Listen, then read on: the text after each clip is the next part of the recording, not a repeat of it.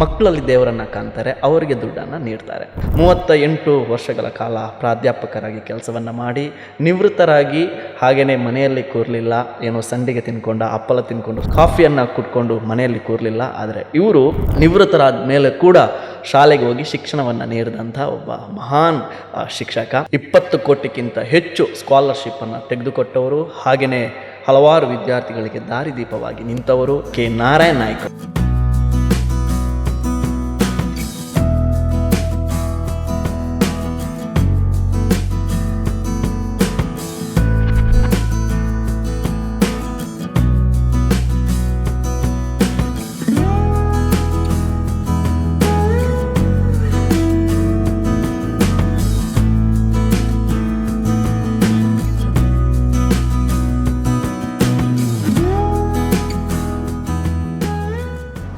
ಆಗ ಗಾಂಧೀಜಿಯವರ ಉಪವಾಸ ಸತ್ಯಾಗ್ರಹ ಎಲ್ಲ ಇತ್ತು. ಸ್ವಾತಂತ್ರ್ಯ ಪೂರ್ವ ಹುಟ್ಟಿದವ ನಾವು. ಸ್ವಾತಂತ್ರ್ಯ ಸಂಗ್ರಾಮ ಎಲ್ಲ ನೋಡಿದ್ದೀರಿ? ಹೌದು, ಸಣ್ಣವ ನಾನು. 43ರಲ್ಲಿ ಹುಟ್ಟಿದಲ್ವ, ಒಂದು 4 ವರ್ಷ ಹುಡುಗ. ಆಗ ಸತ್ಯಾಗ್ರಹ ಹಿಡಿದೆ, ಅನ್ನ ಸತ್ಯಾಗ್ರಹ. ಊಟ ಮಾಡಲಿ, ರಾತ್ರಿ ಮಲಗಿದೆ, ಉಪವಾಸ. ಶಾಲೆಗೆ ಹೋಗಿದ್ರೆ ಊಟ ಬೇಡ ಅಂತ. ಆ ಕಿನ್ನಾಜಿಯಲ್ಲಿ ಒಂದು ಕೆರೆ ಉಂಟು, ಅಲ್ಲಿ ನೀರು ಕುಡಿದವರು ಸುಮಾರು 10 ಜನಾಧ್ಯಾಪಕರು. ಇಷ್ಟವರೆಗೆ ಕಿನ್ನಾಜಲ್ಲಿ ನೀರು ಕುಡಿದವರು 10 ಜನಾಧ್ಯಾಪಕರು, ಒಂದು ಕೆರೆಯಿಂದ ನೀರು ಕುಡಿದವರು. ಓಹೋ, ಬೇರೆ ಇಲ್ಲಿ ಸಿಗೋದು ಕಷ್ಟ. ನಾನು ಕೇಳಿದ ಪ್ರಕಾರ ನೀವು ನಿವೃತ್ತರಾದ ಮೇಲೆ ಕೂಡ ಮನೆಯಲ್ಲಿ ಕೂತ್ಕೊಂಡು ಆರಾಮವಾಗಿ ಏನು ಸೊಸೆ ಮಾಡಿ ಕೊಟ್ಟಂಥ ಏನು ಹಪ್ಪಲನ ತಿನ್ಕೊಂಡು ಸೆಂಡಿಗೆನ ತಿನ್ಕೊಂಡು ಆರಾಮವಾಗಿ ಜೀವನವನ್ನು ಸಾಗಿಸ್ಬೋದಿತ್ತು. ಆದರೆ ನಾರಾಯಣ್ ಮಾಸ್ಟ್ರು ಹಂಗೆ ಮಾಡಿಲ್ಲ. ಪುನಃ ಅವರು ಸ್ಕೂಲಿಗೆ ಹೋದರು, ಮಕ್ಕಳಿಗೆಲ್ಲ ವಿದ್ಯಾಭ್ಯಾಸವನ್ನು ನೀಡ್ತಾಯಿದ್ರು, ಉಚಿತವಾಗಿ ನೀಡಿದರು ಅಂತ ನಾನು ಕೇಳ್ಪಟ್ಟೆ ಸರ್. ರಿಟೈರ್ಡ್ ಆದ ನಮ್ಮ ಮನೆಯಲ್ಲಿ ಇಲ್ಲ, ಬೆಳಿಗ್ಗೆ ಹೊರಡ್ತೇನೆ. ಅದು ಹೇಗೆ ಬಂತು ಸರ್ ನಿಮಗೆ ಮನಸ್ಸಿಗೆ, ನಿಮ್ಮ ತಲೆಗೆ ಆ ಸ್ಕಾಲರ್ಶಿಪ್ಪನ್ನು ಮಕ್ಕಳಿಗೆ ತೆಗೆದುಕೊಡ್ಬೇಕು, ಈ ಥರ ಆದರೆ ಅವ್ರಿಗೊಂದು ಏನಾದರೂ ಹೆಲ್ಪ್ ಆಗುತ್ತೆ, ಸಹಾಯ ಆಗುತ್ತೆ, ಅದರ ಜೊತೆಗೆ ಬಡ ಮಕ್ಕಳನ್ನು ಬಿಟ್ಟು ನೀವು ವೃದ್ಧರಿಗೂ ಕೂಡ ನೀವು ಸಹಾಯವನ್ನು ಮಾಡ್ತಾ ಇದ್ದೀರಿ ಅಂತ ಕೇಳ್ಪಟ್ಟೆ. ಇದೆಲ್ಲ ಯಾವುದರಿಂದ ಶುರು ಮಾಡಿದ್ದಿ? ಯಾರನ್ನು ನೋಡಿ ನಿಮಗೆ ಯಾರಾದರೂ ಸ್ಫೂರ್ತಿ ಇದ್ದಾರಾ? ನಾನು ಬಡತನದಲ್ಲಿ ಬಂದವ, ಹಣದ ಮೌಲ್ಯ ನನಗೆ ಗೊತ್ತುಂಟು. ಚಪ್ಪಲಿ ಇಲ್ಲದೆ ಬರೆಕಾಲಲ್ಲಿ ನಡೆದದ್ದು, ಇನ್ನೊಬ್ಬರ ಕಷ್ಟದ ಅರಿವಾಗ್ತದೆ ನನಗೆ. ಇದಕ್ಕಾಗಿ ನನ್ನ ಮನಸ್ಸು ತಿರುಗಿತು. ಪರರಿಗೆ ಏನಾದರೂ ಉಪಕಾರ ಮಾಡುವ, ಪರೋಪಕಾರ ಪುಣ್ಯಾಯ ಪಾಪ ಪರಪೀಡನಂ ಅಂತ ಉಂಟು. ನಮ್ಮಿಂದ ಎಷ್ಟು ಸಾಧ್ಯವೋ ಅಷ್ಟು ಪರೋಪಕಾರ ಮಾಡಬೇಕು, ಇನ್ನೊಬ್ಬರಿಗೆ ಉಪದ್ರ ಮಾಡಬಾರ್ದು. ಕಾಶಿಗೆ ಒಂದು ಚಿನ್ನದ ತಟ್ಟೆ ಬಿತ್ತಂತೆ ಅವನು. ಕಾಶಿಯ ದೇವಸ್ಥಾನದ ಅಂಗಳಕ್ಕೆ ಚಿನ್ನದ ತಟ್ಟೆ. ಅದರಲ್ಲಿ ಏನು ಬರೆದಿತ್ತಂತೆ, ದೇವರು ಯಾರನ್ನೋ ಪ್ರೀತಿಸಿದ್ರೆ ಅವರಿಗೆ ಕೊಡುಗೆ ಅಂತ. ದೇವರು ಪ್ರೀತಿಸುವವರಿಗೆ ಕೊಡುಗೆ, ದೇವರನ್ನು ಪ್ರೀತಿಸುವವರಿಗೆಲ್ಲ ಅಲ್ಲ. ದೇವರು ಯಾರನ್ನು ಪ್ರೀತಿಸ ಅವರಿಗೆ ಕೊಡುಗೆ ಅಂತ. ಚಿನ್ನದ ತಟ್ಟೆ ಬಿದ್ದ ಕೂಡಲೇ ಪೂರೈಸರು ಹೋಗಿ ಎತ್ತಿಕೊಂಡ ಕೂಡಲೇ ಅದು ಇದು ಚಿನ್ನದಿತ್ತು, ಅದು ಕಬ್ಬಿಣದ್ದು. ಲೋಹ ಬದಲಾಯಿತು. ಕೆಳಗೆ ಇಟ್ಟು ಅದು ಪುನಃ ಚಿನ್ನದ್ದು. ನಾರಾಯಣ್ ಮಾಸ್ಟ್ರು ದೇವಸ್ಥಾನಕ್ಕೆ ಹೋದರೆ ಹುಂಡಿಗೆ ದುಡ್ಡು ಹಾಕೋದಿಲ್ಲ, ಅಲ್ಲಿರುವಂಥ ಯಾರಾದರೂ ಬಡ ಮಕ್ಕಳಿದ್ದರೆ ಅವರಿಗೆ ದುಡ್ಡನ್ನು ಕೊಡ್ತಾರೆ ನಾರಾಯಣ್ ಮಾಸ್ಟ್ರು. ಖಂಡಿತ ಸ್ವಾಮಿ. ನಾವು ಸನ್ಮಾನ ಅದು ಇದು ಏನಾದರೂ ಹೋದರೆ ನಾವು ಸನ್ಮಾನ ಎಲ್ಲ ಮಾಡ್ತಾರೆ, ಸಾಧಕರಿಗೆ ಸನ್ಮಾನ ಎಲ್ಲ ಮಾಡ್ತಾರೆ, ನಿಮಗೂ ಕೂಡ ಸನ್ಮಾನ ಎಲ್ಲ ಮಾಡಿದ್ರಂತೆ. ಅಲ್ಲಿ ಬರುವಂಥ ಮೊತ್ತವನ್ನು ಅಮೌಂಟಿಗೆ ಅರ್ಧದಷ್ಟು ನೀವೇ ಎಷ್ಟರ ಸೇರಿಸಿ ಅದು ಸಮಾಜಕ್ಕೆ ಕೊಡ್ತಾ ಇದ್ದೀರಿ. ಹೌದು. ಮಕ್ಕಳಲ್ಲಿ ಅದ್ರ ಅಜ್ಜ ಚಾಕ್ಲೇಟ್ ಹೇಳ್ತಾರೆ. ಹೌದು, ಮಾಸ್ಟರ್ ಬಂದಾಗ ಮಾಸ್ಟರ್ ಬ್ಯಾಗಲ್ಲಿ ಚಾಕ್ಲೇಟ್ ಇದ್ದೇ ಇರುತ್ತೆ. ನಾನು ಚಾಕ್ಲೇಟ್ ಇಟ್ಕೊಂಡೇ ಹೋಗುದು. ಈಗ ಬ್ಯಾಗ್ನಲ್ಲಿ ಹೋದ್ರೆ ನಾನು ಸೋಲ್ತೇನೆ. ಈಗ ನಾರಾಯಣ್ ಮಾಸ್ಟರ್ ಬಂದರೆ ಪಕ್ಕ ಚಾಕ್ಲೇಟ್ ಸಿಗುತ್ತೆ ಎಲ್ರಿಗೂ ಕೂಡ. ಇನ್ನು ಮುಂದಕ್ಕೆ ಏನು ಮಾಡಬೇಕಂತ ಇದ್ದೀರಿ ಸರ್, ನಿಮ್ಮ ಕನಸೇನು ಅಂತ? ಸ್ವಾಮಿ, ಈಗ ನನ್ನ ಊರಿನ ಒಂದು 5-6 ಶಾಲೆ ಉಂಟು, ಅವರಿಗೆಲ್ಲ ಒಂದು 25,000 ಕೊಡಬೇಕು. ಮತ್ತೆ ಬೇರೆ ಯಾವುದಾದ್ರೂ ಬಂದರೆ ಹಣ ಬಂತಂತ ಇಟ್ಕೊಳ್ಳಿ, ಯಾವುದಾದ್ರೂ ಅಂಥದ್ದಿಂಥದ್ದು. ಮತ್ತು ನಾನೀಗ ತುಂಬ ಕೆಲಸ ಮಾಡೋ ಶಾಲೆಗಳೊಂದು 3-4 ಉಂಟು, ಡಿಗ್ರಿ ಕಾಲೇಜುಗಳೆಲ್ಲ. ಮಂಗಳೂರಿನಲ್ಲಿ 1-2, ವಾಮದಬದುವಿನಲ್ಲಿ, ಇವರಿಗೆಲ್ಲ ಒಂದು ದತ್ತಿನಿಧಿ ಕೊಡಬೇಕಂತ ಲೆಕ್ಕ ಹಾಕಿದೆ. Namma Kudla presents Voice of Kudla. This program is co-sponsored by Cycle Pure Agarbatti.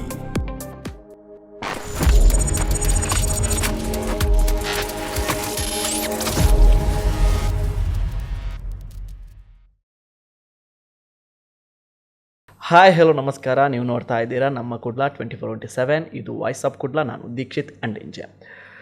ಹೊಸ ಜನ, ಹೊಸ ಕತೆ, ಹೊಸ ಅನುಭವ, ಹೊಸ ವಾಯ್ಸ್ ಜೊತೆ ಇವತ್ತು ನಿಮ್ಮ ಮುಂದೆ ಬಂದಿದ್ದೀನಿ. ಇವತ್ತಿರುವಂಥ ವಾಯ್ಸ್ ಒಂದು ವಿಶೇಷವಾದಂಥ ವಾಯ್ಸ್. ಇವರು ದೇವಸ್ಥಾನಕ್ಕೆ ಹೋದರೆ ದೇವರ ಹುಂಡಿಗೆ ದುಡ್ಡನ್ನು ಹಾಕೋದಿಲ್ಲ. ಇವರು ಮಕ್ಕಳಲ್ಲಿ ದೇವರನ್ನು ಕಾಣ್ತಾರೆ, ಅವರಿಗೆ ದುಡ್ಡನ್ನು ನೀಡ್ತಾರೆ. 38 ವರ್ಷಗಳ ಕಾಲ ಪ್ರಾಧ್ಯಾಪಕರಾಗಿ ಕೆಲಸವನ್ನು ಮಾಡಿ ನಿವೃತ್ತರಾಗಿ ಹಾಗೆಯೇ ಮನೆಯಲ್ಲಿ ಕೂರಲಿಲ್ಲ. ಏನೋ ಸಂಡಿಗೆ ತಿನ್ಕೊಂಡು ಹಪ್ಪಳ ತಿನ್ಕೊಂಡು ಕಾಫಿಯನ್ನು ಕುಡ್ಕೊಂಡು ಮನೆಯಲ್ಲಿ ಕೂರಲಿಲ್ಲ. ಆದರೆ ಇವರು ನಿವೃತ್ತರಾದ ಮೇಲೆ ಕೂಡ ಶಾಲೆಗೆ ಹೋಗಿ ಶಿಕ್ಷಣವನ್ನು ನೀಡಿದಂಥ ಒಬ್ಬ ಮಹಾನ್ ಶಿಕ್ಷಕ. ಹಾಗೆಯೇ 20 ಕೋಟಿಗಿಂತ ಹೆಚ್ಚು ಸ್ಕಾಲರ್ಶಿಪ್ಪನ್ನು ತೆಗೆದುಕೊಟ್ಟವರು, ಹಾಗೆಯೇ ಹಲವಾರು ವಿದ್ಯಾರ್ಥಿಗಳಿಗೆ ದಾರಿದೀಪವಾಗಿ ನಿಂತವರು ನಮ್ಮ ಈ ಶೋನ ಮಹಾಗುರುಗಳು, ಹಾಗೆಯೇ ಈ ಒಂದು ಸಾರ್ಥಕ ಬದುಕಿನ ಸಾಧಕರು ಕೆ ನಾರಾಯಣ್ ನಾಯ್ಕ್ ಅವರಿದ್ದಾರೆ. ಸರ್, ಕಾರ್ಯಕ್ರಮಕ್ಕೆ ಆತ್ಮೀಯವಾದಂಥ ಸ್ವಾಗತ. ಹೇಗಿದ್ದೀರಿ ಸರ್? ಚೆನ್ನಾಗಿದ್ದೇನೆ, ಏನು ತೊಂದರೆ ಇಲ್ಲ. 38 ವರ್ಷಗಳ ಕಾಲ ಅಧ್ಯಾಪಕರಾಗಿ ಸೇವೆಯನ್ನು ಸಲ್ಲಿಸಿದ್ರಿ. ಹೌದು. ಆಮೇಲೆ 2001ರಲ್ಲಿ ಏನು ನಿವೃತ್ತರಾಗ್ತೀರಿ. ಆಮೇಲೆ ಕೂಡ ನೀವು ಶಾಲೆಗೆ ತೆರಳಿ ಶಿಕ್ಷಣವನ್ನು ನೀಡಿ ಎಲ್ಲೊಂದು ಜರ್ನಿಯನ್ನು ನೋಡಿದಾಗ ಈಗ ಪ್ರೆಸೆಂಟ್ ಸಿಚುವೇಶನ್ ಹೆಂಗೆ ಅನ್ನಿಸ್ತಾ ಇದೆ ಸರ್? ನನಗೆ ಸಂತೋಷ ಆಗ್ತಾ ಉಂಟು. ಯಾಕೆಂದರೆ ನಾನು ಮನೆಯಲ್ಲೇ ಕೂತ್ಕೊಂಡು ಇರ್ತಿದ್ರೆ, ಒಂದು ವಾಹನವನ್ನು ಮನೆಯಲ್ಲಿಟ್ಟರೆ ಮತ್ತೊಂದು 15 ದಿನದಲ್ಲಿ ಸ್ಟಾರ್ಟ್ ಆಗೋದಿಲ್ಲ. ನಂದು ಸ್ಟಾರ್ಟ್ನಲ್ಲೇ ಉಂಟು, ಅದರಿಂದ ನಿಲ್ತಾ ಇಲ್ಲ, ಓಡಾಡ್ತಾ ಉಂಟು, ಏನು ತೊಂದರೆ ಇಲ್ಲ, ಆರೋಗ್ಯ ಎಲ್ಲ ಸರಿ ಉಂಟು, ಏನು ಸಮಸ್ಯೆಗಳೇ ಇಲ್ಲ. ನಾನು ಕೇಳಿದೆ ಸರ್, ಈಗಲೂ ಕೂಡ ನಾರಾಯಣ್ ನಾಯ್ಕ್ ಅವರು ಬೈಕಲ್ಲೇ ಓಡಾಡ್ತಾರೆ. ಎನರ್ಜಿ ಸೀಕ್ರೆಟ್ ಏನಂತ? ಹತ್ತಿರ ಇದ್ದರೆ ಬೈಕಿನಲ್ಲಿ ಓಡಾಡ್ತಾನೆ. ಮತ್ತು ದೂರಕ್ಕೆ ಹೋಗಬೇಕಾದ್ರೆ ಬಸ್ಸುಗಳು ಉಂಟಲ್ಲ, ಅದೊಂದು ಬೈಕಿನಲ್ಲಿ ಏನು ಸಮಸ್ಯೆ ಇಲ್ಲ ನನಗೆ. ದೃಷ್ಟಿದೋಷ ಆಗಲಿ ಬಾಕಿದ್ದು ಯಾವುದಿಲ್ಲ, ಅದೊಂದು ಬೈಕಿನಲ್ಲಿ ಓಡಾಡ್ತಾ ಇದ್ದೇನೆ. ಈಗ ಎಷ್ಟು ಪ್ರಾಯ ಸರ್ ನಾರಾಯಣ್? ನನಗೀಗ 84 ವರ್ಷ. ಹಾಂ. No sugar, no BP? ಏನಿಲ್ಲ, ಸರಿ ಇದ್ದೇನೆ. ಎಲ್ಲದಕ್ಕೂ ಕಾರಣ ನಿವೃತ್ತರಾದ ಮೇಲೆ ಕೂಡ ಕೆಲಸ ಮಾಡ್ತಾ ಇದ್ದೇನೆ. ತುಂಬ ನೋಡೋಕ್ಕೆ ಎನರ್ಜೆಟಿಕ್ ಆಗಿದ್ದೀರಿ ಸರ್. ಯಾವಾಗಲೂ ಕೂಡ ಹೀಗೇ ಇರಬೇಕು ನೀವು. ನಾರಾಯಣ್ ನಾಯ್ಕ್ ಅಂದರೆ ತುಂಬ ಮಕ್ಕಳಿಗೆ ತುಂಬ ಇವತ್ತಿನ ದೊಡ್ಡ ಹುದ್ದೆಯಲ್ಲೆಲ್ಲ ಇರ್ಬೋದು ಮಕ್ಕಳೆಲ್ಲ, ಅವರಿಗೆಲ್ಲ ಪರಿಚಯ ನೀವು. ಎಷ್ಟೋ ಮಕ್ಕಳ ಒಂದು ಕನಸಿಗೆ ನೀವು ಅವರಿಗೆ ಬೆನ್ಗಾವಲಾಗಿ ನಿಂತವರು. ಆದರೆ ಇವತ್ತು ನಾರಾಯಣ್ ನಾಯ್ಕ್ ಅವರು ಕೆಲವರಿಗೆಲ್ಲ ಗೊತ್ತಿರ್ಬೋದು, ಏನು ಈ ಒಂದು ಸ್ವಾರ್ಥ ತುಂಬಿದ ಜಗತ್ತಿನಲ್ಲಿ ನಿಸ್ವಾರ್ಥ ಸೇವೆಯನ್ನು ಮಾಡ್ತಾ ಬಂದವರು ನೀವು. ಆದ್ದರಿಂದ ನಾರಾಯಣ್ ನಾಯ್ಕ್ ಅವರು ಎಲ್ಲಿಯವರು, ಅವರ ಹುಟ್ಟೆಲ್ಲಾಯಿತು, ಅವರ ತಂದೆ ತಾಯಿ ಕೇಳೋದ್ರಾಗೆ ಎಲ್ಲಿಂದ ಶುರುವಾಯಿತು ಸರ್ ನಿಮ್ಮ ಪಯಣ? ಸರ್, ನಾನು ಬಂಟ್ವಾಳ ತಾಲೂಕಿನ ಕರ್ಪೆ ಗ್ರಾಮದವ. ಕಿನ್ನಾಜೆ ಎಂಬುದು ನನ್ನ ಮನೆತನದ ಹೆಸರು. ಆ ಕಿನ್ನಾಜೆಯಲ್ಲಿ ಒಂದು ಕೆರೆ ಉಂಟು, ಅಲ್ಲಿ ನೀರು ಕುಡಿದವರು ಸುಮಾರು 10 ಜನ ಅಧ್ಯಾಪಕರು. ಇಷ್ಟವರೆಗೆ ಕಿನ್ನಾಜೆಯಲ್ಲಿ ನೀರು ಕುಡಿದವರು 10 ಜನ ಅಧ್ಯಾಪಕರು, ಒಂದು ಕೆರೆಯಿಂದ ನೀರು ಕುಡಿದವರು. ಬೇರೆ ಇಲ್ಲಿ ಸಿಗೋದು ಕಷ್ಟ. ಬೇರೆ ಹಂತದಲ್ಲಿದ್ದರು, ಈಗಲೂ ಆಗ್ತಾ ಇದ್ದಾರೆ. ಈಗ ನಾವು ಒಂದೇ ಮನೆಯವರು 5 ಜನ ಶಿಕ್ಷಕರು. ನಾನು ಶಿಕ್ಷಕ, ನನ್ನ ಮಗ ಶಿಕ್ಷಕ, ತಮ್ಮ ಶಿಕ್ಷಕ, ಮಗಳು ಶಿಕ್ಷಕಿ, ಮೊಮ್ಮಗಳು ಶಿಕ್ಷಕಿ. ಇಷ್ಟು 5 ಜನ ಒಂದೇ ಮನೆಯಲ್ಲಿ ಇದ್ದೇವೆ. ನಿಮ್ಮ ವಿದ್ಯಾಭ್ಯಾಸ ಎಲ್ಲ ಎಲ್ಲಿ ಆಯಿತು ಸರ್? ನನ್ನ ವಿದ್ಯಾಭ್ಯಾಸ, ನಮ್ಮದು ಕೃಷಿಕ ಕುಟುಂಬ, ಅದು ಬಡ ಕುಟುಂಬ. ನನಗೆ 5ನೇ ಕ್ಲಾಸಿನವರೆಗೆ ಹತ್ತಿರವೇ ಶಾಲೆ ಇತ್ತು, ಅಲ್ಲಿ 5ನೇ ಕ್ಲಾಸ್ ಮುಗಿಸಿದೆ. 6ನೇಗೆ ಆಗುವಾಗ ಮತ್ತೆ 4 ಕಿಲೋಮೀಟರ್ ದೂರ ಹೋಗಬೇಕು. ಆಗ ನನಗೆ ಏಕಮಾತ್ರ ಪುತ್ರ ನಾನು, ಬಾಕಿ ಎಲ್ಲ ತಂಗಿಯಂದಿರು. ಅಷ್ಟಾಗುವಾಗ ತಂದೆಗೆ ಏನಾಯಿತು, ಮಗನನ್ನು ದೂರ ಕಳಿಸಲಿಕ್ಕೆ ಮನಸ್ಸಿಲ್ಲ, 4 ಕಿಲೋಮೀಟರ್ ದೂರಕ್ಕೂ ತಯಾರಿಲ್ಲ. ಅದಕ್ಕಾಗಿ ಅಪ್ಪ ಹೇಳಿದರು, ಸಾಕು ಕಲ್ತದ್ದು, ಇನ್ನು ಮನೆಯಲ್ಲಿ ನಿಂದು ಕೃಷಿ ಮಾಡು ಅಂತ ಹೇಳಿದರು. ನನಗೆ ಕಲಿಬೇಕೆಂಬ ಆಸಕ್ತಿ. ಆಗ ಗಾಂಧೀಜಿಯವರ ಉಪವಾಸ ಸತ್ಯಾಗ್ರಹ ಎಲ್ಲ ಇತ್ತು, ಸ್ವಾತಂತ್ರ್ಯ ಪೂರ್ವ ಹುಟ್ಟಿದವ ನಾನು. ಸ್ವಾತಂತ್ರ್ಯ ಸಂಗ್ರಾಮ ಎಲ್ಲ ನೋಡಿದ್ದೀನಿ. ಹೌದು, ಸಣ್ಣವ ನಾನು, 43ರಲ್ಲಿ ಹುಟ್ಟಿದಲ್ವ, ಒಂದು 4 ವರ್ಷ ಹುಡುಗ. ಆಗ ಸತ್ಯಾಗ್ರಹ ಹಿಡಿದೆ, ಅನ್ನ ಸತ್ಯಾಗ್ರಹ. ಊಟ ಮಾಡಲಿ, ರಾತ್ರಿ ಮಲಗಿದೆ, ಉಪವಾಸ. ಶಾಲೆಗೆ ಹೋಗಿದ್ರೆ ಊಟ ಬೇಡ ಅಂತ. ಅಪ್ಪನಿಗೆ ಊಟ ಮಾಡಲಿಕ್ಕೆ ಉಪಾಯ ಉಂಟಾ? ಇಲ್ಲ. ಮತ್ತು ಹೋಗು ಅಂತ ಹೇಳಿದ್ರು. ಮರುದಿನ ಊಟ ಮಾಡಿದೆ, ಮತ್ತೆ ಮರುದಿನ ಶಾಲೆಗೆ ಹೋದೆ. ಹಾಗೆ 7ನೇ ಅಲ್ಲ 8ನೇ ಕ್ಲಾಸಿನವರೆಗೆ ಇದ್ದದ್ದು. 8ನೇ ಕ್ಲಾಸಿನವರೆಗೆ ಆಯಿತು. 8ನೇ ಕ್ಲಾಸಿನ ಆಗುವಾಗ ಮತ್ತೆ ಪುನಃ ಹತ್ತಿರ ಶಾಲೆ ಇಲ್ಲ, ಪುನಃ ನಿಲ್ಲಿಸಿದರು, ಸಾಕು ಅಂತ. ನನಗೆ ಹೋಗಬೇಕೆಂಬ ಆಸಕ್ತಿ. ಹಾಗೆಂತ ಮಾಡಿ ಪುನಃ ಉಪವಾಸ ಸತ್ಯಾಗ್ರಹ. ಪುನಃ ಆಯಿತು ಅಂತ ಆಯಿತು, ಒಪ್ಪಿಗೆ ಸಿಕ್ಕಿತ್ತು. ಹಾಗಂತ ಮನೆಯಿಂದ ಹೋಗಲಿಕ್ಕೆ ಇಲ್ಲ, ಬೇರೆಯವರ ಮನೆಯಿಂದ 8-16 ಕಿಲೋಮೀಟರ್ ಬರೇ ಕಾಲಲ್ಲಿ ನಡೆದು SLC ಮಾಡಿದೆ. ಎಲ್ಲಿ ಸರ್ ಅದು? ಅದು ಬಂಟ್ವಾಳ SVSನಲ್ಲಿ. ಓಕೆ. ಮೊದಲು ಹೋದ್ದು ಸಿದ್ದಗಟ್ಟೆಗೆ, ನೆಕ್ಸ್ಟ್ ಹೋದ್ದು ಬಂಟ್ವಾಳ SVSಗೆ. ಅಷ್ಟಾಗುವಾಗ VA ಪೋಸ್ಟ್ ರೆಡಿ ಇತ್ತು, 62ನೇ ಇಸ್ವಿಯಲ್ಲಿ ಅದು. ಆದರೆ ನನಗೆ ಅದಕ್ಕೆ ಹೋಗಲಿಕ್ಕೆ ಇಷ್ಟ ಇಲ್ಲ, ಬೇಡ ಕಂಡಿತ್ತು. ಅಧ್ಯಾಪಕ ವೃತ್ತಿಗಾಗಿ 1 ವರ್ಷದ ಟ್ರೈನಿಂಗ್ಗೆ ಹೋದೆ ಮಂಗಳೂರಿಗೆ. ಈಗ ಡಯಟ್ ಅಂತ ಹೇಳ್ತಾರೆ, ಅಲ್ಲಿಗೆ ಹೋದೆ. 1 ವರ್ಷದ ಟ್ರೈನಿಂಗ್ ಆಯಿತು. ಟ್ರೈನಿಂಗ್ ಆಗಿ 3 ತಿಂಗಳಲ್ಲಿ ಉದ್ಯೋಗ ಸಿಕ್ಕಿತ್ತು. ಅದು ವಿಟ್ಲದಲ್ಲಿ ಕೋಡಪದ ಎಂಬ ಒಂದು ಪ್ರೈಮರಿ ಶಾಲೆಯಲ್ಲಿ, ಸರ್ಕಾರಿ ಶಾಲೆ ಉದ್ಯೋಗ ಸಿಗುತ್ತೆ, ಅಲ್ಲಿ ಉದ್ಯೋಗಕ್ಕೆ ಸೇರಿದೆ. ಈಗಲೂ ಕೂಡ ಇದೆಯಾ ಅದು ಶಾಲೆ? ಇದೆ ಇದೆ ಇದೆ, ಒಳ್ಳೆ ಸ್ಥಿತಿಯಲ್ಲಿ ಉಂಟು, ಏನು ತೊಂದರೆ ಇಲ್ಲ. ಪ್ರಾಥಮಿಕ ಶಾಲೆಗೆ ಅಲ್ಲಿ ಸೇರಿದೆ. ಅಲ್ಲಿ ನನ್ನ ಮನೆಯಿಂದ ಸುಮಾರು ಒಂದು 35 ಕಿಲೋಮೀಟರ್ ದೂರ ಅದು. ಓಹೋ. ಆದರೆ ಊರವರು ಒಳ್ಳೆಯದು, ಊಟ ಉಪಚಾರ ನನಗೆ ಊರವರೇ ಕೊಟ್ಟರು, ಒಂದು ಮನೆಯಲ್ಲೇ ಕೊಟ್ಟರು, 10 ವರ್ಷ ಕೂಡ ಕೊಟ್ಟರು, ಉಚಿತ. ಹಾಗಂತ ಮಕ್ಕಳಿದ್ರು ಒಂದು 5-6, ಅವರಿಗೆ ಟ್ಯೂಷನ್ ಎಲ್ಲ ಕೊಟ್ಟಿದ್ದಾನೆ, ಸಂಗತಿ ಬೇರೆ. ಅದರ ನಂತರ ನಾನೇನೋ ಟ್ರಾನ್ಸ್ಫರ್ ಕೇಳಲಿಲ್ಲ, ನನ್ನ ಅಲ್ಲಿಂದ 10 ವರ್ಷ ಆಗೋ ಬೇರೆ ಕಡೆಗೆ ಟ್ರಾನ್ಸ್ಫರ್ ಮಾಡಿದರು, ರಾಯ್ ಶಾಲೆಗೆ ಮಾಡಿದರು.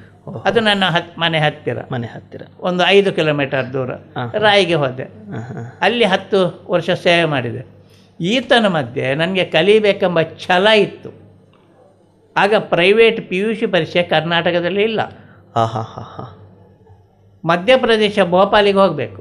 ಇದೆಷ್ಟನೇ ಇಸ್ವಿಯಲ್ಲಿ ಸರ್? ಇದು ಸಾಧಾರಣ 70ರ ನಂತರ ಶುರುವಾಗಿದೆ. 63ರಲ್ಲಿ ಸೇರಿದ್ದು, ಒಂದು 70 ಇಸ್ವಿ ನಂತರ ಇದಕ್ಕೆ ಮೊದಲೇ ಓದ್ತಾ ಇದ್ದೆ ನಾನು, ಇದು ಶುರು ಮಾಡಿದೆ. ಆಗ ಕರ್ಕೊಂಡು ಹೋಗುವ ಪಾರ್ಟಿ ಇತ್ತು. ಮಧ್ಯಪ್ರದೇಶಕ್ಕೆ ಹೋದೆ, ಅಲ್ಲಿ ಇಂಟರ್ಮೇಟ್ ಮಾಡಿದೆ. ಧಾರವಾಡಕ್ಕೆ ಹೋಗಿ BA ಮಾಡಿದೆ, ಕನ್ನಡ MA ಮಾಡಿದೆ, ಹಿಂದಿ MA ಮಾಡಿದೆ, B.Ed ಮಾಡಿದೆ. ಶಿಕ್ಷಣ ಎಲ್ಲ ಬೇಕಾದಷ್ಟು ಪಡೆದಾಯಿತು. ಅಷ್ಟಾಗುವಾಗ 20 ವರ್ಷ ಸರ್ವಿಸು ಆಗುವ ಪ್ರೈಮರಿಲಿ ಹೈಸ್ಕೂಲ್ಗೆ ಪ್ರಮೋಷನ್ ಮಾಡಿದರು. ಸಜಿಪಾ ಮೋಡ ಹೈಸ್ಕೂಲಿಗೆ ಸೇರಿದೆ. ಅದು ಹೊಸ ಹೈಸ್ಕೂಲು, ಅಲ್ಲಿ ಕಟ್ಟಡ ಇಲ್ಲ, ಟೀಚರ್ಸ್ ಇಲ್ಲ, ಫರ್ನಿಚರ್ ಇಲ್ಲ, ಎಲ್ಲವೂ ಇಲ್ಲ. ಮಕ್ಕಳು ಸ್ವಲ್ಪ ಮಟ್ಟಿಗೆ ಇದ್ದರು, ತುಂಬ ಇಲ್ಲ, ಎಲ್ಲ. ಆಗ ಏನು ಮಾಡೋದು, ಪಾಠ ಮಾಡೋದೇ ಉಪಾಯ ಇಲ್ಲ. ಎಲ್ಲ ರಜಾ ಕಾಲದಲ್ಲಿ, ಏಪ್ರಿಲ್ ಮೇ ರಜೆ ಅಲ್ವಾ, ಆಗ ಎಲ್ಲ ಸುತ್ತಮುತ್ತಲಿನ ಮರಗೆ ಇಳಿ, ಆ ಮರವನ್ನು ಕೊಯ್ಯಿಸಿ ನೀರಿಗೆಲ್ಲ ಹಾಕಿ ಹಲಗೆ ಮಾಡಿ ರಜೆಯಲ್ಲಿ ಎಲ್ಲ ರೆಡಿ ಮಾಡಿ ಫರ್ನಿಚರು, ಜೂನ್ ತಿಂಗಳಿಗೆ ಫರ್ನಿಚರ್ ಹಿಡ್ಕೊಂಡು ಹೋಗ್ತಿದ್ದೆ. ಊರವರು ಸಹಕಾರ ಮಾಡ್ತಿದ್ರು, ನಾನು ಹಣ ಹಾಕಿದ್ದೇನಂತ ಅಲ್ಲ, ಅದನ್ನು ಮುಂದುವರೆದದ್ದು ನಾನು. ಫರ್ನಿಚರ್ ಎಲ್ಲ ಆಯಿತು. ಕಟ್ಟಡ ಒಂದೇ ಕಡೆ ಇಲ್ಲ, 2-3 ಕಡೆ ಕಟ್ಟಡ ಇತ್ತು. ಒಂದು ಕಡೆಯಿಂದ ಪಾಠ ಮಾಡಿ ಮತ್ತೊಂದು ಕಡೆಗೆ ಹೋಗಬೇಕು. ಹಾಗೆಲ್ಲ ಸಮಸ್ಯೆಗಳಿತ್ತು. ಹಾಗಂತ ಟೀಚರ್ಸ್ ಇಲ್ಲ. ಆದರೆ ಒಂದು ಪುಣ್ಯ ಏನಂದರೆ, ಮ್ಯಾಥ್ಸ್ ಸೈನ್ಸ್ ಟೀಚರ್ ಇತ್ತು. ನನಗೆ ಮ್ಯಾಥ್ಸ್ ಸೈನ್ಸ್ ಗೊತ್ತಿಲ್ಲ. ಉಳಿದ ಎಲ್ಲ ಪಿರಿಯಡ್ ನಾನೇ ಮಾಡಿದ್ದು. ಬೆಳಿಗ್ಗೆ 10 ಗಂಟೆಗೆ ಪಾಠ ಶುರು ಮಾಡಿದರೆ 4 ಗಂಟೆಗೆ ನಿಲ್ಲಿಸಿದ್ದು ಉಂಟು. ನನಗೇನು ಆಯಾಸ ಆಗಲಿಲ್ಲ. ಅವತ್ತು ಆಯಾಸ ಆಗೋದಿಲ್ಲ, ಪಾಠ ಮಾಡಿದರೆ ಇವತ್ತು ಆಯಾಸ ಆಗೋದಿಲ್ಲ, ಆರಾಮಾಗಿ ಪಾಠ ಮಾಡ್ತಾ ಇರ್ತೇನೆ. ಹಾಗೆ ಅಲ್ಲಿ 10 ವರ್ಷ ಅಲ್ಲಿ ಸೇವೆ ಆಯಿತು ನನ್ನದು. ಅದರ ನಂತರ ಪುನಃ ಮತ್ತೊಂದು ಹೊಸ ಹೈಸ್ಕೂಲ್ಗೆ ಹಾಕಿದರು. ಅದು ಕೊಯ್ಲಕ್ಕೆ. ಅದು ಕೂಡ ಅಂಥದ್ದೇ ಸಮಸ್ಯೆಗಳು. ಆದರೆ ಅಲ್ಲಿ ನನಗೆ ಅಷ್ಟು ಕಷ್ಟ ಆಗಲಿಲ್ಲ, ಯಾಕಂದರೆ ಊರವರು ತುಂಬ ಸದಾಶಿವ ಭಂಡಾರಿ ಅವರಂತ ಇದ್ದರು, ತುಂಬ ಸಹಕರಿಸಿದರು, ಎಲ್ಲ ವ್ಯವಸ್ಥೆ ಆಯಿತು. ಅಲ್ಲಿ ಒಳ್ಳೆಯ ರೀತಿಯಲ್ಲಿ ಕೆಲಸ ಮಾಡಿದೆ. ಅಲ್ಲಿ ಒಂದು 6 ವರ್ಷ ಸರ್ವಿಸ್ ಮಾಡಿದೆ ನಾನು ಕೊಯ್ಲದಲ್ಲಿ. 2 ಕಡೆ ಕೂಡ ಹೆಡ್ ಮಾಸ್ಟರ್ ಆಗಿ ದುಡಿದವ ನಾನು. ಅಷ್ಟಾಗುವಾಗ ಎಷ್ಟೋ ಜನ ಇನ್ಸ್ಪೆಕ್ಟರ್ ಪೋಸ್ಟಿಗೆ ಪ್ರಯತ್ನ ಮಾಡ್ತಾಯಿದ್ರು. ನಾನು ಅದಕ್ಕೆ ಹೋಗಲೇ ಇಲ್ಲ. ನನಗೆ ಆರ್ಡ್ರ್ ಬರುವಾಗಲೇ ಗೊತ್ತು, ನಿಮ್ಮನ್ನು ಇನ್ಸ್ಪೆಕ್ಟರ್ ಆಗಿ ಸಿಲೆಕ್ಟ್ ಮಾಡಿದ್ದೇವೆ ಅಂತ. ಯಾಕೆ ಬಂತು ಏನಂತ ನನಗೆ ಗೊತ್ತಿಲ್ಲ. ಮತ್ತು 2 ವರ್ಷ ಸ್ಕೂಲ್ ಇನ್ಸ್ಪೆಕ್ಟರ್ ಆಗಿ ಸೇವೆ ಮಾಡಿದೆ. ಅದು ಬಂಟ್ವಾಳ ತಾಲೂಕು, ಇಡೀ ಬಂಟ್ವಾಳ ತಾಲೂಕು ಎಲ್ಲ ಶಾಲೆಗಳಿಗೆ ವಿಸಿಟ್ ಕೊಟ್ಟಿದ್ದೇನೆ. ಹಾಗೆ ಇನ್ಸ್ಪೆಕ್ಟರ್ ಪೋಸ್ಟು ಕಡೆಗೆ ಇನ್ಸ್ಪೆಕ್ಟರ್ ಪೋಸ್ಟ್ ಹೋಯಿತು. ಇನ್ಸ್ಪೆಕ್ಟರ್ ಪೋಸ್ಟ್ ಹೋದ ಕೂಡಲೇ ನೀವು ಎಲ್ಲಿ ಹೋಗ್ತೀರಿ ಕೇಳಿ, ನಾನು ಎಲ್ಲಿ ಬೇಕಾದರೂ ಹೋಗ್ತೇನೆ ಅಂತ ಹೇಳಿದೆ. ಕಡೆಗೆ ಓಮದಾಬಾದ್ ಹೈಸ್ಕೂಲ್ ಇತ್ತು, ಅಲ್ಲಿ ಹೈಸ್ಕೂಲ್ನಲ್ಲಿ ಹಿಂದಿ ಪೋಸ್ಟ್ ವೇಕೆಂಟ್ ಇತ್ತು. ಅದನ್ನು ನನಗೆ ಅಲ್ಲಿ ಹಾಕಿದ್ರು. ಅಲ್ಲಿ ಹೋದೆ ನಾನು. ಅಲ್ಲಿ ಹೋಗಿ 1 ವರ್ಷ ಸರ್ವಿಸ್ ಇತ್ತು. ಮತ್ತೆ ಅಲ್ಲಿ ಟೀಚರ್ಸ್ ಇಲ್ಲದ ಕಾರಣ ಮತ್ತೆ 2-3 ವರ್ಷ ಮುಂದುವರಿದೆ. ಈತನ ಮಧ್ಯೆ ವಿದ್ಯಾರ್ಥಿ ವೇತನ ಏನೆಲ್ಲ ಉಂಟು ಅದನ್ನು ಒದಗಿಸಿಕೊಡುತ್ತಾ ಇದ್ದೆ ನಾನು. ಆಗಲೇ ಶುರು ಮಾಡಿದ್ದೇನೆ. ಹೈಸ್ಕೂಲ್ನಲ್ಲಿ ಇರುವಾಗಲೇ ಶುರು ಮಾಡಿದ್ದೇನೆ. ಮಕ್ಕಳಿಗೆ ಯಾವುದೆಲ್ಲ ಸಿಗ್ತದೆ ಹಾಗೆ ಬೇರೆ ಬೇರೆ ಬೇರೆ ಬೇರೆ ರೀತಿಯಲ್ಲಿ ಇತ್ತು, ಅದನ್ನೆಲ್ಲ ಒದಗಿಸಿಕೊಟ್ಟಿದ್ದೇನೆ. ಅದರ ನಂತರ ಅಲ್ಲಿ ಹೋಗಿ 3 ವರ್ಷ ಇರುವಾಗ ನಾನು ಹೋಗೋ 10,000 ಸ್ಕಾಲರ್ಶಿಪ್ ಬರ್ತಿತ್ತು. 3 ವರ್ಷದಲ್ಲಿ ಅದನ್ನು 10 ಲಕ್ಷ ಮಾಡಿದೆ. ಹಾಗಾದ್ರೆ ಗ್ರೇಟ್ ಕಂಡಿತ್ತು. ಯಾಕೆಂದರೆ ಅಷ್ಟು ಯಾರಿಗೂ ಸಿಗಲಿಲ್ಲಲ್ಲ, ದೊಡ್ಡ ವಿಷಯ ಅದು, ದೊಡ್ಡ ವಿಷಯ. ಯಾಕೆಂದರೆ ಮತ್ತೇನು ಗೊತ್ತುಂಟ, ಹಾಗೆಲ್ಲ ಕ್ಯಾಶ್ ಕೊಡ್ತಿದ್ದದ್ದು, ಹಣ ಅಕೌಂಟಿಗೆ ಅಲ್ಲ, ಕ್ಯಾಶ್ ಕೊಡ್ತಿದ್ದು. ಊರವರಿಗೆಲ್ಲ ಸಂತೋಷವೇ ಸಂತೋಷ, ಹಣ ಬರ್ತದಲ್ವ, 1000 ಗಟ್ಟಲೆ. ಹಾಗೆ ಭಾರಿ ಸಂತೋಷದಲ್ಲಿ ಸರ್ವಿಸಿನಲ್ಲಿ ಮುಗಿಯಿತು. ಈ ಸರ್ವಿಸಿನ ತನ್ಮಧ್ಯೆ ಹೈಸ್ಕೂಲ್ನಲ್ಲಿ ಹೆಡ್ ಮಾಸ್ಟರ್ ಆಗಿರುವಾಗ ನಾನು SRT ಆದ ಕೂಡಲೇ ಎಲ್ಲ ಮಕ್ಕಳನ್ನು ಮನೆ ಕರ್ಕೊಂಡು ಬರೋದು. ಮನೆ ಕರ್ಕೊಂಡು ಬರೋದು. ಒಂದಿನ ನಿಲ್ಲಿಸೋದು, ಮರುದಿನ ಕಳಿಸೋದು. ಯಾಕೆಂದರೆ ನಮ್ಮ ಬಾಂಧವ್ಯ ಉಳಿಯುತ್ತೆ ನೋಡಿ. ಓ, ಅದಕ್ಕೋಸ್ಕರ ಶಿಕ್ಷಕ ಇವರದ್ದು ಮತ್ತೆ ಪ್ರತಿ ವರ್ಷ ಟೂರ್ ಮಾಡೋದು, ಸ್ಕೂಲ್ ಡೇ ಮಾಡೋದು ಎಲ್ಲ ಇತ್ತು, ಯಾವುದನ್ನು ಬಿಡಲಿಲ್ಲ. ಹಾಗೆ ಬಂದಾಗ ಒಂದು ಹುಡುಗಿ ಬಿದ್ದು ಕೈ ಮುರಿಯಿತು. ಓಹೋ. ಬಂದ ಹುಡುಗಿದ್ದು ಅವರು ಮನೆಗೆ ಬಂದ ಮೇಲೆ ಏನು ಅವರಿಗೆ ಏನು ಟ್ಯೂಷನ್ ಥರ ಏನಾದ್ರು ಕೊಡ್ತಾ ಇದ್ರ? ಏನಿಲ್ಲ. ಇಲ್ಲ, ಮನೆಗೆ ಬಂದ ನಂತರ ಪಾಠ ಏನಿಲ್ಲ, ಆಟ ಮಾತ್ರ. ಏನಿಲ್ಲ, ಊಟ ಗೀಟ. ಅದರ ನಂತರ ಒಂದು ಟಿ ವಿ ತಂದು, ಬಾಡಿಗೆಗೆ ಟಿ ವಿ ತಂದು, ಆಗ ಟಿ ವಿ ತೋರಿಸಿ. ಆಗ ಟಿ ವಿ ಬರಲಿಲ್ಲ ಆ ಕಾಲದಲ್ಲಿ, 90ನೇ ಇಸ್ವಿಯಲ್ಲಿ. ಮತ್ತೆ ಅಲ್ವ ಟಿ ವಿ ಬಂದದ್ದು. ಹೌದು. ಅವರಿಗೆ ಒಂದು ಸಿನಿಮಾ ಎಲ್ಲ ತೋರಿಸಿ ಭಾರಿ ಸಂತೋಷ ಆಗ್ತದೆ. ಹಾಗಂತ ಸಜ್ಬಂಬುಳೆಯಿಂದ ನಾನು ಸೆಂಡಪ್ ಮಾಡುವಾಗ ನನಗೆ ಉಡುಗೊರೆ ಕೊಟ್ಟದ್ದು ಟಿವಿ ಕೊಟ್ಟಿದ್ದಾರೆ. ಹಾಗೆ ಒಂದು ಹುಡುಗಿ ಬಿದ್ದು ಕೈ ಮುರಿಯಿತ್ತು. ಅವತ್ತು ಟಿವಿ ಸಿನಿಮಾ ನೋಡ್ತಿರ್ಬೇಕು. ಸಿನಿಮಾ ಅಲ್ಲ, ಅವಳು ಅಲ್ಲಿ ನದಿ ಇತ್ತು, ನದಿ ತೀರಕ್ಕೆ ಹೋದ್ಲು. ನದಿ ತೀರಕ್ಕೆ ಕಲ್ಲಿನಿಂದ ಕಲ್ಲಿಗೆ ಹಾರಿದ್ಲು, ಬಿದ್ಲು. ಏನು ಮಾಡೋದು? ಹೌದು. ಅದು ತಮಿಳುನಾಡಿದ್ದು, ಇಲ್ಲೇ ಸೆಟ್ಲ್ ಆಗಿದ್ದಾರೆ ಅವರು, ಕಲ್ಲು ಕಡಿಯುವವರ ಮಗಳು. ಹಾಗೆ ಕೈ ರಿಪೇರಿ ಮಾಡಿತ್ತು. ಕೈ ರಿಪೇರಿ ಮಾಡಿ ಮತ್ತೆ ಕೇಳಿದೆ, ಏನು ಮಾಡ್ತೀಯ ಅಂತ. ನಾನು ಬೀಡಿ ಕಟ್ಟಿಯಾದರೂ PUC ಮಾಡಬೇಕಂತ ಇದ್ದ ಸರ್ ಅಂತ ಹೇಳಿದರು. ಸರಿ, ಅವಳ ಶಿಕ್ಷಣ ನಿಲ್ಲಿಸಬಾರ್ದಲ್ಲ. ಹಾಗಂತ ಅವಳನ್ನು ಮನೆಯಿಂದ ಓದಿಸು ಅಂತೇಳಿದರೆ, ಮನೆ ಸಣ್ಣ ಮನೆ, ಅಪ್ಪ ಮಹಾ ಕುಡುಕ, ಏನು ಮಾಡಲಿಕ್ಕೆ ಆಗಲಿಕ್ಕಿಲ್ಲ. ಮನೆಯಿಂದ ಶಿಕ್ಷಣ ಪಡೀಲಿಕ್ಕೆ ಆಗಿಲ್ಲ. ಅದಕ್ಕೆ ಏನು ಮಾಡಿದೆ, ಉಜಿರಿ SDM ಕಾಲೇಜಿಗೆ ಹಾಕಿದೆ. ಓಹೋ. ಹಾಸ್ಟೆಲ್ ಮಾಡಿದೆ. ಹಾಸ್ಟೆಲ್ ಫ್ರೀ, ಫೀಸ್ ಎಲ್ಲ ಕಟ್ಟಿದೆ. 2 ವರ್ಷ PUC ಆಯಿತು. 2 ವರ್ಷ PUC ಆದ ನಂತರ ಮತ್ತೆ ಏನು ಅಂತ ಆಲೋಚನೆ ಮಾಡಿದೆ. ಆಗ ಪ್ರೈಮರಿ ಸ್ಕೂಲ್ ಟೀಚರಿಗೆ ಒಳ್ಳೆಯ ಇದು ಇತ್ತು, ಡಿಮಾಂಡ್ ಇತ್ತು. ಅದನ್ನು ಅವಳನ್ನು 2 ವರ್ಷದ D.Ed ಟ್ರೈನಿಂಗ್ ಕಳಿಸಿದ. D.Ed ಆಯಿತು. ಈಗ ಅವಳು ಪ್ರೈಮರಿ ಸ್ಕೂಲ್ ಟೀಚರ್, ಮಹೇಶ್ವರಿ ಅಂತ. ಸುಮಾರು 70,000 ರೂಪಾಯಿ ಸಂಬಳ ಬರ್ತದೆ. ಮೂಡಿಬಿದ್ರೆಯಲ್ಲಿ ಆರಾಮವಾಗಿ ಇದ್ದಾಳೆ. ಈಗ ಈ ಶೋ ನೋಡ್ತಿದ್ರೆ ಅವ್ರಿಗೆ ಕೂಡ ಖುಷಿ ಆಗ್ಬೋದು. ಹೌದು. ಆಗಷ್ಟಾಗ ಕೇಳಿದ್ಲು, ಉದ್ಯೋಗ ಸಿಕ್ಕಿದ್ರು ಹಣ ನನಗೇನು ಬೇಡ, ನೀನು ಯಾರಿಗಾದ್ರೂ ಬೇರೆಯವರಿಗೆ ಸಹಾಯ ಮಾಡು ಅಂತ ಹೇಳಿದ. ಅದರ ನಂತರ ಏನಾಯ್ತು ಅಂದರೆ, ಅವಳ ಮಗ ಇತ್ತೀಚೆಗೆ ಈ ವರ್ಷವೇ MBBS ಪರೀಕ್ಷೆಗೆ ಗೊತ್ತಾ, ಯಾವುದೋ CET ಪರೀಕ್ಷೆ ಎಲ್ಲ ಪಾಸ್ ಆದ, ಗೌರ್ಮೆಂಟ್ ಸೀಟ್ ಆಯಿತು. ಗೌರ್ಮೆಂಟ್ ಸೀಟ್ ಆದ ಕೂಡಲೇ ಹೇಳಿದರು, ಸರ್ ಹೀಗೆ ಆಯಿತು, ಸಂತೋಷಪ್ಪ, ಏನಾದರೂ ಸಹಾಯ ಬೇಕಾ ಕೇಳಿದೆ. ಏನು ಬೇಡ, ನಾನು ಚಿನ್ನ ಎಲ್ಲ ಅಡವಿಟ್ಟು ಲೋನ್ ಮಾಡಿದ್ದೇನೆ, ಕೊಟ್ಟಿದ್ದೇನೆ, ಏನು ನಿಮ್ಮದು ಈಗ ಸದ್ಯಕ್ಕೆ ಏನು ಬೇಡ ಹೇಳಿದರು. ಆದರೂ ನನಗೆ ಹೀಗೆ ಬಿಡಲಿಕ್ಕೆ ಮನಸ್ಸು ಬರಲಿಲ್ಲ. ಏನು ಮಾಡೋದು, ಹೇಗೆ ಸಹಾಯ ಮಾಡೋದು? ಹೌದು ಅಂತಾಯಿತು. ಬಡ್ಡಿ ರಹಿತ ಲೋನ್ ಕೊಡೋದು ಪಾರ್ಟಿ ಉಂಟು. ಹಾಗಂತ ಎಲ್ಲರಿಗೆ ಹೇಳಿದರೆ ಕತೆ ಆಗಲಿಕ್ಕಿಲ್ಲ. ಹೌದು. ಅವರನ್ನು ಭೇಟಿಯಾಗಿ ಹೀಗೆ ಪರಿಸ್ಥಿತಿ ಅಂತ ಆಯಿತು ಅಂತ ಹೇಳಿದರು. ಅವರಿಗೆ 1.25 ಲಕ್ಷ ಬಡ್ಡಿ ರಹಿತ ಲೋನ್ ಕೊಡ್ತಾ ಇದ್ದಾರೆ ವರ್ಷಕ್ಕೆ. ಓಕೆ. ನೀವೇ ತೆಗೆದು ಕೊಡಿಸಿದ್ದು? ನಾನೇ ತೆಗೆದುಕೊಂಡು. ಈಗ 4 ವರ್ಷಕ್ಕೆ ಆಗುವಾಗ, 4 ವರ್ಷ ಕೋರ್ಸ್ ಅದು, 4 ವರ್ಷಕ್ಕೆ 5 ಲಕ್ಷ ಆಗಲಿಲ್ಲ. ಹೌದು. ಕಲ್ತಾದ್ರೆ ಹಿಂದೆ ಕೊಟ್ಟಾಯಿತು. ನೋಡಿ, ಅವಳ ಎಜುಕೇಷನ್ ಮುಂದುವರಿಲಿಲ್ವ? ಮನೆಗೆ ಬಂದು ಬಿದ್ದು ಕೈ ಮುರಿದದ್ದು ಒಳ್ಳೇದಾಯ್ತಲ್ಲ. ಒಳ್ಳೇದಾಯಿತು. ನಾವು ಎಲ್ಲವೂ ಒಳ್ಳೇದಕ್ಕೆ ಆಯ್ತು ಅಂತ ಗ್ರಹಿಸಬೇಕು. ಏನಾದರೂ ನಾವು ಕಳೆದುಕೊಂಡ್ರೆ ಅದು ಒಳ್ಳೇದಕ್ಕೆ ಅಂತ ಗ್ರಹಿಸಬೇಕು. ಪ್ಲಸ್ ಪಾಯಿಂಟ್, ಮೈನಸ್ ತಗೊಳ್ಳೇಬಾರ್ದು. ಹೌದು. ಅವತ್ತು ನೀವು ಒಂದು ಮಾತು ಹೇಳಿದ್ರಿ, ಗಾಂಧೀಜಿಯವರು ಸತ್ಯಾಗ್ರಹ ಮಾಡಿದ್ರು, ಉಪ್ಪಿನ ಸತ್ಯಾಗ್ರಹ ಅವರು ದೇಶಕ್ಕೋಸ್ಕರ ಮಾಡಿದ್ರು, ನೀವು ವಿದ್ಯಾಭ್ಯಾಸಕ್ಕೋಸ್ಕರ ನೀವು ತಂದೆ ಮುಂದೆ ಸತ್ಯಾಗ್ರಹ ಮಾಡಿದ್ರಿ, ಊಟವನ್ನು ಬಿಟ್ಟು ಸತ್ಯಾಗ್ರಹ ಮಾಡಿದ್ರಿ. ಆದ್ರಿಂದ ಇವತ್ತು ಆ ಸತ್ಯಾಗ್ರಹ ಮಾಡಿದ್ರಿಂದ ಇವತ್ತು ಇಲ್ಲಿ ತನಕ ಬಂದು ನಿಂತಿದ್ದೀರಿ. ಆಮೇಲೆ ಹೇಗಿತ್ತು ಸರ್ ಜರ್ನಿ? ನೀವು ಅಧ್ಯಾಪಕ ವೃತ್ತಿಯನ್ನು ಮಾಡ್ತಾ ಇದ್ರಿ. 2001ರಲ್ಲಿ ನೀವು ಏನು ನಿವೃತ್ತರಾಗುವಾಗ ಯಾವ ಸ್ಕೂಲಲ್ಲಿ ಇದ್ರಿ? ನಾವು ನಿವೃತ್ತರಾಗ ಓಮದವದಲ್ಲಿ ಹೇಳಿದಲ್ಲ, ಓಮದವನ ಅಲ್ಲಿ 10,000 ಬರ್ತಿತ್ತು. 10 ಲಕ್ಷ ಮಾಡಿದೆ ಸ್ಕಾಲರ್ಶಿಪ್ ಅಂತ. ಮತ್ತೆ 2-3 ವರ್ಷ ಅಲ್ಲಿ ಮುಂದುವರಿದೆ. ಮತ್ತೆ ಸ್ಕಾಲರ್ಶಿಪ್ ಎಲ್ಲ ಮತ್ತೆ ಮಾಡ್ತಾ ಇದ್ದೆ. ಓಕೆ. ನಿಮ್ಮ ಮಕ್ಕಳು ಕೂಡ ಈಗ ಶಿಕ್ಷಕರಾಗಿದ್ದಾರೆ? ಹೌದು. ನನ್ನ ತಮ್ಮ ಮಾಸ್ಟ್ರು, ಮಗ ಮಾಸ್ಟ್ರು, ಸೊಸೈಟಿ ಟೀಚರ್. ಮಗಳಿಗೆ B.Ed ಆಗಿದೆ, ಹೋಗ್ತಾ ಇಲ್ಲ. ಮೊಮ್ಮಗಳಿಗೆ ಆಳ್ವಾಸಿಗೆ ಇಂಗ್ಲೀಷ್ ಮೇಜರ್ ಸಬ್ಜೆಕ್ಟ್ ಅವಳದು, ರ್ಯಾಂಕ್ ಎಲ್ಲ ಬಂದಿತ್ತು BA-ಯಲ್ಲಿ. ಈಗ ಆಳ್ವಾಸಿನಲ್ಲಿ ಸೇರಿದ್ದಾಳೆ. ಈಗ ಮನೆಯಲ್ಲಿ ಯಾರೆಲ್ಲಿದ್ದಾರೆ ಸರ್? ಮನೆಯಲ್ಲಿಗೆ ನನಗೆ 3 ಜನ ಮಕ್ಕಳು. 3 ಜನರಲ್ಲಿ ಒಬ್ಬಳು ಹುಡುಗಿ, ಅವಳನ್ನು ಮದುವೆ ಮಾಡಿ ಕೊಟ್ಟಿದ್ದೇನೆ ಉಪ್ಪಿನಂಗಡಿ ಕಡೆಗೆ. ಅವಳಿಗೆ ಒಂದು 12 ಎಕರೆ ಜಮೀನುಂಟು, ಅಡಿಕೆ ತೋಟ, ರಬ್ಬರ್ ತೋಟ. ಒಬ್ಬ ಮಗ ಇಂಜಿನಿಯರಿಂಗ್ ಆಯಿತು. ಈಗ ಅವ ಬೆಂಗಳೂರಿನಲ್ಲಿ ಜಾಬಿನಲ್ಲಿ ಇದ್ದಾನೆ. ಅವರದ್ದೇನು ಸಮಸ್ಯೆ ಇಲ್ಲ ನನಗೆ. ಮನೆಯಲ್ಲಿ 2 ಮಕ್ಕಳು, ಎರಡು ಗಂಡು ಮನೆಯಲ್ಲಿರುವವರು. ಸಣ್ಣ ಮಗ ಮಾಸ್ಟ್ರು, ಅವನ ಹೆಂಡತಿ ಟೀಚರ್. ಅವರು ಕೆಲಸಕ್ಕೆ ಹೋಗ್ತಾರೆ. ಹತ್ತಿರದಲ್ಲಿ ಒಬ್ಬರು ವೇಣೂರು, ಮತ್ತೊಂದು ಮೂಡುಬಿದ್ರಿ. ಅದರ ನಂತರ ನಾನು ಹಿರಿಯ ಮಗನ ಒಟ್ಟಿಗಿದ್ದೇನೆ. ಯಾಕೆಂದರೆ ಹಿರಿಯ ಮಗ ಮನೆಯಲ್ಲಿ ಇರುವುದು. ಅವನ ಹೆಂಡತಿ ನನ್ನ ತಂಗಿ ಮಗಳೇ, ಒಂದು ಹಾಗೆ ಸಂಬಂಧ. ಮತ್ತೊಂದು ನಾನು ಕಟ್ಟಿದ ಮನೆ, ಹೌದು. ಇನ್ನೊಂದು ಅದನ್ನು ನಾನು ಅದೇ ಮನೆಯಲ್ಲಿ ವಾಸ ಮಾಡಿ ಆರಾಮಾಗಿ ಇದ್ದೇನೆ, ಏನು ಸಮಸ್ಯೆಗಳಿಲ್ಲ. ಸಮಸ್ಯೆ ಇಲ್ಲ.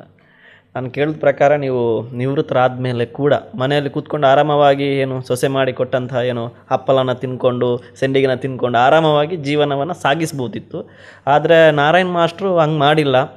ಪುನಃ ಅವರು ಸ್ಕೂಲಿಗೆ ಹೋದರು, ಮಕ್ಕಳಿಗೆಲ್ಲ ವಿದ್ಯಾಭ್ಯಾಸವನ್ನು ನೀಡ್ತಾಯಿದ್ರು, ಉಚಿತವಾಗಿ ನೀಡಿದರು ಅಂತ ನಾನು ಕೇಳ್ಪಟ್ಟೆ ಸರ್. ಹೌದೌದು. ಈಗ ರಿಟೈರ್ಡ್ ಆದ ನಾನು ಮನೆಯಲ್ಲಿಲ್ಲ. ನಾನು ಹಾಂ ಹಾಂ ಹಾಂ ಬೆಳಿಗ್ಗೆ ಹೊರಡ್ತೇನೆ. ಹಾಂ ಹಾಂ ಬೆಳಿಗ್ಗೆ ಹೊರಟ್ರೆ ದೂರಕ್ಕೆ ಹೋದ, ಈಗ ಕೆಲವೊಮ್ಮೆ ದೂರಕ್ಕೆ ಹೋಗಬೇಕಾದ್ರೆ ನಾನು 2 ಜಿಲ್ಲೆ ಸಂಚಾರ ಮಾಡೋ, ಉಡುಪಿ ಮತ್ತು ದಕ್ಷಿಣ ಕನ್ನಡ. ನಿಮಗೆ ಬೈಂದೂರಿಗೆಲ್ಲ ಹೋಗಬೇಕಾದ್ರೆ ಬೆಳಿಗ್ಗೆ 6 ಗಂಟೆಗೆ ಮನೆಯಿಂದ ಹೊರಡಬೇಕು. ಹೌದು, ಇಲ್ಲದ್ರೆ ಆಗೋದಿಲ್ಲ. ಬೈಂದೂರು ತನಕ ಹೋಗ್ತಿದ್ರಿ? ಬೈಂದೂರು ತನಕ ಹೋಗ್ತೇನೆ. ಬರುವಾಗ ಕೂಡ ಸುಮಾರು 8 ಗಂಟೆ ರಾತ್ರಿ ಆಗ್ತದೆ ಬೈಂದೂರಿಂದ. ಹಾಗಂತ ಹತ್ತಿರ ಇದ್ರೆ ಸ್ವಲ್ಪ ಲೇಟಾಗಿ ಹೊರಟು ಆಗ್ತದೆ. ಹಾಗೆ 2 ಜಿಲ್ಲೆ ಸಂಚಾರ ಮಾಡ್ತಾ ಇದ್ದೇನೆ. ನಾನು ಹೆಚ್ಚಾಗಿ ಹೋಗೋದು ಗೌರ್ಮೆಂಟ್ ಫಸ್ಟ್ ಗ್ರೇಡ್ ಕಾಲೇಜಿಗೆ, PU ಕಾಲೇಜಿಗೆ, ಪಾಲಿಟೆಕ್ನಿಕ್ಕಿಗೆ, ITIಗೆ, BEdಗೆ. ಪ್ರೈವೇಟಿಗೆ ಹೋಗೋದಿಲ್ಲ ಅಂತ ಇಲ್ಲ. ಯಾಕೆಂದರೆ ಪ್ರೈವೇಟ್ನಲ್ಲಿ ತುಂಬ ಡೊನೇಷನ್ ಕೊಟ್ಟು ಬಂದವರು ಇರ್ತಾರೆ. ಅವರಿಗೆ 1,000 2,000 ಸ್ಕಾಲರ್ಶಿಪ್ ಬೇಕಾ? ಹಸಿದವನಿಗೆಲ್ವ ಊಟ, ಹಸಿಯಾದವನಿಗೆ ಊಟ ಯಾಕೆ ಆಗೋದು? ಅದನ್ನು ಹೆಚ್ಚಾಗಿ ನಾನು ಗೌರ್ಮೆಂಟ್ ಕಾಲೇಜುಗಳಿಗೆ ಹೋಗೋದು. ಯಾರೇ ಹಣ ಇಲ್ಲ ಅಂತಾದರೂ ನಾನು ಅವರನ್ನು ಅರ್ಧದಲ್ಲಿ ಶಿಕ್ಷಣ ನಿಲ್ಲಿಸಲಿಕ್ಕೆ ಬಿಡೋದಿಲ್ಲ. ಅದನ್ನು ಹೇಗಾದರೂ ಮಾಡ್ತೇನೆ. ಅದು ಹೇಗೆ ಬಂತು ಸರ್ ನಿಮಗೆ ಮನಸ್ಸಿಗೆ, ನಿಮ್ಮ ತಲೆಗೆ ಆ ಸ್ಕಾಲರ್ಶಿಪ್ಪನ್ನು ಮಕ್ಕಳಿಗೆ ತೆಗೆದುಕೊಳ್ಬೇಕು, ಈ ಥರ ಆದರೆ ಅವರಿಗೆ ಒಂದು ಏನಾದರೂ ಹೆಲ್ಪ್ ಆಗುತ್ತೆ, ಸಹಾಯ ಆಗುತ್ತೆ, ಅದರ ಜೊತೆಗೆ ಬಡ ಮಕ್ಕಳನ್ನು ಬಿಟ್ಟು ನೀವು ವೃದ್ಧರಿಗೂ ಕೂಡ ನೀವು ಸಹಾಯವನ್ನು ಮಾಡ್ತಾ ಇದ್ದೀರಿ ಅಂತ ಕೇಳ್ಪಟ್ಟೆ. ಇದೆಲ್ಲ ಯಾವಾಗದಿಂದ ಶುರು ಮಾಡಿದ್ರಿ? ಯಾರನ್ನು ನೋಡಿ ನಿಮಗೆ ಯಾರಾದರೂ ಸ್ಫೂರ್ತಿ ಇದ್ದಾರಾ? ಹೌದು ಸ್ವಾಮಿ, ತೀರಾ ಬಡವನಿಗೆ ಹಸಿವೆ ಏನು ಅಂತ ಗೊತ್ತಿರ್ತದೆ, ಶ್ರೀಮಂತನಿಗೆ ಹಸಿವೆ ಏನಂತ ಗೊತ್ತಿರ್ತದ? ಇಲ್ಲ, ಅವ ಯಾವಾಗಲೂ ತಿಂದುಕೊಂಡಿರೋದಲ್ವ. ನಾನು ಬಡತನದಲ್ಲಿ ಬಂದವ, ಹಣದ ಮೌಲ್ಯ ನನಗೆ ಗೊತ್ತುಂಟು. ಚಪ್ಪಲಿ ಇಲ್ಲದೆ ಬರೆಕಾಲಲ್ಲಿ ನಡೆದದ್ದು, ಇನ್ನೊಬ್ಬರ ಕಷ್ಟದ ಅರಿವಾಗ್ತದೆ ನನಗೆ. ಇದಕ್ಕಾಗಿ ನನ್ನ ಮನಸ್ಸು ತಿರುಗಿತು. ಪರರಿಗೆ ಏನಾದರೂ ಉಪಕಾರ ಮಾಡುವ, ಪರೋಪಕಾರ ಪುಣ್ಯಾಯ ಪಾಪ ಪರಪೀಡನಂ ಅಂತ ಉಂಟು.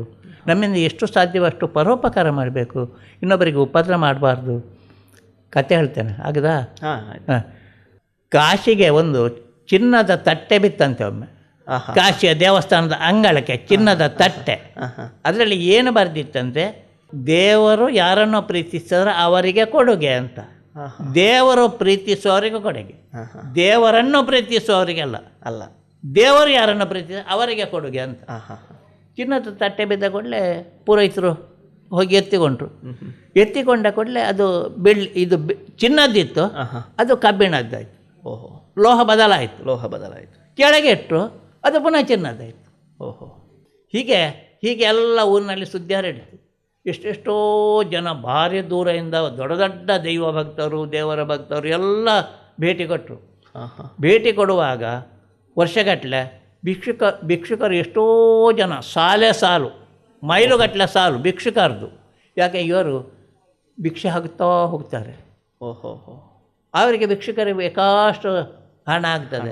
ಅದನ್ನು ಭಿಕ್ಷುಕರ ಸಂಖ್ಯೆ ಏರಿತ್ತು. ದೇವರು ಮೆಚ್ಚಲಿ ಅಂತ ಭಿಕ್ಷೆ ಹಾಕೋದು, ಮೆಚ್ಚಲಿ ಅಂತ ಭಿಕ್ಷೆ ಹಾಕೋದು. ಹೌದು, ದೇವರು ಮೆಚ್ಚಬೇಕಲ್ಲ, ಬಡವರಿಗೆ ಕೊಟ್ಟರೆ ಮೆಚ್ಚುತ್ತಾನಲ್ವ, ಅದಕ್ಕೆ ಇವರು ಭಿಕ್ಷೆ ಹಾಕ್ತಾ ಇರೋದು. ಹಾಗೆ ವರ್ಷಗಟ್ಟಲೆ ಕಳೆಯಿತು. ಹಾಗಂತ ಹಣ ಹಾಕೋದು ಮಾತ್ರ, ಬೇರೆ ಯಾವುದಕ್ಕಿಲ್ಲ. ಎಷ್ಟೋ ಜನ ಬಂದು ಹೋದರು, ಎಲ್ಲ ಆಯಿತು. ಕಡೆಗೆ ಒಬ್ಬ ಹಳ್ಳಿಯ ರೈತ ಬಂದ. ಅವನಿಗೆ ಏನು ಗೊತ್ತಿಲ್ಲ, ಹಳ್ಳಿ ರೈತವ, ಅವನಿಗೆ ಈ ಚಿನ್ನದ ತಟ್ಟೆದ ವಿಷಯವೇ ಗೊತ್ತಿಲ್ಲ. ಬಂದ ಕೂಡಲೇ ದಾರಿಯಲ್ಲಿ ಹೋಗುವ ಭಿಕ್ಷುಕರ ಸಾಲನ್ನು ನೋಡಿ ಅವನಿಗೆ ಆಶ್ಚರ್ಯ ಆಯಿತು. ಇದೆಂತಪ್ಪ ಹೀಗೆ ಆಯಿತು, ಇರ್ಬೋದು ಅಂತ ಹೋಗೋ ಒಬ್ಬ ಭಿಕ್ಷುಕ, ಅವನಿಗೆ ಕೈ ಕಾಲಿಲ್ಲ, ನಡಿಲಿಕ್ಕೆ ಕೊಡೋದಿಲ್ಲ. ಕೈ ಮೇಲೆ ಮಾಡಿ ಹೀಗೆ ಮಾಡಿದ, ಬಾಯಾರಿಕೆ ಬೇಕು ಅಂತ.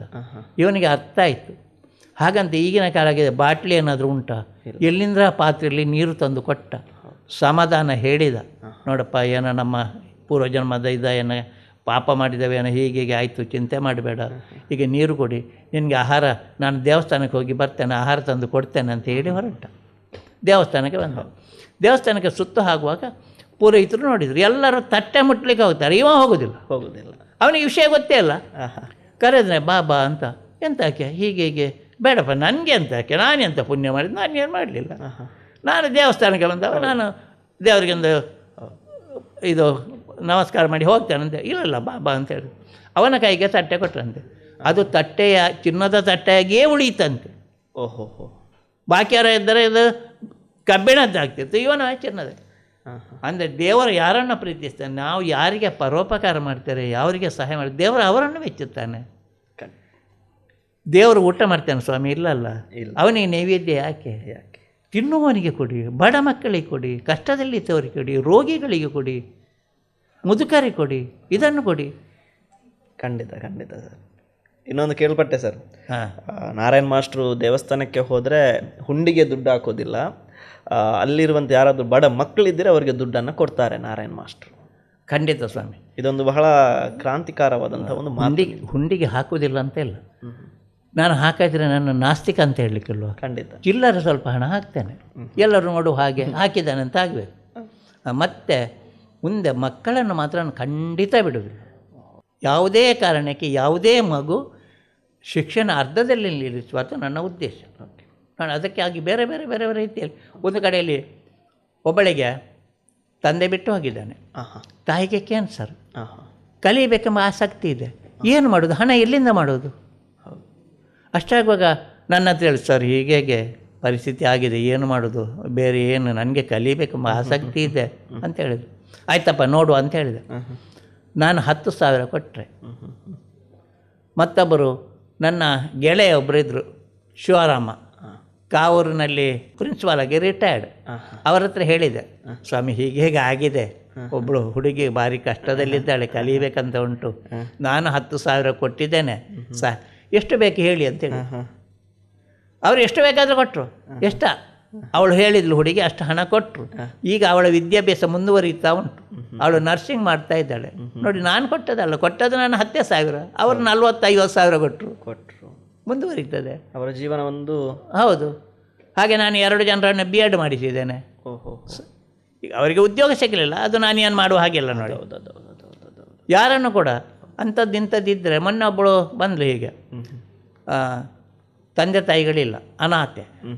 ಮತ್ತೊಬ್ಬರು ಹೇಳಿದ್ರು ನನಗೆ, ಹೀಗೆ ಅನಾಥೆ ಏನಿಲ್ಲ, ಏನಾದರೂ ಸ್ವಲ್ಪ ಸಹಾಯ ಮಾಡಿ ಅಂತ. ಆಯಿತು ಕೊಡುವ, ನೀನು ಬೇರೆಯವ್ರ ಹತ್ರ ಹೇಳು, ಅಕ್ಕಪಕ್ಕದ ರಾಟ್ರಿ ಅವರ ಹತ್ರ ಹೇಳು, ಅವರು ಕೊಡಲಿ, ನಾನು ಕೊಡ್ತೇನೆ ಅಂತ. ಅವರು ಸ್ವಲ್ಪ ಕೊಟ್ಟರಂತೆ, 10,000 ಕೊಟ್ಟರು, ನಾನು 5,000 ಕೊಟ್ಟೆ, 15,000 ಆಯ್ತಲ್ಲ ಅವಳಿಗೆ. ಆಯ್ತಲ್ಲ, ಎಲ್ಲ ಕೊಡಲಿಕ್ಕೆ ನನ್ನಿಂದ ಆಗ್ತದೆ, ನನ್ನಿಂದ ಎಷ್ಟು ಸಾಧ್ಯವ ಅಷ್ಟು ನೀವು ಕೊಡ್ತೀರಿ. ಹಾಗೆ ನನಗೆ ಸುಮಾರು 70,000 ಪೆನ್ಷನ್ ಬರ್ತದೆ.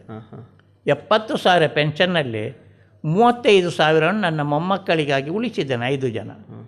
ಯಾಕೆಂದರೆ ನಾನು ಊರಿನ ಮಕ್ಕಳಿಗೆಲ್ಲ ಕೊಟ್ಟರೆ ನನ್ನ ಮೊಮ್ಮಕ್ಕಳು ಏನು ಹೇಳಿಯಾರು ನಾಳೆ, ಅಜ್ಜ ಊರಿನ ಮಕ್ಕಳಿಗೆ ಕೊಟ್ಟರೆ ನಮಗೆ ಕೊಡಲಿಲ್ಲ ಅಂತ ಹೇಳಲಿಲ್ವ? ಉಳಿದ 35,000 ನನ್ನ ಖರ್ಚಿಗೆ ಮತ್ತೆ ಕೊಡಲಿಕ್ಕೆ ಹೋಗ್ತದೆ. ಈಗ ನೋಡಿ, ಮೊನ್ನೆ ಅರ್ಜೆಂಟ್ ಹಣ ಬೇಕಾಯಿತು, ಇರಲಿಲ್ಲ, 60,000 ಲೋನ್ ತೆಗೆದಿದ್ದೇನೆ, ಇನ್ನು ಲೋನ್ ಕಟ್ಟಬೇಕಷ್ಟೇ. ಈ ಪರಿಸ್ಥಿತಿ ಇದ್ದೆ ನಾನು, ನನಗೇನು ಬೇಸರ ಇಲ್ಲ. ತಿಂಗಳು ಬರ್ತಾ ಅಲ್ವಾ? ಹೌದು, 1-2 ತಿಂಗಳಲ್ಲಿ ಕಟ್ಟುವುದು. ಅದು ಕೂಡ ನಾನು ಕೇಳಿದೆ ಸರ್, ನಿಮಗೆ ಪೆನ್ಷನ್ ಬರುತ್ತೆ, ಹೌದು, ಅದರಲ್ಲಿ ಅರ್ಧದಷ್ಟು ಹಣನ ನೀವು ಸಮಾಜಕ್ಕೆ ಇಡ್ತಾ ಇದ್ದೀರಿ. ಅರ್ಧಷ್ಟು ಸಮಾಜಕ್ಕೆ ಹೋಗ್ತದೆ, ತಿಂಗಳು ಯಾವಾಗಲೂ ಹೋಗ್ತಾ ಇರ್ತದೆ. ತಿಂಗಳಂದ್ರೆ ಒಮ್ಮೊಮ್ಮೆ ಹೆಚ್ಚು ಹೋಗ್ಬೋದು, ಕಡಿಮೆ ಹೋಗ್ಬೋದು ಅಂತ ಬೇಕಾಗ್ತಲ್ಲ. ಕೆಲವೊಮ್ಮೆ ಶಾಲೆಗೆ ಸೇರುವಾಗ ಕಷ್ಟದಲ್ಲಿರುವವರು ಯಾರೋ ಬಂದರೆ ಹೀಗೆ ಅಂತ ಹೇಳ್ತಾನೆ. ಮತ್ತು ಮೊನ್ನೊಂದು ಕಡೆಯಲ್ಲಿ ಒಂದು ಹುಡುಗಿಗೆ ಅಪ್ಪ ಇಲ್ಲ, ಟ್ವಿನ್ಸ್ ಬಿಟ್ಟು ಹೋಗಿದ್ದಾನೆ. ಅಷ್ಟೇ ಆಗುವಾಗ ಆ ಮಕ್ಕಳಿಗೆ ಒಬ್ಬರು ಮಾಸ್ಟರ್ ಏನು ಮಾಡಿದರು, ಅವರು ಡಿಗ್ರಿಗೆ ಬಂದಳು, ಕಾಸ್ಟೇಟ್ ಕಾಲೇಜಿಗೆ. ಡಿಗ್ರಿಗೆ ಬಂದ ಕೂಡಲೇ ಅವರ ಸಂಪೂರ್ಣ ಖರ್ಚು ಅವರು ಭರಿಸಿದರು. ಕಾಲೇಜಿಗೆ ಎಷ್ಟು ಎಲ್ಲ ಖರ್ಚು ಅವರು ಭರಿಸಿದರು. ಅದರ ನಂತರ ಅವರು ಹೇಳಿದರು, ನೀವು ಎಷ್ಟು ಕಲಿತೀರಾದರೆ ನಾನು ಕೊಡ್ತೇನೆ ಹಣ, ಕಲಿಯುವ ಕೆಲಸ ನಿಮ್ಮದು ಅಂತ ಹೇಳಿದ್ರು. ಪಾಪ ಹುಡುಗಿಯರು ಹೇಳಿದರು, ನಮಗೆ ಮನೆ ಇಲ್ಲ ಸರ್, ನಾವು ಇನ್ನು ಕಲ್ತು ಏನು ಮಾಡೋದು, BSc ಆಯಿತು ನಮ್ಮದು, ಎಲ್ಲಿಯಾದರೂ ಉದ್ಯೋಗ ಮಾಡ್ತೇವೆ ಅಂತ ಹೇಳಿದರು. ಅಷ್ಟಾಗ ಮಾಸ್ಟರ್ ಹೇಳಿದನಂತೆ, ಆಯಿತು ಉದ್ಯೋಗ ಮಾಡ್ತಿರಾದರೆ ಮನೆ ಕಟ್ಟಲಿಕ್ಕೆ ನಾನು ಸಹಾಯ ಮಾಡ್ತೇನೆ ಅಂತ ಹೇಳಿದರು, ಸ್ಲ್ಯಾಬ್ ಹಾಕಿ ನಾನು ಕೊಡ್ತೇನೆ ಅಂತ ಹೇಳಿದರು. ಅಷ್ಟಾಗುವಾಗ ಬಾಕಿಯವರೆಲ್ಲ ಸೇರಿ ಊರವರು, ಅವರು ಮಾಸ್ಟರ್ ಅಷ್ಟು ಮಾಡಿ ಕೊಡುವಾಗ ನಾವೇನು ಮಾಡಿದೆವು, ಕರೆಕ್ಟ್, ಊರವರು ಸೇರಿ 10-15 ಲಕ್ಷ ಒಟ್ಟು ಮಾಡಿ ಮನೆ ಮಾಡಿ ಕೊಟ್ಟರು. ಅಷ್ಟಾಗ ಸ್ಲ್ಯಾಬಿದ್ದ ಹಣ ಅವರು 1.5-2 ಲಕ್ಷವೇನಾಯ್ತಂತೆ ಅವರು ಕೊಟ್ಟರು. ನನಗೆ ಹೇಳಿದರು ಹೀಗೆ ಆಗಿದೆ ಅಂತ. ಅಷ್ಟಾಗ ನಾನು ಏನಾದರೂ ಕೊಡ್ತೇನೆ ಅಂತ ಹೇಳಿದೆ, ನಾನು ಒಂದು 5,000 ಕೊಟ್ಟೆ. ಹಾಗೆ ಈ ವರ್ಷ ಒಂದು 4-5 ಮನೆಗೆ 5,000 ಕೊಟ್ಟಿದ್ದಾನೆ, ಬಡವರಿಗೆ ನೋಡಿಕೊಂಡು. ಎಲ್ಲರಿಗೂ ಕೊಡಲಿಕ್ಕೆ ಆಗೋದಿಲ್ಲ ನೋಡಿಕೊಂಡು. ಹಾಗೆ ಮತ್ತೊಂದು ಹೆಂಗಸಾಗೆ ಇತ್ತು ಬಡತನದ್ದು. ಕೆಲವು ವರ್ಷಗಳ ಹಿಂದೆ ಒಂದು 8-10 ವರ್ಷ ಆಯಿತು. ಹಾಂ ಹಾಂ ಮನೆಗೆ ಹೋದರೆ ಮನೆ ಬೀಳಲಿಕ್ಕಾಗಿದೆ, ಗಂಡ ಇಲ್ಲ, ಸಣ್ಣ ಸಣ್ಣ ಮಕ್ಕಳು 3. ಕೇಳಿದ್ಲು, ನಾನು ಹೇಳಿದೆ ಸ್ಕಾಲರ್ಶಿಪ್ಪಿಗೆ ಬರೀಲಿಕ್ಕೆ ಹೋದ್ದು. ನಾನು ಮನೆಗೆ ಹೋಗೋ ಸ್ಕಾಲರ್ಶಿಪ್ ಉಂಟು, ಅದರದ್ದು ಕತೆ ಹೇಳ್ತೇನೆ ನಿಮಗೆ. ಆ ಮನೆಗೆ ಹೋದ್ದು, ಮಗಳಿಗೆ ಒಳ್ಳೆ ಮಾರ್ಕ್ ಇತ್ತು, ಮನೆ ಆದರೆ ರಿಪೇರಿ ಇಲ್ಲ. ನಾನೊಂದು 400 ಜನರಿಗೆ ಕಟ್ಟಡ ಕಾರ್ಮಿಕ ಗುರುತಿನ ಚೀಟಿ ಮಾಡಿ ಕೊಟ್ಟಿದ್ದೇನೆ.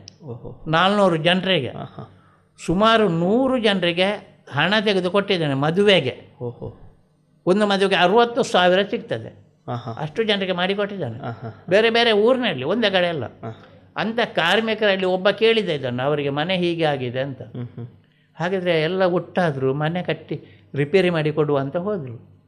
ಅವರು ಹೋದ್ದು ರಿಪೇರಿ ಮಾಡಿಕೊಡ್ಲಿಕ್ಕೆ, ಬೇಬಿ ಅಂತ ಹೆಂಗಸನ ಹೆಸರು. ರಿಪೇರಿ ಮಾಡಿಕೊಡ್ಲಿಕ್ಕೆ ಹೋದಾಗ ಮನೆ ಗೋಡೆ ಬಿಡಲಿಕ್ಕೆ ಆಗಿದೆ, ಮನೆ ಹತ್ತಲಿಕ್ಕೆ ಉಪಾಯ ಇಲ್ಲ ಮಾಡಿಗೆ. ರಿಪೇರಿ ಮಾಡೋದು ಹೇಗೆ? ಅಷ್ಟಾಗಿ ಸುಮ್ಮಗಾದರೂ ಇದನ್ನು ಏನಾದರೂ ಮಾಡಿ ಇವನು ಮಾಡುವ. ಬೇರೆ ಎಲ್ಲ ಸಂಘ ಸಂಸ್ಥೆಯವ್ರನ್ನ ಹಿಡಿದರು. ಅಲ್ಲಿ ಸಿದ್ದಾಗಟ್ಟೆಯಲ್ಲಿ ಗಣೇಶ ಚೌತಿಯ ಒಂದು ಕಮಿಟಿ ಉಂಟು, ಅವರನ್ನು ಹಿಡಿದರು. ಮತ್ತು ಪಂಚಾಯತ್ನಲ್ಲಿ ಮಾತಾಡೋದು, ಬೇರೆಯವನ್ನೆಲ್ಲ ಹಿಡಿದು ಏನೋ ಮಾಡಿ ಒಂದು ಮನೆ ಕಟ್ಟಿಕೊಟ್ಟು. ನೋಡಿ, ಅವಳಿಗೆ ಈಗ ಕಟ್ಟಿಕೊಟ್ಟದ್ದು ಊರವರು, ನಾನಲ್ಲ. ನನ್ನ ಸಹಕಾರ ಏನೋ ಸ್ವಲ್ಪ ಇರ್ಬೋದು ಅಷ್ಟೇ. ಬಟ್ ಅವರಿಗೆ ಮನೆ ಆಯ್ತು, ಮನೆ ಆಯ್ತಲ್ಲ ಅವಳಿಗೆ. ಹೌದು, ಅಷ್ಟೇ ಬೇಕಿದ್ದದ್ದು. ಹೌದು, ಅವಳಿಗೆ ಸುಖದಲ್ಲಿದ್ದಾಳೆ. ಖಂಡಿತ. ನಿಮ್ಮ ಪ್ರಕಾರ ಸರ್, ಈಗ ದೇವ್ರು ಎಲ್ಲಿದ್ದಾನೆ ಸರ್? ನಿಮ್ಮ ಪ್ರಕಾರ ದೇವ್ರಂದರೆ ಯಾರು? ಈಗ ನಾವು ಪೂಜೆ ಎಲ್ಲ ಮಾಡ್ತೀವಿ, ಆದರೆ ನಿಮ್ಮ ಪ್ರಕಾರ ದೇವ್ರು ಎಲ್ಲಿದ್ದಾರೆ? ಸ್ವಾಮಿ, ನಾವು ಪೂಜೆಗೆ ಎಲ್ಲ ಮಾಡ್ತೇವೆ, ದೇವರಲ್ಲ. ಆ ದೇವರಿಗೆ ಜೀವ ಉಂಟಾ ಸ್ವಾಮಿ? ಇಲ್ಲ. ದೇವಸ್ಥಾನದಲ್ಲಿ ಇರುವ ದೇವರಿಗೆ ಪೂಜೆ ಮಾಡ್ತೇವೆ ನಾವು. ಹೌದು. ಆದರೆ ಜೀವ ಇಲ್ಲ ಅಂತೇಳಿ ಸಿಟ್ಟು ಬರಲಿಕ್ಕಿಲ್ವ ಭಕ್ತರಿಗೆ? ಮತ್ತೆ ನಿಜವಾದ ದೇವರಿಗೆ ಅಂತೇಳಿ, ದೇವರಿಗೆ ಇನ್ನೊಂದು ಹೆಸರು ಎಂಥದ್ದು? ಪರಮಾತ್ಮ. ಪರಮಾತ್ಮ. ಪರಮ ಅಂದರೆ ಶ್ರೇಷ್ಠ.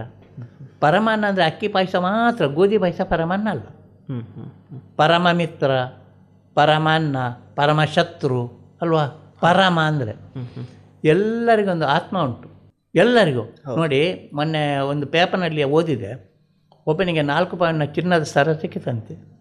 ಅವನಿಗೆ 1 ವಾರ ನಿದ್ದೆ ಬರಲಿಲ್ಲ. ಯಾರ್ದಂತ ಗೊತ್ತಿಲ್ಲ, ಯಾರಿಗೆ ಕೊಡೋದು? ಮತ್ತೆ ಪೇಪರ್ನಲ್ಲಿ ಬಂತಂದೆ, ಕೊಂಡೆಗೆ ಕೊಟ್ಟ, ತೃಪ್ತಿ ಆಯಿತು. 40 ವರ್ಷಗಳ ಹಿಂದೆ 14 ವರ್ಷದ ಹುಡುಗರಿಬ್ಬರು ನದಿ ತೀರಕ್ಕೆ ಹೋಗಿ, ಒಬ್ಬ ಹುಡುಗ ಮತ್ತೊಬ್ಬನ ದೂಡಿ ಹಾಕಿದ. ಅವ ನೀರಿಗೆ ಬಿದ್ದು ಸತ್ತು ಹೋದ. ಅವನಿಗೆ ಪಿಡ್ಸಿತ್ತು, ಪಿಡ್ಸಿನಲ್ಲಿ ಸತ್ತಂತ ಆಯಿತು, ಕೇಸಿಲ್ಲ. ಈಗ ಇವನಿಗೆ, ಬದುಕಿದವನಿಗೆ 54 ವರ್ಷ. ಅವನ ಮಕ್ಕಳಿಗೆ ಸೌಖ್ಯ ಇಲ್ಲ ಅಂತ ಈಗ. ಅವನಿಗೆ ಮಾನಸಿಕ ಆಯಿತು. ಮೊನ್ನೆ ಕೋರ್ಟಿಗೆ ಹೋಗಿ ತಪ್ಪು ಒಪ್ಪಿಕೊಂಡಿದ್ದಾನೆ, ಅವತ್ತು ದುಡಿ ಹಾಕಿದ್ದು ನಾನು. ಹಾಗಾದರೆ ನೋಡಿ, ಆತ್ಮಕ್ಕೆ ಎಲ್ಲ ಗೊತ್ತಾಗ್ತದೆ. ನೀವು ಏನು ತಪ್ಪು ಮಾಡಿದರೆ ಆತ್ಮ ಹೇಳ್ತೇನೆ, ನೀನು ಮಾಡಿದ ತಪ್ಪು ತಪ್ಪು ತಪ್ಪು ಅಂತ. ಆದರೂ ನಾವು ಮಾಡ್ತೇವೆ. ಆದರೆ ಎಲ್ಲ ಮನುಷ್ಯರಲ್ಲಿ ಆತ್ಮ ಉಂಟು.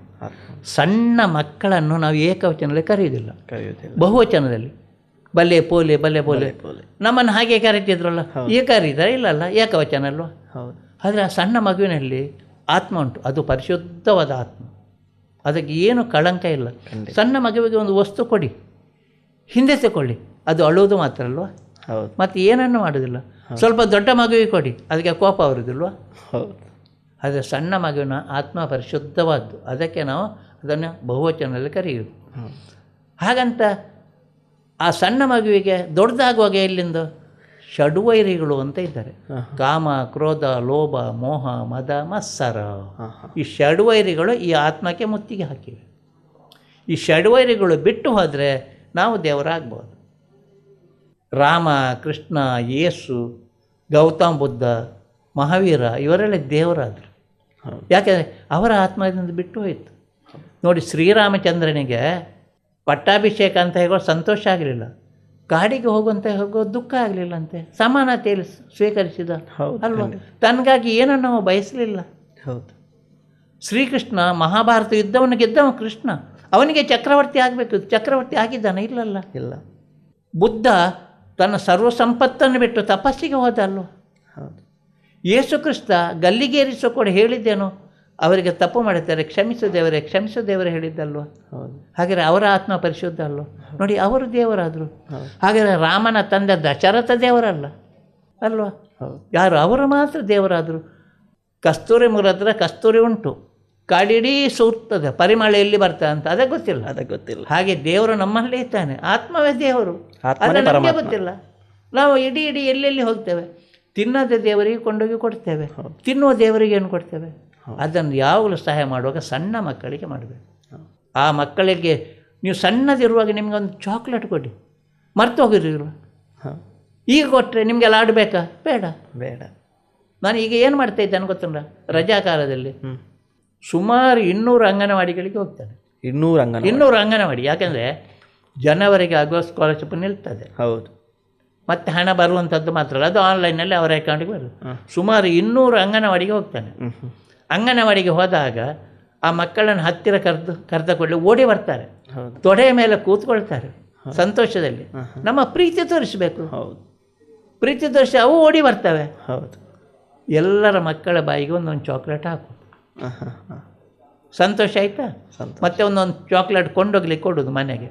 ಮನೆ ಕೊಂಡೋಗಿ ಅಮ್ಮನಿಗೆ ಕೊಟ್ಟು ನೀವು ತಿನ್ಬೇಕಂತ ಹೇಳೋದು. ಸಂತೋಷದಲ್ಲಿ ಹಿಡ್ಕೊಂಡು ಓಡೋದಿಲ್ಲ ಸ್ವಾಮಿ. ಆ ಸಂತೋಷ ಎಲ್ಲಿ ಸಿಗ್ತದೆ ನಮಗೆ? ಖಂಡಿತ ಖಂಡಿತ. ಹಾಗಂತ ಈಗ ನಾನು ಬ್ಯಾಗಿನಲ್ಲಿ ಚಾಕ್ಲೇಟ್ ಎಲ್ಲದು ಹೋಗ್ಲಿಕ್ಕೆ ಒಪ್ಪಾಯ ಇಲ್ಲ. ಮಕ್ಕಳಲ್ಲಿ ಅದ್ರ ಅಜ್ಜ ಅಜ್ಜ ಚಾಕ್ಲೇಟ್ ಹೇಳ್ತಾರೆ. ಹೌದು, ಮಾಸ್ಟರ್ ಬಂದಾಗ ಮಾಸ್ಟರ್ ಬ್ಯಾಗಲ್ಲಿ ಚಾಕ್ಲೇಟ್ ಇದ್ದೇ ಇರುತ್ತೆ. ಹೌದು, ನಾನು ಚಾಕ್ಲೇಟ್ ಇಟ್ಕೊಂಡೇ ಹೋಗುದು. ಈಗ ಇಟ್ಕೊಂಡೇ ಹೋಗುದು. ಬರೀ ಬ್ಯಾಗ್ನಲ್ಲಿ ಹೋದ್ರೆ ನಾನು ಸೋಲ್ತೇನೆ. ಈಗ ನಾರಾಯಣ್ ಮಾಸ್ಟರ್ ಬಂದ್ರೆ ಪಕ್ಕ ಚಾಕ್ಲೇಟ್ ಸಿಗುತ್ತೆ ಎಲ್ರಿಗೂ ಕೂಡ. ಲೆಕ್ಕ ಅವರಿಗೆ ಲೆಕ್ಕ ಇಲ್ಲದೆ ಹೇಗೆ ಹೋಗುದು? ಖಂಡಿತ. ಹಾಗೆ ಅದನ್ನು ಹಿಡ್ಕೊಂಡು ಹೋಗ್ತಾ ಇದ್ದೇನೆ. ಈಗ ಸ್ಕಾಲರ್ಶಿಪ್ ಬಂದಾಗ ನೀವು ಹೇಳಿದ್ರಿ ಸರ್, ಅಂಗನವಾಡಿಗೆ ನೀವು ಒಂದು 200 ಅಂಗನವಾಡಿಗೆ ಹೋಗ್ತೀರಿ ಅಂತ. ಒಂದು ವರ್ಷದಲ್ಲಿ ನಾನು ಕೇಳಿದ ಪ್ರಕಾರ ನೀವು 467 ಏನು ಶಾಲೆಗಳಿಗೆ ಭೇಟಿ ಕೊಡ್ತೀರಂತೆ ಸ್ಕಾಲರ್ಶಿಪ್ಗೆ. ಇದು ಹೇಗೆ ಸಾಧ್ಯ ಸರ್? ಅಷ್ಟು ಶಾಲೆಗೆ ನೀವು ಒಬ್ಬರೇ? ನೋಡಿ, ಕೆಲವು ಶಾಲೆಗೆ ಹೋಗಿ ಸ್ಪೀಚ್ ಕೊಡ್ಲಿಕ್ಕೆ ಉಂಟು. ಈಗ ಉದಾಹರಣೆಗೆ ಡಿಗ್ರಿ ಕಾಲೇಜಿಗೆ ಹೋದರೆ ಸ್ಪೀಚ್ ಕೊಡಬೇಕು, PUC ಗೆ ಸ್ಪೀಚ್ ಕೊಡ್ತೇನೆ. ಆದರೆ ಪ್ರೈಮರಿ ಶಾಲೆಗೆ, ಅಲ್ಲಿ ಪ್ರೈಮರಿ ಶಾಲೆಯಲ್ಲಿ ಒಂದು ಪ್ರಿಂಟ್ ಉಂಟು ನನ್ನ ಹತ್ರ, ಆ ಪ್ರಿಂಟನ್ನು ಕೊಡೋದು, ಮತ್ತು ಟೀಚರ್ಸ್ ಹತ್ರ ಹೀಗೆ ಹೀಗೆ ಮಾಡಿ ಅಂತ ಹೇಳೋದು. ಹೈಸ್ಕೂಲಿಗೆ ಮತ್ತು ಇದಕ್ಕೆ ಆ ಪ್ರಿಂಟ್ ಕೊಟ್ಟು ಹೋಗೋದು. ಆದ್ದರಿಂದ ಒಂದು 8-10 ಶಾಲೆಗೆ 20 ಶಾಲೆಗೆ ಹೋಗ್ಲಿಕ್ಕೆ ಆಯ್ತು ಒಂದಿನ ಬೆಳಿಗ್ಗೆ ಹೊರಟ್ರೆ. ಹತ್ತಿರ ಶಾಲೆ ಹತ್ತಿರ. ಮತ್ತು ದೂರದ್ದಾದರೆ ಒಂದು ದಿನಕ್ಕೆ ಒಂದೇ ಕಾಲೇಜಿಗೆ ಹೋಗಬೇಕಷ್ಟೇ. ಬೈಂದೂರಿಗೆ ಹೋದರೆ ಒಂದು 2 ಕಾಲೇಜ್, ಅದಕ್ಕೆ ಹೆಚ್ಚು ಹೋಗುವುದು ಹೇಗೆ? ಹಾಗೆ ಹೋಗ್ತಾ ಇದ್ದೀರಿ. ಎಲ್ಲಿ ತನಕ ಹೋಗ್ತೀರಿ ಸರ್? ಇಲ್ಲಿ ನಮ್ಮ ದಕ್ಷಿಣ ಕನ್ನಡ, ಉಡುಪಿ ಜಿಲ್ಲೆ. ದಕ್ಷಿಣ ಕನ್ನಡ, ಉಡುಪಿ 2 ಜಿಲ್ಲೆ ಸಂಪೂರ್ಣ ಗೌರ್ಮೆಂಟ್ ಕಾಲೇಜ್ ಒಂದೇ ಬಿಡೋದಿಲ್ಲ. ಎಲ್ಲ ಗೌರ್ಮೆಂಟ್ ಕಾಲೇಜ್, ಎಲ್ಲ ಗೌರ್ಮೆಂಟ್ ಕಾಲೇಜ್ ಹೋಗ್ತೀವಿ. ದೂರದ್ದಂದರೆ ಬೈಂದೂರು. ಬೈಂದೂರು ಅದಕ್ಕಿಂತ ದೂರ ಇಲ್ಲ. ನೀವು ಕೋಟೇಶ್ವರ, ಹೆಬ್ರಿ ಆ ಕಡೆ ಎಲ್ಲ ಹೋಗ್ತೇನೆ. ಇನ್ನೊಂದು ಕತೆ ಗೊತ್ತು ನಿಮಗೆ, ಶೃಂಗೇರಿ ಮಠದಿಂದ ಉಡುಪಿ ಕಡೆಗೆ ಡಿಗ್ರಿ ಕಾಲೇಜು, PU ಕಾಲೇಜಿಗೆ ಉಚಿತ ಊಟ ಕೊಡ್ತಾರೆ. ಓಹೋ. ಹೈಸ್ಕೂಲ್ನವರಿಗೆ ಸರ್ಕಾರದ್ದು ಉಂಟು, ಡಿಗ್ರಿ ಕಾಲೇಜಿಗೆ PU ಕಾಲೇಜಿಗೆ ಇಲ್ಲ. ಅದು ಎಲ್ಲಿಂದ ಬರುತ್ತೆ ಅವರಿಗೆ? ಶೃಂಗೇರಿ ಮಠ ಉಂಟು, ಶೃಂಗೇರಿ ಮಠದಿಂದ ಬರುತ್ತೆ. ಮಠದಿಂದ ಕೊಡೋದು ಊಟ. ಊಟ ಫ್ರೀ. ಸಾಗಾಟ ಮಜೂರಿವರೆಗೆ. ನಾನು ಹಾಗೆ ಹೋದಾಗ ಒಂದು ಕಡೆ ಒಬ್ಬಳು ಟೀಚರ್ ಕರೆದು ಹೇಳು, ಹುಡುಗ ನೋಡಪ್ಪ, ನಾಳೆಯಿಂದ ನೀನು ದುಡ್ಡು ಕೊಡೋದು ಬೇಡ, ನಾನೇ ಕೊಡ್ತೇನೆ ಅಂತ ಹೇಳಿದ್ರು. ಕೇಳಿದೆ, ಏನಮ್ಮ ಅಂತ. ಅದು ಹೀಗೆ ಪರಿಸ್ಥಿತಿ, ಊಟ ಅಲ್ಲಿಂದ ಬರ್ತದೆ. ಅವನಿಗೆ ತಂದೆ ಇದ್ದರು, ತಾಯಿ ಮೊದಲೇ ತೀರಿದ್ದಾಳೆ, ತಂದೆಯೇ ಮೊನ್ನೆ ತೀರಿದ್ರು, ಬರೇ ಬಡ ಹುಡುಗ ಅಂತ ಹೇಳಿದ. ನನಗೆ ಕಂಡಿತ್ತು. ಹಾಗಾದರೆ ಈ ಬಡ ಮಕ್ಕಳಿಗೆ ಅನ್ನದಾನ ಮಾಡಿದರೆ ಏನು? ಹೀಗೆ ಆಲೋಚನೆ. ನಾನು ಒಂದು ಮನೆಯಲ್ಲಿ 10 ವರ್ಷ ಊಟ ಮಾಡಲಿಲ್ಲ, ನನಗೆ ಅನ್ನ ಹಾಕಲಿಲ್ಲ ಅವರು. ಅದು ಋಣ ಅಲ್ವ ಸಮಾಜದ ಋಣ ತೀರಿಸೋದಕ್ಕೆ ಹೀಗೆ ತೀರಿಸುವಂತಾಯಿತು. ಹೋದ ಎಲ್ಲ ಶಾಲೆಗಳಿಗೆ, ಸುಮಾರು 20 ಶಾಲೆಗಳಿಗೆ 5,000 ಸಾವಿರ ರೂಪಾಯಿ ಕೊಡ್ತಾ ಬಂದೆ ನಾನು. ಡಿಗ್ರಿ ಕಾಲೇಜ್ ಇರ್ಬೋದು, PU ಕಾಲೇಜ್ ಇರ್ಬೋದು. ನಿಮ್ಮ ಯಾವ ಕಡೆ? ಉಡುಪಿ ಕಡೆಗೆ, ಅದು ಕಾರ್ಕಳ ಉಡುಪಿ. ಯಾಕೆಂದರೆ ಶೃಂಗೇರಿ ಊಟ ಬರೋದು ಆ ಕಡೆ, ಈ ಕಡೆ ಬರೋದಿಲ್ಲ, ಅದು ಸ್ವಲ್ಪ ದೂರ ಅಲ್ವ. ಸಾಗಾಟ ಮಜೂರಿ ಮಾತ್ರ ಬಿಡೋದು. ಇನ್ನೊಂದು ನಾನು ಹೇಳಬೇಕು ಸರ್, ಇದು ನಾನು ಓದಿದ್ದು ಸರ್, ವೀಕ್ಷಕರಿಗೂ ಕೂಡ ಅದು ಗೊತ್ತಾಗಬೇಕು. ನಾವು ಸನ್ಮಾನ ಅದು ಇದು ಏನಾದರೂ ಹೋದರೆ ನಾವು ಸನ್ಮಾನ ಎಲ್ಲ ಮಾಡ್ತಾರೆ, ಸಾಧಕರಿಗೆ ಸನ್ಮಾನ ಎಲ್ಲ ಮಾಡ್ತಾರೆ, ನಿಮಗೂ ಕೂಡ ಸನ್ಮಾನ ಎಲ್ಲ ಮಾಡಿದ್ರಂತೆ. ಅಲ್ಲಿ ಬರುವಂಥ ಮೊತ್ತವನ್ನು, ಅಮೌಂಟಿಗೆ ಅರ್ಧದಷ್ಟು ನೀವೇ ಎಷ್ಟರ ಸೇರಿಸಿ ಅದು ಸಮಾಜಕ್ಕೆ ಕೊಡ್ತಾ ಇದ್ದೀರಿ. ಹೌದು. ನೋಡಿ, ಸನ್ಮಾನ ನಾನು ಯಾರ ಹತ್ರ ನನಗೆ ಸನ್ಮಾನ ಮಾಡಿ ಅಂತ ಅರ್ಜಿ ಕೊಡೋದಿಲ್ಲ, ಬಯಸೋದಿಲ್ಲ, ಹೇಳೋದಿಲ್ಲ, ಏನಿಲ್ಲ. ಈಗಾಗಲೇ ಬುಕ್ಕಾದ್ದು 3-4 ಉಂಟು. ನಾಡ್ದೀಗ ಇದಕ್ಕೆ ಕರೆದಿದ್ದಾರೆ, ಮೈಸೂರಿಗೆ ಕರೆದಿದ್ದಾರೆ, ಒಂದು ಸೆಪ್ಟೆಂಬರ್ 12-13 ಅಂತ ಹೋಗ್ತಾನೆ. ಸನ್ಮಾನ ಮಾಡ್ತಾರೆ. ಸನ್ಮಾನ ಮಾಡಿದ್ದಕ್ಕೆ ಅಷ್ಟೇ ಹಣ ನಾನು ಸೇರಿಸಿ ಶಾಲೆಗಳಿಗೆ ದತ್ತಿ ನಿಧಿ ಕೊಡ್ತೇನೆ. ಯಾರಿಗೆ ದತ್ತಿ ನಿಧಿ ಕೊಡೋದು? ನಿಯಮ ಬೇಡವಾ? ಅವನಿಗೆ ಕೊಟ್ಟರೆ ನನಗೆ ಕೊಡಲಿಲ್ಲ ಅಂತ ಹೇಳಲಿಕ್ಕಿಲ್ವ? ಅದು ಮೊದಲು ನಾನು ಕಲಿಸಿದ ಶಾಲೆಗಳಿಗೆ ಕೊಟ್ಟೆ. ನಾನು ಟೀಚರ್ ಆಗಿದ್ದ ಶಾಲೆ ಎಲ್ಲ 25 ಹೆಚ್ಚಿಲ್ಲ, 25 ಸಾವಿರ ಕೊಟ್ಟೆ. ಅದರ ನಂತರ ಈಗ ನನ್ನ ಊರಿನ ಶಾಲೆಗೆ ಕೊಡಲಿಕ್ಕೆ ಶುರು ಮಾಡಿದ್ದೇನೆ. ಹಾಂ ಹಾಂ. ಮೊನ್ನೆ ಒಂದು ಶಾಲೆ ಕೊಟ್ಟಿದ್ದೇನೆ, ನಾನು ಕಲಿತ ಶಾಲೆ ಸ್ಯಾಂಟ್ ಪೆಟ್ರಿಕ್ ಸಿದ್ದಗಟ್ಟೆ. ಅದಕ್ಕೆ ಶತಮಾನೋತ್ಸವ ಆಗ್ತಾ ಉಂಟು. ಅದಕ್ಕೆ ಅವರು ಹೇಳಿದರು, ನಿಮ್ಮದು ಆಯಿತು ನಾನು ಕೊಡ್ತೇನೆ, 25,000 ಕೊಡೋದು, ಮತ್ತು ಒಂದು ಕಂಡೀಷನ್ ಆಗಿದ್ದೇನೆ, ನಾನು ಈಗ 25 ಕೊಡೋದು, ನೀವು ಬಾಕಿ ಅವ್ರದ್ದು ದತ್ತಿ ನಿಧಿ ಮಾಡೋದ್ರಲ್ಲಿ ಇದ್ದಾರಂತೆ, ನೀವು ದತ್ತಿ ನಿಧಿ ಮಾಡಿ, ನೀವು 1 ಕೋಟಿ ಮಾಡಿದರೆ ನಾನು 1 ಲಕ್ಷ ಕೊಡ್ತೇನೆ ಅಂತ ಹೇಳಿದೆ. ನೀವು ಕೊಡ್ತೀರಿ 1 ಲಕ್ಷ? ನಾನು 1 ಲಕ್ಷ ಕೊಡ್ತೇನೆ. ಅವ್ರು 1 ಕೋಟಿ 1 ಕೋಟಿ ನೀವು ಮಾಡಬೇಕು. ಈಗ 50,000 ಆದರೆ 50 ಲಕ್ಷ ಆದರೆ 50,000, 75 ಆದರೆ 75,000 ನನ್ನದು, 75 ಲಕ್ಷ ಆದರೆ 75,000 ನನ್ನದು. ಅವರು 1 ಕೋಟಿ ಮಾಡಿದರೆ 1 ಲಕ್ಷ ನನ್ನದು ಅಂತ ಹೇಳಿದ್ದೇನೆ. ಅಲ್ಲಿ ಎಲ್ಲಿವರೆಗೆ ಮಾಡ್ತಾರೋ ಗೊತ್ತಿಲ್ಲ. ಅಂಥ ಮನಸ್ಸು ಯಾರಿಗೂ ಬರೋದಿಲ್ಲ ಸರ್, ಅದು ನಿಮ್ಮಂಥವ್ರಿಗೆ ಮಾತ್ರ. ಹಾಗೆ ಈಗ ಅದು ಇನ್ನು ನನ್ನ ಊರಿನ ಶಾಲೆ ಉಂಟು 5-6, ಅವರಿಗೆ ಕೊಡಬೇಕೀಗ. ಹೌದು ಸರ್. ಒಂದು 2-3 ವರ್ಷದಲ್ಲೇ ಮುಗಿಸ್ಬೇಕು, 2 ವರ್ಷದಲ್ಲೇ ಮುಗಿಸ್ಬೇಕು, ಇಲ್ಲದೆ ನಾನು ಎಷ್ಟು ವರ್ಷ ಬದುಕಂತ ನನಗೆ ಗೊತ್ತುಂಟ. ಪತ್ರಕರ್ತರ ಸಂಘದವರು ಕೊಟ್ಟರು, ಗುರುವಪ್ಪ ಬಾಳೆಬನ್ನಿ ಅವರು ಕರೆದು ನೆನೆ ಹೀಗೆ ಎಲ್ಲ ಅವರದ ಮೂಲಕ ಅದು ಕರೆದು 10,000 ಕೊಟ್ಟರು. 10,000 ಕೊಟ್ಟ ಕೂಡಲೇ ಏನು ಮಾಡೋದು, ಯಾರಿಗೆ ಕೊಡೋದು, ಹೀಗೆ ಆಲೋಚನೆ ಮಾಡಿದೆ. ನಮ್ಮ ನಾನು ಗ್ರಾಮದವ, ಹೌದು, ಊರಿಗೆಲ್ಲ ಕೊಟ್ಟ, ನಮಗೇನು ಕೊಟ್ಟ ಅಂತ ಹೇಳಲಿಕ್ಕಿಲ್ವ, ನಮ್ಮ ಜಾತಿಯವರು ಹೇಳಲಿಕ್ಕಿಲ್ವ. ಅದಕ್ಕೆ ಆ 10,000 ಕೊಟ್ಟದ್ದಕ್ಕೆ 90,000 ಮಾಡಿ 1 ಲಕ್ಷ ಮಾಡಿದೆ. ನೀವು 90,000 ಹಾಕಿದೆ 1 ಲಕ್ಷ ಮಾಡಿದೆ. ಅಲ್ಲಿ ಕೊಟ್ಟಿರೋದು 10,000. 10,000 ನಾನು 90 ಸೇರಿಸಿ 1 ಲಕ್ಷ ಮಾಡಿ ಅದನ್ನು ಡಬಲ್ ಆಗಲಿಕ್ಕೆ ಇಟ್ಟಿದ್ದೇನೆ. ಬ್ಯಾಂಕಲ್ಲಿ ಇಟ್ಟಿದ್ದೀರಿ? ಬ್ಯಾಂಕಿನ ಬರುವ ವರ್ಷಕ್ಕೆ ಡಬಲ್ ಆಗ್ತದೆ. ಡಬಲ್ ಆದ್ಕೊಂಡ್ರೆ ದತ್ತಿ ನಿಧಿಯಾಗಿ ಇಡೋದು. ಯಾವುದಕ್ಕೆ? ಈ ಸ್ಕಾಲರ್ಶಿಪ್ ಯಾರಾದರೂ ಮತ್ತೆ ಕೊಟ್ಟೆ. ಈಗ ನನಗೆ 1 ಕೋಟಿಯೇ ಕೊಡಲಿ, ಕೋಟಿ ಕೊಟ್ಟರೆ ನಾನು ಸ್ವಂತಕ್ಕೆ ಬಳಸೋದಿಲ್ಲ. ಕೋಟಿ ಸೇರಿಸುವ ಸಾಮರ್ಥ್ಯ ನನ್ನ ಹತ್ರ ಇಲ್ಲ. ಆದರೆ ಅದನ್ನು ನಾನು ಫಿಕ್ಸೆಡ್ ಇಟ್ಟು ಅದರ ಬಡ್ಡಿ ಹಣವನ್ನು ಶಿಕ್ಷಣಕ್ಕೆ, ಮಕ್ಕಳಿಗೆ ಕೊಡಿ ಅಂತ ಹೇಳ್ತೇನೆ. ನಾನು ಬಳಸೋ ಖಂಡಿತ ಇಲ್ಲ ಸರ್. ದುಡ್ಡು ತುಂಬ ಜನರ ಹತ್ರ ಇದೆ ಸರ್, ಆದರೆ ಕೊಡುವ ಮನಸ್ಸು ಎಲ್ಲರ ಹತ್ರ ಇಲ್ಲ ಅಂತೆ. ಅದು ನಿಮ್ಮಲ್ಲಿದೆ ಸರ್. ಅದಕ್ಕೆ ಇಲ್ಲಿಂದನೇ ಶರಣಾರ್ಥಿ ಸರ್. ನಿಮ್ಮ ಈ ಒಂದು ನಿಸ್ವಾರ್ಥ ಸೇವೆ ಈಗಿನ ಒಂದು ಯುವ ಜನತೆಗೆ ಅದೊಂದು ಸ್ಫೂರ್ತಿ, ನಮಗೆಲ್ಲರಿಗೂ ಕೂಡ ಸ್ಫೂರ್ತಿ. ಅದರಲ್ಲೂ ಕೂಡ ನಾನು ಕೇಳಿದಾಗೆ ಸರ್, ನೀವು ಪೆನ್ಷನ್ ಇದ್ದು ಹಣ ಅರ್ಧ ನೀವು ಸಮಾಜಕ್ಕೆ ಇಡ್ತಿದ್ರಿ. ಅದರ ಕಾರಣ ಇದೆ, ನಿಮಗೆ ಬರುವಂಥ ಪೆನ್ಷನ್ ಕೂಡ ಯಾವುದೋ ಒಬ್ಬ ಪಾಪದ ಚಪ್ಪಲಿ ತೆಗೆದುಕೊಂಡಂಥ ತೆರಿಗೆ ಆಗಿರ್ಬೋದು, ಯಾರೋ ಒಂದು ಹಾಸ್ಪಿಟ್ಲಲ್ಲಿ ಇದ್ದಂಥ ಏನು ಬಿಲ್ ಕಟ್ಟಿದ್ರೆ ಅದರಲ್ಲಿ ಬರುವಂಥ ಟ್ಯಾಕ್ಸಿ ಹಣ ಇರ್ಬೋದು, ಅದು ನನಗೆ ಬೇಡ ಅಂತ ಹಣ, ಅದನ್ನು ನಾನು ಸಮಾಜಕ್ಕೆ ಕೊಡ್ತಾ ಇದ್ದೀನಿ ಅಂತ. ಇದರ ಬಗ್ಗೆ ಏನು ಹೇಳ್ತೀರಿ ಸರ್? ಸ್ವಾಮಿಗೆ ನನಗೆ ಪೆನ್ಷನ್ ಕೊಡ್ತಾರೆ, ಕೆಲಸ ಮಾಡಿದವನಿಗೆ ಸಂಬಳ ಕೊಡಬೇಕು, ಸರಿ ತಾನೆ? ಸರಿ. ಅವ ಕೆಲಸ ಮಾಡಿ, ನಾನೀಗ ಕೆಲಸ ಮಾಡ್ತಾನ? ಇಲ್ಲ, ಮನೆಯಲ್ಲಿ ಕೂತ್ಕೊಂಡು ತಿನ್ನು ನೀನು ಅಂತ ಕೊಡೋದು ಅಲ್ವಾ? ಅಷ್ಟಾಗಿ ಈ ಹಣ ಎಲ್ಲಿಂದ ಸ್ವಾಮಿ? ಮಾವಿನ ಮರದಿಂದ ತೆಗೆದುಕೊಡೋದು ಅವರು, ಅಥವಾ ಒಬ್ಬ ಮಂತ್ರಿ ಅವನ ಸ್ವಂತ ಹಣ ಕೊಡೋದು? ನಿಮ್ಮಲ್ಲಿ ಇದ್ದರೆ ನೀವು ಚಹಾ ಕೊಡಿ, ಕಾಫಿ ಕೊಡಿ, ನನಗೇನು ಬೇಸರ ಇಲ್ಲ. ನನಗೆ ಬರುವ ಹಣ, ಒಬ್ಬ ಭಿಕ್ಷುಕ ಒಂದು ತುತ್ತು ಅನ್ನ ತಿಂತಾನೆ, ಚಪ್ಪಲಿ ಹಾಕಿದ್ದಾನೆ, ಅಲ್ಲ ಬಟ್ಟೆ ಹಾಕಿದ್ದಾನೆ, ಅದರ ಟ್ಯಾಕ್ಸ್ ಅಲ್ವಾ? ಅವ ಭಿಕ್ಷೆ ಬೇಡಿ ತಿನ್ನೋದು, ಅವನಿಂದ ಟ್ಯಾಕ್ಸ್ ಅಲ್ವಾ? ಕೋಟಿ ಜನ ಆಸ್ಪತ್ರೆಯಲ್ಲಿ ಹೊರಗಡೆ ನರಳಾಡ್ತಾ ಇದ್ದಾರೆ, ಔಷಧಿ ತಿಂತಾರೆ, ನೋವು ತಿಂತಾರೆ ಅಲ್ವಾ? ಅವರ ಔಷಧಿಗೆ ಹಾಕಿದ ಹಣದ ಟ್ಯಾಕ್ಸ್ ಅಲ್ವಾ ಸ್ವಾಮಿ ಅದು ನನಗೆ ಬರೋದು? ಅದನ್ನು ಸಮಾಜದ ಹಣ ಅಲ್ವಾ? ಸಮಾಜದ ಹಣವನ್ನು ಸಮಾಜಕ್ಕೆ ಕೊಡ್ತಾ ಇದ್ದೇನೆ, ನನ್ನದೇನು ಕೊಡ್ತಾ ಇದ್ದೇನೆ ನಾನು ಸಮಾಜದ? ದೊಡ್ಡ ಮಾತು ಸರ್. ಇಂಥ ಆಲೋಚನೆಗಳು ಎಲ್ರಿಗೂ ಕೂಡ ಬರಲಿಕ್ಕೆ ಸಾಧ್ಯನೇ ಇಲ್ಲ ಸರ್. ನನಗೆ ನೋಡಿ ಶಾಕ್ ಆಯಿತು, ಎಂತಹ ಒಂದು ಆಲೋಚನೆ. ಅಂಥ ಹಣ ನನಗೆ ಬೇಡ, ಅದು ಸಮಾಜಕ್ಕೆ ಇರಲಿ ಅಂತ ನೀವು ಕೊಟ್ಟಂಥ ದೊಡ್ಡ ಮಹಾನ್ ಭಾವರು ಸರ್. ನೀವು ನಿಮ್ಮಂಥವ್ರ ಜೊತೆ ಕೂತ್ಕೊಂಡು ಮಾತಾಡೋದೇ ನಮ್ಮ ಸೌಭಾಗ್ಯ. ಅದರಿಂದ ಈಗ ಹಿಂದಿನ ಶಿಕ್ಷಣ ಸರ್, ಈಗ ನಡೀತಿರುವಂಥ ಶಿಕ್ಷಣ ಬದಲಾವಣೆ, ವ್ಯತ್ಯಾಸ ನಿಮ್ಮ ಪ್ರಕಾರ? ನೋಡಿ, ಹಿಂದಿನ ಶಿಕ್ಷಣದಲ್ಲಿ ಶಿಕ್ಷಕರಿಗೂ ಮಕ್ಕಳಿಗೆ ಅನ್ಯೋನ್ಯತೆ ಭಾರಿ ಸಂಬಂಧ ಇತ್ತು. ನೋಡಿ, ವೃತ್ತಿಗಳಲ್ಲಿ ಶ್ರೇಷ್ಠವಾದ ಶಿಕ್ಷಕನ ವೃತ್ತಿ, ಅದಕ್ಕಿಂತ ಶ್ರೇಷ್ಠವಾದ ವೃತ್ತಿ ಇಲ್ಲ. ಶಿಕ್ಷಕ, ಮಾಸ್ಟ್ರು, ಡಾಕ್ಟ್ರು ಸಾಯಲಿಕ್ಕೆ ಇಲ್ಲ. ಸತ್ರು ಏನು, ಇಂಥ ಮಾಸ್ಟ್ರು ಸತ್ರು, ಇಂಥ ಡಾಕ್ಟ್ರು ಸತ್ರು ಅಂತಲ್ಲ, ರಿಟೈರ್ಡ್ ಉಂಟು ಅವರಿಗೆ? ಇಲ್ಲಲ್ಲ, ಇಲ್ಲ. ಬಾಕಿ ಯಾರಿಗಾದರೂ ಹೇಳ್ತಾರೆ? ಒಬ್ಬ ಮುಖ್ಯಮಂತ್ರಿ, ಮಾಜಿ ಮುಖ್ಯಮಂತ್ರಿ ಸತ್ತ, ಹಾಗೆ ಅಲ್ವಾ ಹೇಳೋದು? ಹೌದು. ಇದು ಶಾಶ್ವತ. ಹಾಗೆ ಇದೆರಡು ಶಾಶ್ವತ. ಇನ್ನೊಂದು ಶಿಕ್ಷಕ ದಾನಗಳೇ ಶ್ರೇಷ್ಠವಾದ 2 ದಾನ, ಒಂದು ಅನ್ನದಾನ, ಒಂದು ವಿದ್ಯಾದಾನ ಅಲ್ವಾ? ಅನ್ನದಾನದವ ಯಾಕೆ? ಹೊಟ್ಟೆ ತುಂಬಿದ ಕೂಡಲೇ ಸಾಕು ಹೇಳ್ತಾನೆ, ಬೇರೆ ಯಾವ ದಾನ ಆದರೂ ಸಾಕಂತ ಹೇಳ್ತಾನೆ? ಇಲ್ಲಲ್ಲ. ಇನ್ನೊಂದು ಕೊಟ್ಟು ಮುಗಿಯದ ದಾನ ಯಾವುದು? ವಿದ್ಯಾದಾನ. ಎಷ್ಟು ಕೊಟ್ಟರು ಉಂಟಲ್ಲ ಸ್ವಾಮಿ, ಅದು ಮುಗಿಯದಂತ ಉಂಟಲ್ಲ. ಹಾಗಾದರೆ ಒಂದು ಶಿಕ್ಷಣ ಇದರಲ್ಲಿ ಸಿಕ್ಕಿತ್ತು, ಇವನಿಗೆ ವಿದ್ಯಾದಾನ ಸಿಕ್ಕಿತ್ತು. ಮತ್ತು ಎಷ್ಟೋ ಪ್ರಾಯ ಆದರೂ ಸತ್ರು ಅವನು ಮಾಸ್ಟ್ರಾಗೇ ಉಳಿಯುವಂಥದ್ದು. ಇದು ಶಿಕ್ಷಕನೇ ಮಾತ್ರ ಅಲ್ವ, ಶಿಕ್ಷಕನ ವೃತ್ತಿ ಅಷ್ಟು ಶ್ರೇಷ್ಠವಾದ ವೃತ್ತಿ ಯಾವುದಿದೆ? ಯಾವುದಿಲ್ಲ. ನಾವು ಅದನ್ನು ರೂಢಿಸಿಕೊಳ್ಬೇಕು, ನಾವು ಅದರ ಗೌರವವನ್ನು ಇಟ್ಟುಕೊಳ್ಬೇಕು. ಹಿಂದಿನ ಕಾಲದಲ್ಲಿ ಅನ್ಯೋನ್ಯತೆ ಇತ್ತು ಮಕ್ಕಳಿಗೆ ಶಿಕ್ಷಕನಿಗೆ, ಅಷ್ಟು ಪ್ರೀತಿ ವಿಷಯ. ಗುರುಗಳಂದರೆ ಗುರುಗಳೇ. ಈಗ ನಾನೊಂದು ಮದುವೆಗೆ ಹೋದ ಸ್ವಾಮಿ, 10 ಜನ ಓಡಿ ಬಂದರು. ನನ್ನ ಪ್ರೈಮರಿ ಶಾಲೆ ಮಕ್ಕಳು ಎಲ್ಲರೂ ಕಾಲು ಹಿಡಿದು ಕೈ ಕಟ್ಟಿ ನಿಂತರು. ಅವತ್ತು ಮಕ್ಕಳು ಕ್ಲಾಸ್ನಲ್ಲಿ ನಿಲ್ಲೋ ಹಾಗೆ.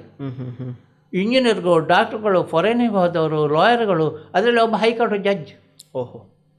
ಹಾಗಂತ ನಾನು ಅವರನ್ನು ಬಹುವಚನದಲ್ಲಿ ಮಾತಾಡಿದರೆ ಬಿಡುವುದಿಲ್ಲ. ಸರ್, ನಾವು ನಿಮ್ಮ ಶಿಷ್ಯರು. ಓಹ್. ನಾನು ಏಕವಚನ, ಅವ ಕೃಷ್ಣ ಅಂತ ಹೇಗೆ ಕಿಟ್ಟನ್ನ ಹೇಗಿದ್ದೀಯ ಅಂತ ಕೇಳಿದೆ, ಏಕವಚನಲ್ಲೇ ಕೇಳಿದೆ. ಅವನಿಗೆ ಸಂತೋಷ ಪಾಪ, ಈಗ ರಿಟೈರ್ಡ್ ಅವ, ಅದು ಬಿಡಿ. ಹೈಕೋರ್ಟ್ ಜಡ್ಜ್ ಆಗಿದ್ದ.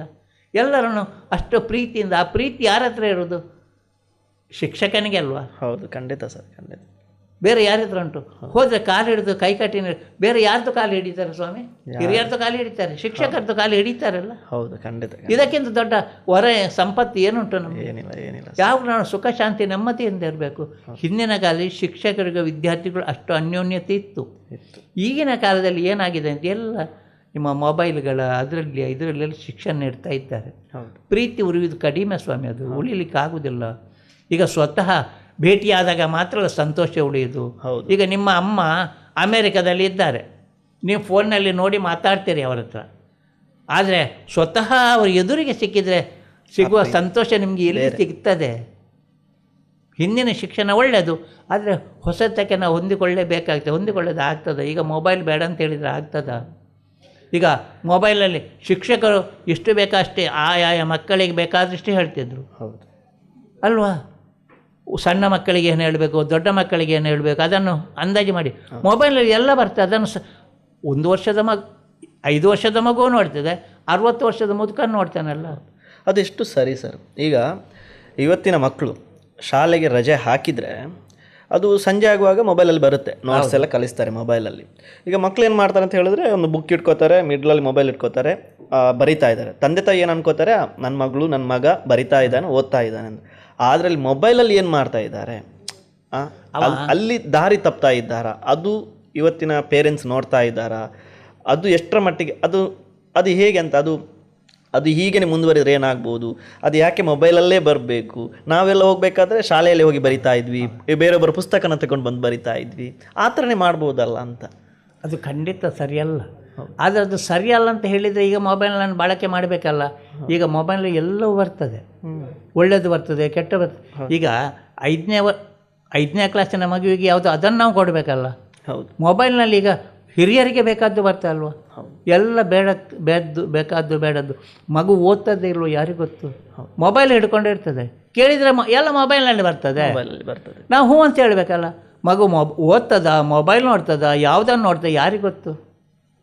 ಅವರು ಹೊಸದು ಆಕರ್ಷಣೆಯನ್ನು ನೋಡೋದಲ್ವ? ದರೋಡೆಗಳು, ಮೋಸಗಳು, ವಂಚನೆಗಳು, ಈ ಲವ್ ಇತ್ಯಾದಿಗಳು ಆಗೋದು ಅಲ್ಲಿನದಲ್ಲ ಸ್ವಾಮಿ. ಆ ಮೊಬೈಲ್ನಲ್ಲಿ ನೋಡಿ ಅಲ್ವ ಇದೆಲ್ಲ ಆಗೋದು. ನೋಡಬೇಡಿ ಅಂದರೆ ಮೊಬೈಲ್ ಇಲ್ಲದ್ರೆ ನಡೀತದೆ? ಈಗ ನಡೆಯುವುದಿಲ್ಲ, ಎಲ್ಲ ಕಷ್ಟದಲ್ಲಿ ಬಿತ್ತು. ಏನು ಮಾಡೋದು? ಇದಕ್ಕೆ ತಂದೆ ತಾಯಿ ಸ್ವಲ್ಪ ಎಚ್ಚರ ವಹಿಸಬೇಕಾದ್ದು ಮಕ್ಕಳಿಗೆ ಮೊಬೈಲ್ ಕೊಡುವಾಗ. ಈಗ ಸಣ್ಣ ಹುಟ್ಟಿದ ಮಗುವಿಗೆ ಮೊಬೈಲ್ ಇಲ್ಲದ ಆಡಲಿಕ್ಕೆ ಕೊಡೋದು ಮೊಬೈಲ್. ಹೌದು. ಊಟ ತಿನ್ನಿಸ್ಬೇಕಾದ್ರೆ ಮೊಬೈಲ್ ಕೊಡಬೇಕು, ಇಲ್ಲದ ಇಲ್ಲ. ನಾವೆಲ್ಲ ಚಿಕ್ಕಿರಬೇಕಾದ್ರೆ ಚಂದ್ರನ ನೋಡಿಸಿ ಚಂದಮಾಮ ಅಂತ ಹೇಳಿ ಚಂದಮಾಮ ನೋಡು, ಇಲ್ಲಿ ಮೊಬೈಲ್ ನೋಡು. ಮೊಬೈಲ್ ಆದ್ರೆ ಮಗುವಿಗೆ ಊಟವೇ ಮಾಡೋದಿಲ್ಲ. ಈ ಪರಿಸ್ಥಿತಿ ಆಗಿದೆ ಅಲ್ವ?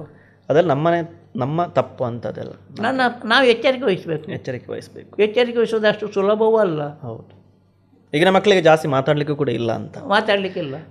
ಜೋರ್ ಏನಾದರೂ ಸ್ವಲ್ಪ ಬೈದ್ರೆ ರೂಮ್ಗೆ ಹೋಗಿ ಬಾಗಿಲು ಹಾಕೋ. ಅಲ್ಲ, ಈಗ ಮೊದಲೆಲ್ಲ ಪೆಟ್ಟು ಹೊಡೀತಿದ್ದೆವು ಎಷ್ಟೋ ಮಕ್ಕಳಿಗೆ. ಈಗ ಬರೇ ಇಷ್ಟು ಪೆಟ್ಟು, ಹೀಗೆ ಬಸ್ಗೆ ತೆಗಿಸೋದು, ಪೆಟ್ಟು ಕೊಡೋದು, ಶಿಕ್ಷೆ ಕೊಡೋದು, ಕ್ಲಾಸ್ನಲ್ಲಿ ಹೊರಗೆ. ಈಗ ಯಾವುದಿಲ್ಲಲ್ಲ. ಮಕ್ಕಳು ಹೇಳಿದಾಗ ನಾವು ಕೇಳಬೇಕು. ಏನು ಹೇಳಿದರು, ಅದು ತಪ್ಪು ಮಾಡಿದ್ದೆ ಅಂತ ಮಾತ್ರ ಹೇಳಬೇಕು, ಸಮಾಗೆ ಆಗಬೇಕು. ಮಕ್ಕಳು ಪುನಃ ತಪ್ಪು ಮಾಡ್ತಿದ್ದೆ. ಅವತ್ತು ಹೊಡೀತಿದ್ದೆವು, ಆಗ ತಪ್ಪು ಮಾಡ್ತಿರಲಿಲ್ಲ. ಈಗ ಅದಿಲ್ಲ. ನಾರಾಯಣ ಮಾಸ್ಟರ್ ಜೋರ ಪಾಪನ ಶಾಲೆಯಲ್ಲಿ. ಅವತ್ತು ನನ್ನ ಜೋರು ಅಂತ ಹೇಳ್ತಿದ್ರು, ಹೊಡಿತಿದ್ದೆ ನಾನು. ಆದರೆ ಈಗ ಅದೇ ಹೊಡೆದ ಮಕ್ಕಳು, ಸರ್ ಅವತ್ತು ಹೊಡೆದಿದ್ರಿ, ನಾವು ಹೀಗಾಗಿದ್ದೇವೆ, ಸಂತೋಷ. ಹೌದು, ಖಂಡಿತ ಖಂಡಿತ ಖಂಡಿತ ಸರ್. ಅವತ್ತು ಹಾಗಿತ್ತು. ಹಾಗಂತ ನಾನು ಹೊಡೆದ್ರೆ ಏನು ಮಾಡ್ತೀವಿ ಗೊತ್ತುಂಟ, ಕ್ಲಾಸ್ನಲ್ಲಿ ಮಾರ್ಕೆಲ್ಲ ಕಡಿಮೆ ತೆಗೆಯೋರು ಎಲ್ಲ ಬೆತ್ತ ಹಿಡ್ಕೊಂಡು ನಾಲ್ಕು ಎಲ್ಲರೂ ಬಾರಿಸಿದೆ. ಬಾರಿಸಿ ಹೇಳು ಕಡೆಗೆ ಹೇಳೋದು, ಎಲ್ಲರ ಕ್ಷಮೆ ಕೇಳೋದು, ಮಕ್ಕಳೇ ದಯವಿಟ್ಟು ನನ್ನನ್ನು ಕ್ಷಮಿಸಿ, ನಾನು ನಿಮ್ಮನ್ನು ಹೊಡೆದದ್ದು ನನ್ನ ಈ ಸಿಟ್ಟಿನಿಂದ ಅಲ್ಲ, ನೀವು ಒಳ್ಳೆಯ ವಿದ್ಯಾರ್ಥಿ ಆಗಬೇಕು, ಮಾರ್ಕ್ ತೆಗಿಬೇಕಂತ. ಪೆಟ್ಟು ಹೊಡೆದಾಗ ಅಳ್ತಿರಲಿಲ್ಲ, ಈ ಮಾತು ಹೇಳಿದಾಗ ಅಳ್ತಿದ್ರು, ಕ್ಲಾಸಿನಲ್ಲಿ ಅಳ್ತಿದ್ರು. ಆಗ ದ್ವೇಷ ಇರಲಿಲ್ಲ ನಂತರ. ಖಂಡಿತ ಸರ್, ಖಂಡಿತ. ಅದು ಪೆಟ್ಟು ಕೊಟ್ಟರೆ ನೋವು ಸ್ವಲ್ಪ ಹೊತ್ತಲ್ಲಿ ಹೋಗ್ಬೋದು, ಆದರೆ ಮನಸ್ಸಿಗೆ ಹೇಳಿದಂಥ ಮಾತು ಅವರು ಏನಿಲ್ಲ, ಅವರು ಅಳುತ್ತಿದ್ರು. ಹೌದಾ, ನಿಜವಾಗ್ಲೂ ಸರ್, ನಿಮ್ಮಂಥ ಶಿಕ್ಷಕರು ಖಂಡಿತವಾಗ್ಲೂ ಈಗಿನ ಸಮಾಜಕ್ಕೆ ಬೇಕು ನನ್ನ ಪ್ರಕಾರ, ನನಗೆ ಅನಿಸೋದು.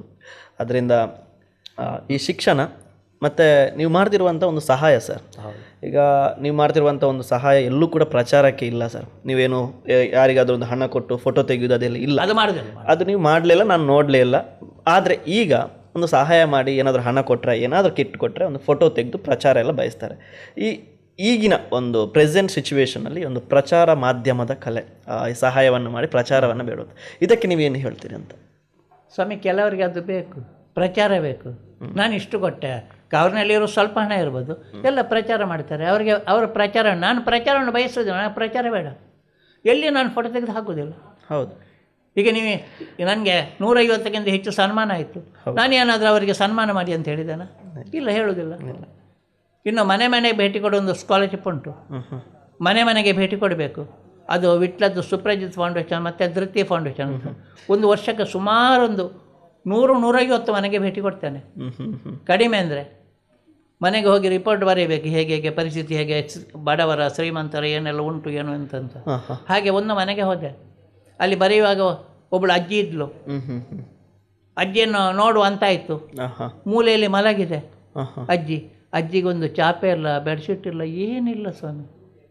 ನೋಡುವಾಗ ಕಣ್ಣೀರು ಬರ್ತದೆ. ಮಗ ಕುಡುಕ, ಏನು ಮಾಡಲಿ? ಹಾಗಂತ 100 ರೂಪಾಯಿ ಕೊಟ್ಟೆ, ಅಜ್ಜಿ ಇರಲಿ ನಿನಗೆ ಅಂತ. ಮತ್ತೆ ಆಲೋಚನೆ ಮಾಡಿದೆ, ಈ ಅಜ್ಜಿ ಏನು ಮಾಡಿತ್ತು ಈ ಹಣವನ್ನು? ಅಜ್ಜಿ ಎಲ್ಲಿಗೆ ಹೋಗ್ಲಿಕ್ಕೆ ಕೊಡ್ತೆ? ಎಲ್ಲಿ ಹೋಗ್ಲಿಕ್ಕೆ ಕೊಡೋದಿಲ್ಲ. ಮಗ ಕುಡಿತಾನೆ, ಅಜ್ಜಿಯು ಕುಡಿದಿತ್ತು. ಹಾಗಂತ ಮನಸ್ಸು ಪರಿವರ್ತನೆ ಮಾಡಲಿ, ಮುದುಕರಿಗೆ ಏನು ಕೊಟ್ಟರಾದಿತ್ತು ಅಂತ ಆಲೋಚನೆ ಮಾಡಿದೆ. ಮುದುಕರಿಗೆ ಅಂಗಿ ಕೊಡ್ಬೋದು, ಇದು ಕೊಡ್ಬೋದು, ಏನೇ ಕೊಡ್ಬೋದು. ಅವರು ಎಲ್ಲಿ ಹೋಗ್ತಾರೆ ಮುದುಕರು? ಸೀರೆ ಕೊಟ್ಟರೆ ಎಲ್ಲಿ ಹೋಗ್ತಾರೆ? ಮಲಗಿಕೊಂಡೇ ಇರುವವರಿಗೆ ಬೆಡ್ಶೀಟ್ ಆದಿತ್ತು ಅಂತ ಲೆಕ್ಕ ಹಾಕಿದೆ. ಈಗ ಎಲ್ಲ ಮನೆಗೆ ಭೇಟಿ ಕೊಡ್ತಾನಲ್ಲ, ಮನೆಗೆ ಭೇಟಿ ಕೊಟ್ಟರೆ ಅಜ್ಜಿ ಇದ್ದರೆ ಅವರನ್ನು ಒಟ್ಟಿಗೆ ಕೂತ್ಕೊಳಿಸೋದು, ಒಂದು ಶಾಲೆ ಹಾಕೋದು, 2 ಬೆಡ್ಶೀಟ್ ಕೊಡೋದು, 2 ಮಾರಿ ಬಿಸ್ಕೊಟ್ ಕೊಡೋದು, ಮಕ್ಕಳಿಂದ ಹಿರಿಯರಿಂದ ಎಲ್ಲ ಕಾಲು ಹಿಡಿಸೋದು. ಎಲ್ಲ ಕಾಲು ಹಿಡಿತಾರೆ. ಮಕ್ಕಳಿಗೆ ಒಂದೊಂದು ಪೆನ್ನು ಕೊಡೋದು, ಒಂದೊಂದು ಪಾಪಿನ್ಸ್ ಚಾಕ್ಲೇಟ್ ಕೊಟ್ಟರೆ ಬರೋದು. ಒಂದು ಒಳ್ಳೆಯ ಸಂಸ್ಕಾರ ಕಲಿಸಿದ ಹಾಗೆ ಆಗಲಿಲ್ಲ. ಖಂಡಿತ. ಅಜ್ಜಂದು ಕಾಲು ಹಿಡಿಯಲಿಕ್ಕೆ ಮಕ್ಕಳು ಅಭ್ಯಾಸ ಮಾಡಿದ ಹಾಗೆ ಆಗಲಿಲ್ಲ. ಅಜ್ಜನಿಗೆ ಸಂತೋಷ ಇಲ್ಲ, ಯಾರು ಕಾಲು ಹಿಡಿತಾರೆ ಸ್ವಾಮಿ? ನನಗಿಂತ ಹಿರಿಯರಾದರೆ ನಾನು ಕಾಲು ಹಿಡಿದು ಬರೋದೆ ಅಲ್ಲ. ಅದು ಜಾತಿ ಮತ್ತೆ ನೋಡಲಿಕ್ಕಿಲ್ಲ. ಹೌದು, ಯಾರ ಜಾತಿ ಆದರೂ ನಮಗೇನು, ನನಗಿಂತ ಹಿರಿಯರಾಗಬೇಕು. ಕಿರಿಯರ ಕಾಲು ಹಿಡಿಬಾರ್ದು ಅಂತ ಉಂಟು. ಅದು ಯಾಕೆ ಸರ್? ಕಿರಿಯರ ಕಾಲು ಹಿಡಿಯಲಿಕ್ಕೆ ದೇವರಿಗೆ ಅವರು ಸಮಾನ ಅಲ್ವಾ? ಹಿರಿಯರು ಅವರ ಆತ್ಮ ಪರಿಶುದ್ಧ ಆಗ್ತದಲ್ಲ ಸ್ವಾಮಿ. ಹೌದು, ಕಿರಿಯರ್ದು ಆತ್ಮ ಪರಿಶುದ್ಧ ಇಲ್ಲ. ಈಗ ಮುದುಕ ಒಬ್ಬ ಇದ್ದಾನೆ, ಅವನ ಆತ್ಮ ನಮ್ಮ ಆತ್ಮಕ್ಕಿಂತ ನನಗಿಂತ ಹೆಚ್ಚು ಮುದುಕ ಆದರೆ ಅವನ ಆತ್ಮ ಪರಿಶುದ್ಧ ಅಲ್ವಾ? ಅವನ ಕಾಲು ನಾವು ಹಿಡಿಬೇಕು. ನಾವು ಕಾಲು ಹಿಡಿಯಲಿಕ್ಕೆ ಈ ಷಡ್ವೈರಿಗಳು ನಮ್ಮಲ್ಲಿ ಉಂಟಲ್ಲ, ಷಡ್ವೈರಿಗಳು ಇಲ್ಲದ್ರೆ ಹಿಡ್ಬೋದು, ಸ್ವಾಮಿಗಳದ್ದು ಹಿಡಿಬೋದು. ಹೌದು, ಯಾಕೆಂದರೆ ಷಡ್ವೈರಿಗಳಿಲ್ಲ ಅವರಲ್ಲಿ, ಎಲ್ಲ ತ್ಯಾಗ ಮಾಡಿದವರು, ಅವ್ರದ್ದು ಹಿಡಿಬೋದು. ಹೌದು, ಇಲ್ಲಾಂದರೆ ಕಾಲು ಸಣ್ಣ ಹೊರದು ಹಿಡಿಬಾರ್ದು ಅಂತ ಉಂಟು. ಹೌದು, ಹಾಗೆ ನೋಡಿ ಎಲ್ಲರಿಗೆ ಅಷ್ಟಾಗಿ ಏನು ಮಾಡ್ತಾರೆ, ಈ ನನ್ನನ್ನು ನೋಡಿ ಬೆಡ್ಶೀಟುಗಳನ್ನು ನನಗೆ ಕಡಿಮೆ ರೇಟ್ನಲ್ಲಿ ಕೊಡ್ತಾರೆ. ಅಂಗಡಿಯವರೇ ಕೊಂಡೋಗಿ ಕೊಡಿ ಅಂತ. ಒಂದು ಸರ್ತಿ ಸ್ವಲ್ಪ ಒಂದು 10-60 ಶರ್ಟ್ ಕೊಟ್ಟರು, ಫ್ರೀ ಕೊಡಿ ಅಂತ. 1-2 ಶಾಲೆಗೆ ಹೋಗಿ ಶರ್ಟ್ ಹಂಚಿದೆ. ಮಕ್ಕಳಿಗೆ ಒಂದು ನಿಯಮ ಬೇಕಲ್ಲ. ಹೌದು, 75% ಹೆಚ್ಚು ಮಾರ್ಕ್ ಕೊಡಿ ಅಂತ ಕೊಟ್ಟೆ. ನಿಜವಾದ ಸೇವೆ. ನಾನು ಕೊಡುವಾಗ ನನಗೆ ಇನ್ನೊಬ್ಬರು ಕೊಡ್ತಾರೆ ಸ್ವಾಮಿ, ನೀವು ಕೊಡಿ. ಖಂಡಿತ. ಮೊನ್ನೊಂದು ಕಡೆ ಹೋದೆ ಶಾಲೆಗೆ, ಸ್ವಲ್ಪ ದುಡ್ಡು ಕೊಡ್ತೇನೆ, ನೀವು ಯಾರಿಗಾದ್ರೂ ಸಹಾಯ ಮಾಡಿ ಅಂತ ಹೇಳಿದರು. ಅವರು ಶಾಲೆಯ ಟೀಚರ್, ನನಗೆ ದುಡ್ಡು ಕೊಡ್ತಾರೆ. ಯಾಕೆ ಹೇಳಿದೆ? ಅಲ್ಲ, ನೀವು ನಿಮ್ಮ ಶಾಲೆಯಲ್ಲಿ ಇಲ್ವೋ ಮಕ್ಕಳು? ನೀವು ಕೊಡಿ, ನಾನು ಕೊಂಡೋಗೋದು ಕೊಡೋದು ಯಾಕೆ? ನಾನು ನನ್ನದನ್ನು ಕೊಡ್ತೇನೆ, ನಿಮ್ಮದನ್ನು ನೀವು ಕೊಡಿ, ನಿಮಗೆ ಬೇಕೆ ಹೇಳಿ ಅಂತ ಹೇಳಿದೆ. ನಮಗೆ ಬೇಡ ಹೇಳಿದರು. ಅಲ್ಲ, ಇಲ್ಲ ನಾನೇ ಹಿಡ್ಕೊಂಡು ಬಂದ, ನಾನು ಯಾಕೆ ಕೊಡೋದು? ಅವ್ರಿಗೆ ಕೊಡ್ಲಿಕ್ಕೆ ಆಗೋದಿಲ್ಲ. ಅಲ್ಲ, ಇನ್ನೊಂದು ಕೇಳ್ಪಟ್ಟೆ ಸರ್ ನಿಮ್ಮ ಬಗ್ಗೆ. ನೀವು ಬೈಕಲ್ಲಿ ಓಡಾಡ್ತಿದ್ರಂತೆ, ನಿಮ್ಮ ಹತ್ರ ಒಂದು ರಾಜದೂತ್ ಏನೋ ಒಂದು ಬೈಕ್ ಇತ್ತಂತೆ. ಅದನ್ನು ನೀವು ಸೆಕೆಂಡ್ ಹ್ಯಾಂಡ್ ವ್ಯಾಪಾರಿಗಳಿಗೆ ಮಾರಾಟ ಮಾಡಲಿಲ್ಲ. ಇವರು ಯಾರಿಗೆ ಮಾರಾಟ ಮಾಡಿದ್ದಂತ ಕೇಳಿದರೆ ಆ ಒಂದು ಕಲಿಕೆಯನ್ನು, ವಿದ್ಯಾಭ್ಯಾಸವನ್ನು ಮಾಡುವಂಥ ಯಾವುದೋ ಒಂದು ಸಂಸ್ಥೆಗೆ ಕೊಟ್ರಿ ಅಂತ ನಾನು ಕೇಳ್ಪಟ್ಟೆ. ಹೌದು ಸ್ವಾಮಿ, ಈಗ ನಮ್ಮಲ್ಲಿ ಹಳೆ ವಸ್ತುಗಳು ಉಂಟು. ಈಗ ನಾನು ಹಳೆ ಪುಸ್ತಕ ಇತ್ತು, ನಾನು ಓದುವವರಿಗೆ ಕೊಡ್ತಿದ್ದೆ. ಮೊದಲು ಕಲೀರಿ, ಹಣ ತಗೊಳ್ಳಿಕ್ಕಿಲ್ಲ. ಶಾಲೆಗೆ ಹೋಗೋಡು ನನ್ನ ಹತ್ರ ರಾಜದೂತ ಬೈಕ್ ಇತ್ತು, 20 ವರ್ಷ ಓಡಿಸಿದೆ. ಅದಕ್ಕೆ ಮತ್ತೆ ಅವಧಿ ಆಗ್ತದಲ್ಲ. ಹೌದು, ಅವಧಿ ಆಗುವಾಗ ಜೀವಸಿ ಅಂತ ಇತ್ತು ಮನೆ4ನಲ್ಲಿ. ಮನೆ4 ಜೀವಸಿ ಅವರಿಗೆ ಬೇಕಂತ ಇತ್ತು. ನಾನು ಅದನ್ನು ಅವರಿಗೆ ದಾನ ಕೊಟ್ಟೆ. ಅದು ರನ್ನಿಂಗ್ನಲ್ಲಿ ಇತ್ತು. ನಾನು ರನ್ನಿಂಗ್ ಮಾಡಿಕೊಂಡು ಕೊಟ್ಟದ್ದು ಅವರಿಗೆ ಕೊಟ್ಟೆ. ಅದ ನಂತರ ಮ್ಯಾಕ್ಸ್ 100 ಒಂದಂತಿದ್ದು, ಆ ಮ್ಯಾಕ್ಸ್ 100 ಕೂಡ ಇನ್ನೊಂದು ಶಾಲೆ ಕೊಟ್ಟೆ. 2 ಬೈಕ್ ಕೊಟ್ಟೆ. ಈಗ 3ನೇ ಬೈಕ್ ಉಂಟು, ಇನ್ನು ಯಾವಾಗ ಕೊಡಲಿಕ್ಕೆ ನೋಡಬೇಕು. ನಾವಾದರೆ ಸೆಕೆಂಡ್ ಹ್ಯಾಂಡ್ನ ಸೇಲ್ ಮಾಡಿ ಇನ್ನೊಂದು ಹೊಸತನ್ನು ತೆಗಿತಾ ಇದ್ವಿ. ಹೌದು, ನಾವಿಲ್ಲ, ನಾನು ಅದನ್ನು ಫ್ರೀ ಕೊಡೋದು, ನನಗೆ ಬೇಡ ಅಲ್ಲ. ನಿಜವಾಗಿ ಇನ್ನು ನೋಡಿ, ಕೆಲವೊಮ್ಮೆ ಏನಾಗ್ತಾ ಗೊತ್ತ, ಶಾಲೆಯಲ್ಲಿ ವಿಶೇಷ ಘಟನೆಗಳು ನಡೆಯುತ್ತೆ. ಮೊನ್ನೆ ಮನೆ4 ಶಾಲೆಗೆ ಹೋದೆ. ಅಲ್ಲಿ 85% ಹೆಚ್ಚು ಮಾರ್ಕ್ ತೆಗೆದವರು 50%ಗೆ ಹೆಚ್ಚು SLCಯಲ್ಲಿ ಮೊನ್ನೆ. ಗ್ರೇಟ್ ಅಲ್ವಾ? ಎಲ್ಲಿ ಸಿಗ್ತಾರೆ? ಟೀಚರ್ ಅವರ ಮನೆಗೆಲ್ಲ ಭೇಟಿ ಕೊಟ್ಟೆ. ಆ 21 ಮಕ್ಕಳು, 21 ಮನೆಯವರಿಗೆ ಭೇಟಿ ಕೊಟ್ಟು ಅವರಿಗೆ ಕೊಡೊಂದು ಶಾಲಾ ಎಲ್ಲ ಕೊಟ್ಟು ಬಂದೆ. ಅವರಿಗೆ ಸನ್ಮಾನ ಅಂತ ಹೇಳಿದರು, ಆ ಮಕ್ಕಳಿಗೆ ಸನ್ಮಾನ ಅಂತ ಹೇಳಿದರು. ಯಾರು ಟೀಚರ್ಸ್ ಸನ್ಮಾನ ಮಾಡೋದು, ಊರವರನ್ನು ಹೇಳಿದ್ದಾರೆ. ನನ್ನನ್ನು ಹೇಳಿದರು, ನೀವು ಒಂದು ಕಡೆಗೆ ಬರಬೇಕು ಅಂತ. ಆಯಿತು, ಹೋದೆ. ನಾನು ಆಲೋಚನೆ ಮಾಡಿದೆ, ಅಷ್ಟು ರಿಸಲ್ಟ್ ತೆಗಿಬೇಕಾದ್ರೆ ಟೀಚರ್ಸ್ ಎಷ್ಟು ಕಷ್ಟಪಟ್ಟಿರ್ಬೋದು. ಟೀಚರ್ಸನ ಬಗ್ಗೆ ಚಿಂತನೆ ಮಾಡಬೇಡ್ವಾ? ಹಾಗಲೇ ಇರಲು ದುಡಿದಿರಬಾರ್ದು. ಆ ಮಾಸ್ಟ್ರು ಹೇಳಿ, ಯಾರೋ ಒಬ್ಬರು ಇದ್ದರು, ಹೆಡ್ ಮಾಸ್ಟ್ರು, ಅವರು ಕುಂದಾಪುರದವರಂತೆ. ಕುಂದಾಪುರದವರು ಇಲ್ಲಿಗೆ ಬಂದು ಕಷ್ಟಪಡಲಿಲ್ಲ ಸ್ವಾಮಿ. ನಾನು ಕಂಡಿತು, ಮಾಸ್ಟ್ರನ್ನು ಯಾರು ಸನ್ಮಾನ ಮಾಡ್ತಾರೆ? ಮಾಸ್ಟ್ರ್ ಮಕ್ಕಳನ್ನು ಮಾಡ್ತಾರೆ. ನಾನು ಬರೆಗೈಯಲ್ಲಿ ಹೋಗಲಿಲ್ಲ. ಅಲ್ಲಿ 11 ಜನ ಸಿಬ್ಬಂದಿಗಳು, 8 ಟೀಚಿಂಗ್ ಸ್ಟಾಫ್, 3 ಅಡಿಗೆಯವರು, ಒಟ್ಟಿಗೆ 11 ಶಾಲೆ ಹಿಡ್ಕೊಂಡು ಹೋದೆ. ಎಲ್ಲರಿಗೆ ಒಂದೊಂದು ಶಾಲೆ ಹಾಕಿದೆ. ಮತ್ತು ಎಲ್ಲರಿಗೆ 108 ಹಳೆ ಆಚಾರ ಹೊಸ ವಿಚಾರ ಪುಸ್ತಕ 8 ಜನರಿಗೆ ಕೊಟ್ಟೆ. ಅಡಿಗೆಯವರಿಗೆ ಪುಸ್ತಕ ಯಾಕೆ, ಅವರಿಗೆ 3 ಬೆಡ್ಶೀಟ್ ಕೊಟ್ಟೆ. ಶಾಲೆಯ ಮಕ್ಕಳಿಗೆಲ್ಲ ಚಾಕ್ಲೇಟ್ ಕೊಟ್ಟೆ, ಆ ಪಾಪಿನ ಚಾಕ್ಲೇಟ್ ಅಂತ. ಮತ್ತು ಆ 10th ಇದ್ದವರಿಗೆ SL ಎಲ್ಲ ಒಂದೊಂದು ಪೆನ್ನು ಕೊಟ್ಟು ಬಂದೆ. ನನಗೆ ಒಂದು 2-2.5 ಸಾವಿರ ಮುಗೀತು. ನನಗೆ ತೃಪ್ತಿ ಆಯ್ತಲ್ಲ ಸ್ವಾಮಿ. ನೀವು ಫಸಲನ್ನು ನೋಡಲಿಲ್ಲ, ಬುಡವನ್ನು ನೋಡಿದ್ದು. ನನಗೆ 2.5-3 ಸಾವಿರ ಮುಗ್ದಿರ್ಬೋದು, ಆ ಸಂಗತಿ ಬೇರೆ. ಆದರೆ ಆ ಸಂತೋಷ ಎಲ್ಲಿ ಸಿಗ್ತದೆ? ಖಂಡಿತ. ಎಲ್ಲರಿಗೆ ತಲೆಬಿಸಿ ಮಾಡಿಕೊಂಡಿರುವುದು. ನಮ್ಗೆ ಯಾವ ತಲೆಬಿಸಿ ಇಲ್ಲ, ಆರಾಮಲ್ಲೋ ನಾವು ಜೀವನ. ಹೌದು, ಖಂಡಿತ ಸರ್. ಈಗ ನಾವು ಮಾತಾಡ್ತಾ ನಿಮ್ಮ ಮಕ್ಕಳ ಬಗ್ಗೆ ಎಲ್ಲ ಹೇಳಿದ್ರಿ. ನಿಮ್ಮ ಧರ್ಮಪತ್ನಿಯ ಬಗ್ಗೆ ನೀವು ಹೇಳಲಿಲ್ಲ. ಧರ್ಮಪತ್ನಿ ಅಂದರೆ, ನಾವು ಒಳ್ಳೆಯದರಲ್ಲಿ ಇದ್ದೆವು. ಕೃಷಿಕ ಕುಟುಂಬ, ತುಂಬ ಕೆಲಸ ಮಾಡ್ತಿದ್ದಾಳೆ ಅವಳು. ಯಾಕಂದರೆ ನಮ್ಮಲ್ಲಿ ಅಕ್ಕಿ ಹಲ್ಲರು ಎಲ್ಲ ಇತ್ತು. ತುಂಬ ಶ್ರಮಜೀವಿ ಅವಳು. ಶ್ರಮಜೀವಿ, ಕೆಲಸ ಎಲ್ಲ ಮಾಡಿದ್ಲು. 3 ಮಕ್ಕಳಿಗೆ ಜನ್ಮ ಕೊಟ್ಟಲು. ಎಲ್ಲ ಒಳ್ಳೆಯ ರೀತಿಯಲ್ಲೇ ಇತ್ತು. ಆದರೆ ಅವಳಿಗೆ ಬ್ರೆಸ್ಟ್ ಕ್ಯಾನ್ಸರ್ ಬಂತು. ಅದು ನನಗೆ ಗೊತ್ತಿಲ್ಲ. ನನಗೆ ಅದು ಕ್ಯಾನ್ಸರ್ ಅಂತ ಗೊತ್ತಿಲ್ಲ. ಅಯ್ಯೋ, ಅದು ಗೆಡ್ಡೆ ಹೇಗೆ ಬರ್ತದೆ, ಅದು ಗಟ್ಟಿ ಆದರೆ ಮತ್ತೆ ಅದು 1-2 ಸ್ಟೇಜಲ್ಲಿ ಗುಣ ಆಗ್ತದೆ. ಅದು 3ನೇ ಸ್ಟೇಜಿಗೆ ಹೋಗಿತ್ತು. ಗುಣ ಮಾಡಲಿಕ್ಕೆ ಆಗಲಿಲ್ಲ. 2 ವರ್ಷ ಒದ್ದಾಡಿತ್ತು. ಹಣ ಎಲ್ಲ ಎಷ್ಟು ಖರ್ಚು ಬೇಕೋ ಅಷ್ಟು ಖರ್ಚು ಮಾಡಿತ್ತು. ಅದರ ತೀರಿಗೆ 20 ವರ್ಷ ಆಯಿತು. 20 ವರ್ಷ. ಈಗ ಮಿಂಚಿ ಹೋದ ಕಾರ್ಯಕ್ಕೆ ಚಿಂತಿಸಿ ಫಲವೇನು? ನಾನು ಅದರ ಚಿಂತೆ ಮಾಡ್ತಾಯಿದ್ರೆ ಬೇರೆ ಆಗ್ತದ? ನಾನು ಇದಕ್ಕೆ ಸಮಾಜ ಸೇವೆ ಮಾಡಿದರೆ ಇದರಲ್ಲಿ ಒಂದು ತೃಪ್ತಿ ಅಲ್ವಾ? ಖಂಡಿತ ಸರ್. ಅಂಥ ನೋವಿದ್ರೂ ಕೂಡ ಇದನ್ನು ಸಹಿಸಿಕೊಳ್ಳಿ, ಇದನ್ನು ನೋಡಿ ಸಂತೋಷ ಪಡಬೇಕು. ಖಂಡಿತ ಸರ್ ಅಲ್ವಾ? ನಮಗೆ ಒಂದು ಮನೆಯಲ್ಲಿ ಎಲ್ಲಾದರೂ ಹೋದರೆ ಎಲ್ಲಿದ್ದೀರಿ ಅಂತ ಕೇಳುವವರೇ ಅಂತ ಕೇಳಿದ್ರೆ ಅದು ಹೆಂಡತಿ, ಇಲ್ಲದ್ರೆ ತಾಯಿ. ಹೌದು. ಇವತ್ತು ಒಂದು ಕಡಿವಾಣ ಹಾಕುವವರು ಯಾರಾದರೂ ಬೇಕಾಗ್ತದೆ. ಹೌದು. ಇಲ್ಲ, ಈಗ ಹಾಗೆ ನಾನು ತಿರುಗ್ತಾ ಇದ್ದೇನೆ. ಹಾಗಂತ 7 ಗಂಟೆ ಲೇಟ್ ಆದರೆ ಈಗ ಮನೆಯಲ್ಲಿ ಫೋನ್ ಮಾಡ್ತಾರೆ ಮೊಮ್ಮಕ್ಕಳು, ಅಜ್ಜ ಎಲ್ಲಿದ್ದಿ ಅಂತ. ಮೊಮ್ಮಕ್ಕಳು ಕಾಲ್ ಮಾಡಿ, ಅಜ್ಜ ಮೊನ್ನೆ ಒಂದು ಆಯಿತು 8 ಗಂಟೆ ಏನಾಗಿದೆ ಹೇಳಿದ್ದೇನೆ ಫೋನ್ ಮಾಡಿ ಮಗನಿಗೆ. ಅದು ನನ್ನ ಮೊಮ್ಮಗಳಿಗೆ ಗೊತ್ತಿಲ್ಲ. ಅವಳು ಫೋನ್ ಮಾಡಿದ್ಲು, ಅಜ್ಜ ಎಲ್ಲಿದ್ದೀರಿ? ಮಗನ ಹತ್ರ ಹೇಳಿದ್ದಾನೆ, ಹೀಗೆ ನಾನು ನನ್ನ ಮಗಳ ಮನೆಗೆ ಹೋಗಿದ್ದೇನೆ ಅಂತ. ಆಯ್ತು ಅಂತ ಹೇಳಿದ್ಲು. ಪಾಪ ಅವರಿಗೆ ಫೋನ್ ಮಾಡ್ತಾರೆ ಅವರು. ಹಾಗೆಲ್ಲ ಇರ್ತಾರೆ. ಹಾಗೆಯೇ ಸರ್, ಈಗಿನ ಆಚಾರ ವಿಚಾರ ಸಂಸ್ಕೃತಿ ನಮ್ಮದು ಈಗ ನೀವು ಅಲ್ಲಿ ನೋಡಿರುವಂಥ, ನೀವು ಹಿಂದ್ಗಡೆ ಈಗ 90s ನೋಡಿರುವಂಥ ಒಂದು ನಮ್ಮ ಆಚಾರ ವಿಚಾರ ಆಗಿರ್ಬೋದು, ಈಗ ಪ್ರೆಸೆಂಟ್ ಇರುವಂಥ ಆಚಾರ ವಿಚಾರ ತುಂಬ ಬದಲಾವಣೆ ಆಗಿದೆ ಸರ್. ಇದ್ರ ಬಗ್ಗೆ ಏನು ಹೇಳ್ತೀರಿ? ಯಾವ ಆಚಾರ ವಿಚಾರ? ಎಲ್ಲ ನಮ್ಮ ಸಂಸ್ಕೃತಿ ಬಗ್ಗೆ. ಇವತ್ತು ಏನು ನಾವೊಂದು ನಿಮ್ಮ ಒಂದು ವಯಸ್ಸಲ್ಲಿ ಏನು ನಿಮ್ಮ ಒಂದು ಬಾಲ್ಯದಲ್ಲಿರುವಾಗ ಬಹಳ ಚೆನ್ನಾಗಿತ್ತು ಅಂತ, ಆದರೆ ಈಗ ಬದಲಾವಣೆ ಆಗ್ತಾ ಇದೆ ಸ್ವಾಮಿ. ಅದು ಕಾಲಕ್ರಮೇಣ ಒಬ್ಬ ಇನ್ನೊಬ್ಬನನ್ನು ನೋಡಿ ಮಾಡೋದು ಸ್ವಾಮಿ. ಅವ ಹಾಗೆ ಮಾಡಿದ, ಅವ ಯಾಕೆ ಹಾಗೆ ಮಾಡ್ತಾನೆ ನಮ್ಗೆ ಗೊತ್ತುಂಟಾ? ಹೌದು. ಅವೊಂದು ಒಳ್ಳೆಯದ ಕೆಟ್ಟದ್ದು ನಾವು ತೀರ್ಮಾನಕ್ಕೆ ಬರ್ತೇವೆ ಸ್ವಾಮಿ. ನೋಡಿ, ಸರಳ ವಿವಾಹಗಳು ನಡೀತಿತ್ತು ಅಲ್ವಾ? ಯಾರು ಎಷ್ಟು ಜನರನ್ನ ಬೇಕಾಗಿ ಹೇಳಿ ಒಳ್ಳೆಯ ಊಟ ಕೊಟ್ಟು ಎಲ್ಲ ವ್ಯವಹಾರ ಆಗ್ತಿತ್ತು, ಸರಿ ಹೋಗ್ತಿತ್ತು ಅದು. ಆದರೆ ಈಗ ಒಬ್ಬೊಬ್ಬರೇ ಒಂದೊಂದು ಥರ ಮಾಡ್ತಾ ಹೋಗ್ತಾರೆ. ನೋಡಿ, ಈಗ ಹಳ್ಳಿಯಲ್ಲಿ ಮದ್ರಿಂಗಿ ಅಂತ ಮಾಡ್ತಾರೆ. ಮದ್ರಿಂಗಿ ಅಂದರೆ ನಿಜವಾಗಿ ಅಂತ ಗೊತ್ತುಂಟ? ಇಲ್ಲ ಸರ್. ಚರ್ಮ ರೋಗವನ್ನು ನಿವಾರಣೆ ಮಾಡುವುದಕ್ಕಾಗಿ ಮದುಮಗಳಿಗೆ ಅರಶಿನ ಮೆತ್ತಿ ಸ್ನಾನ ಮಾಡಿಸುವುದು.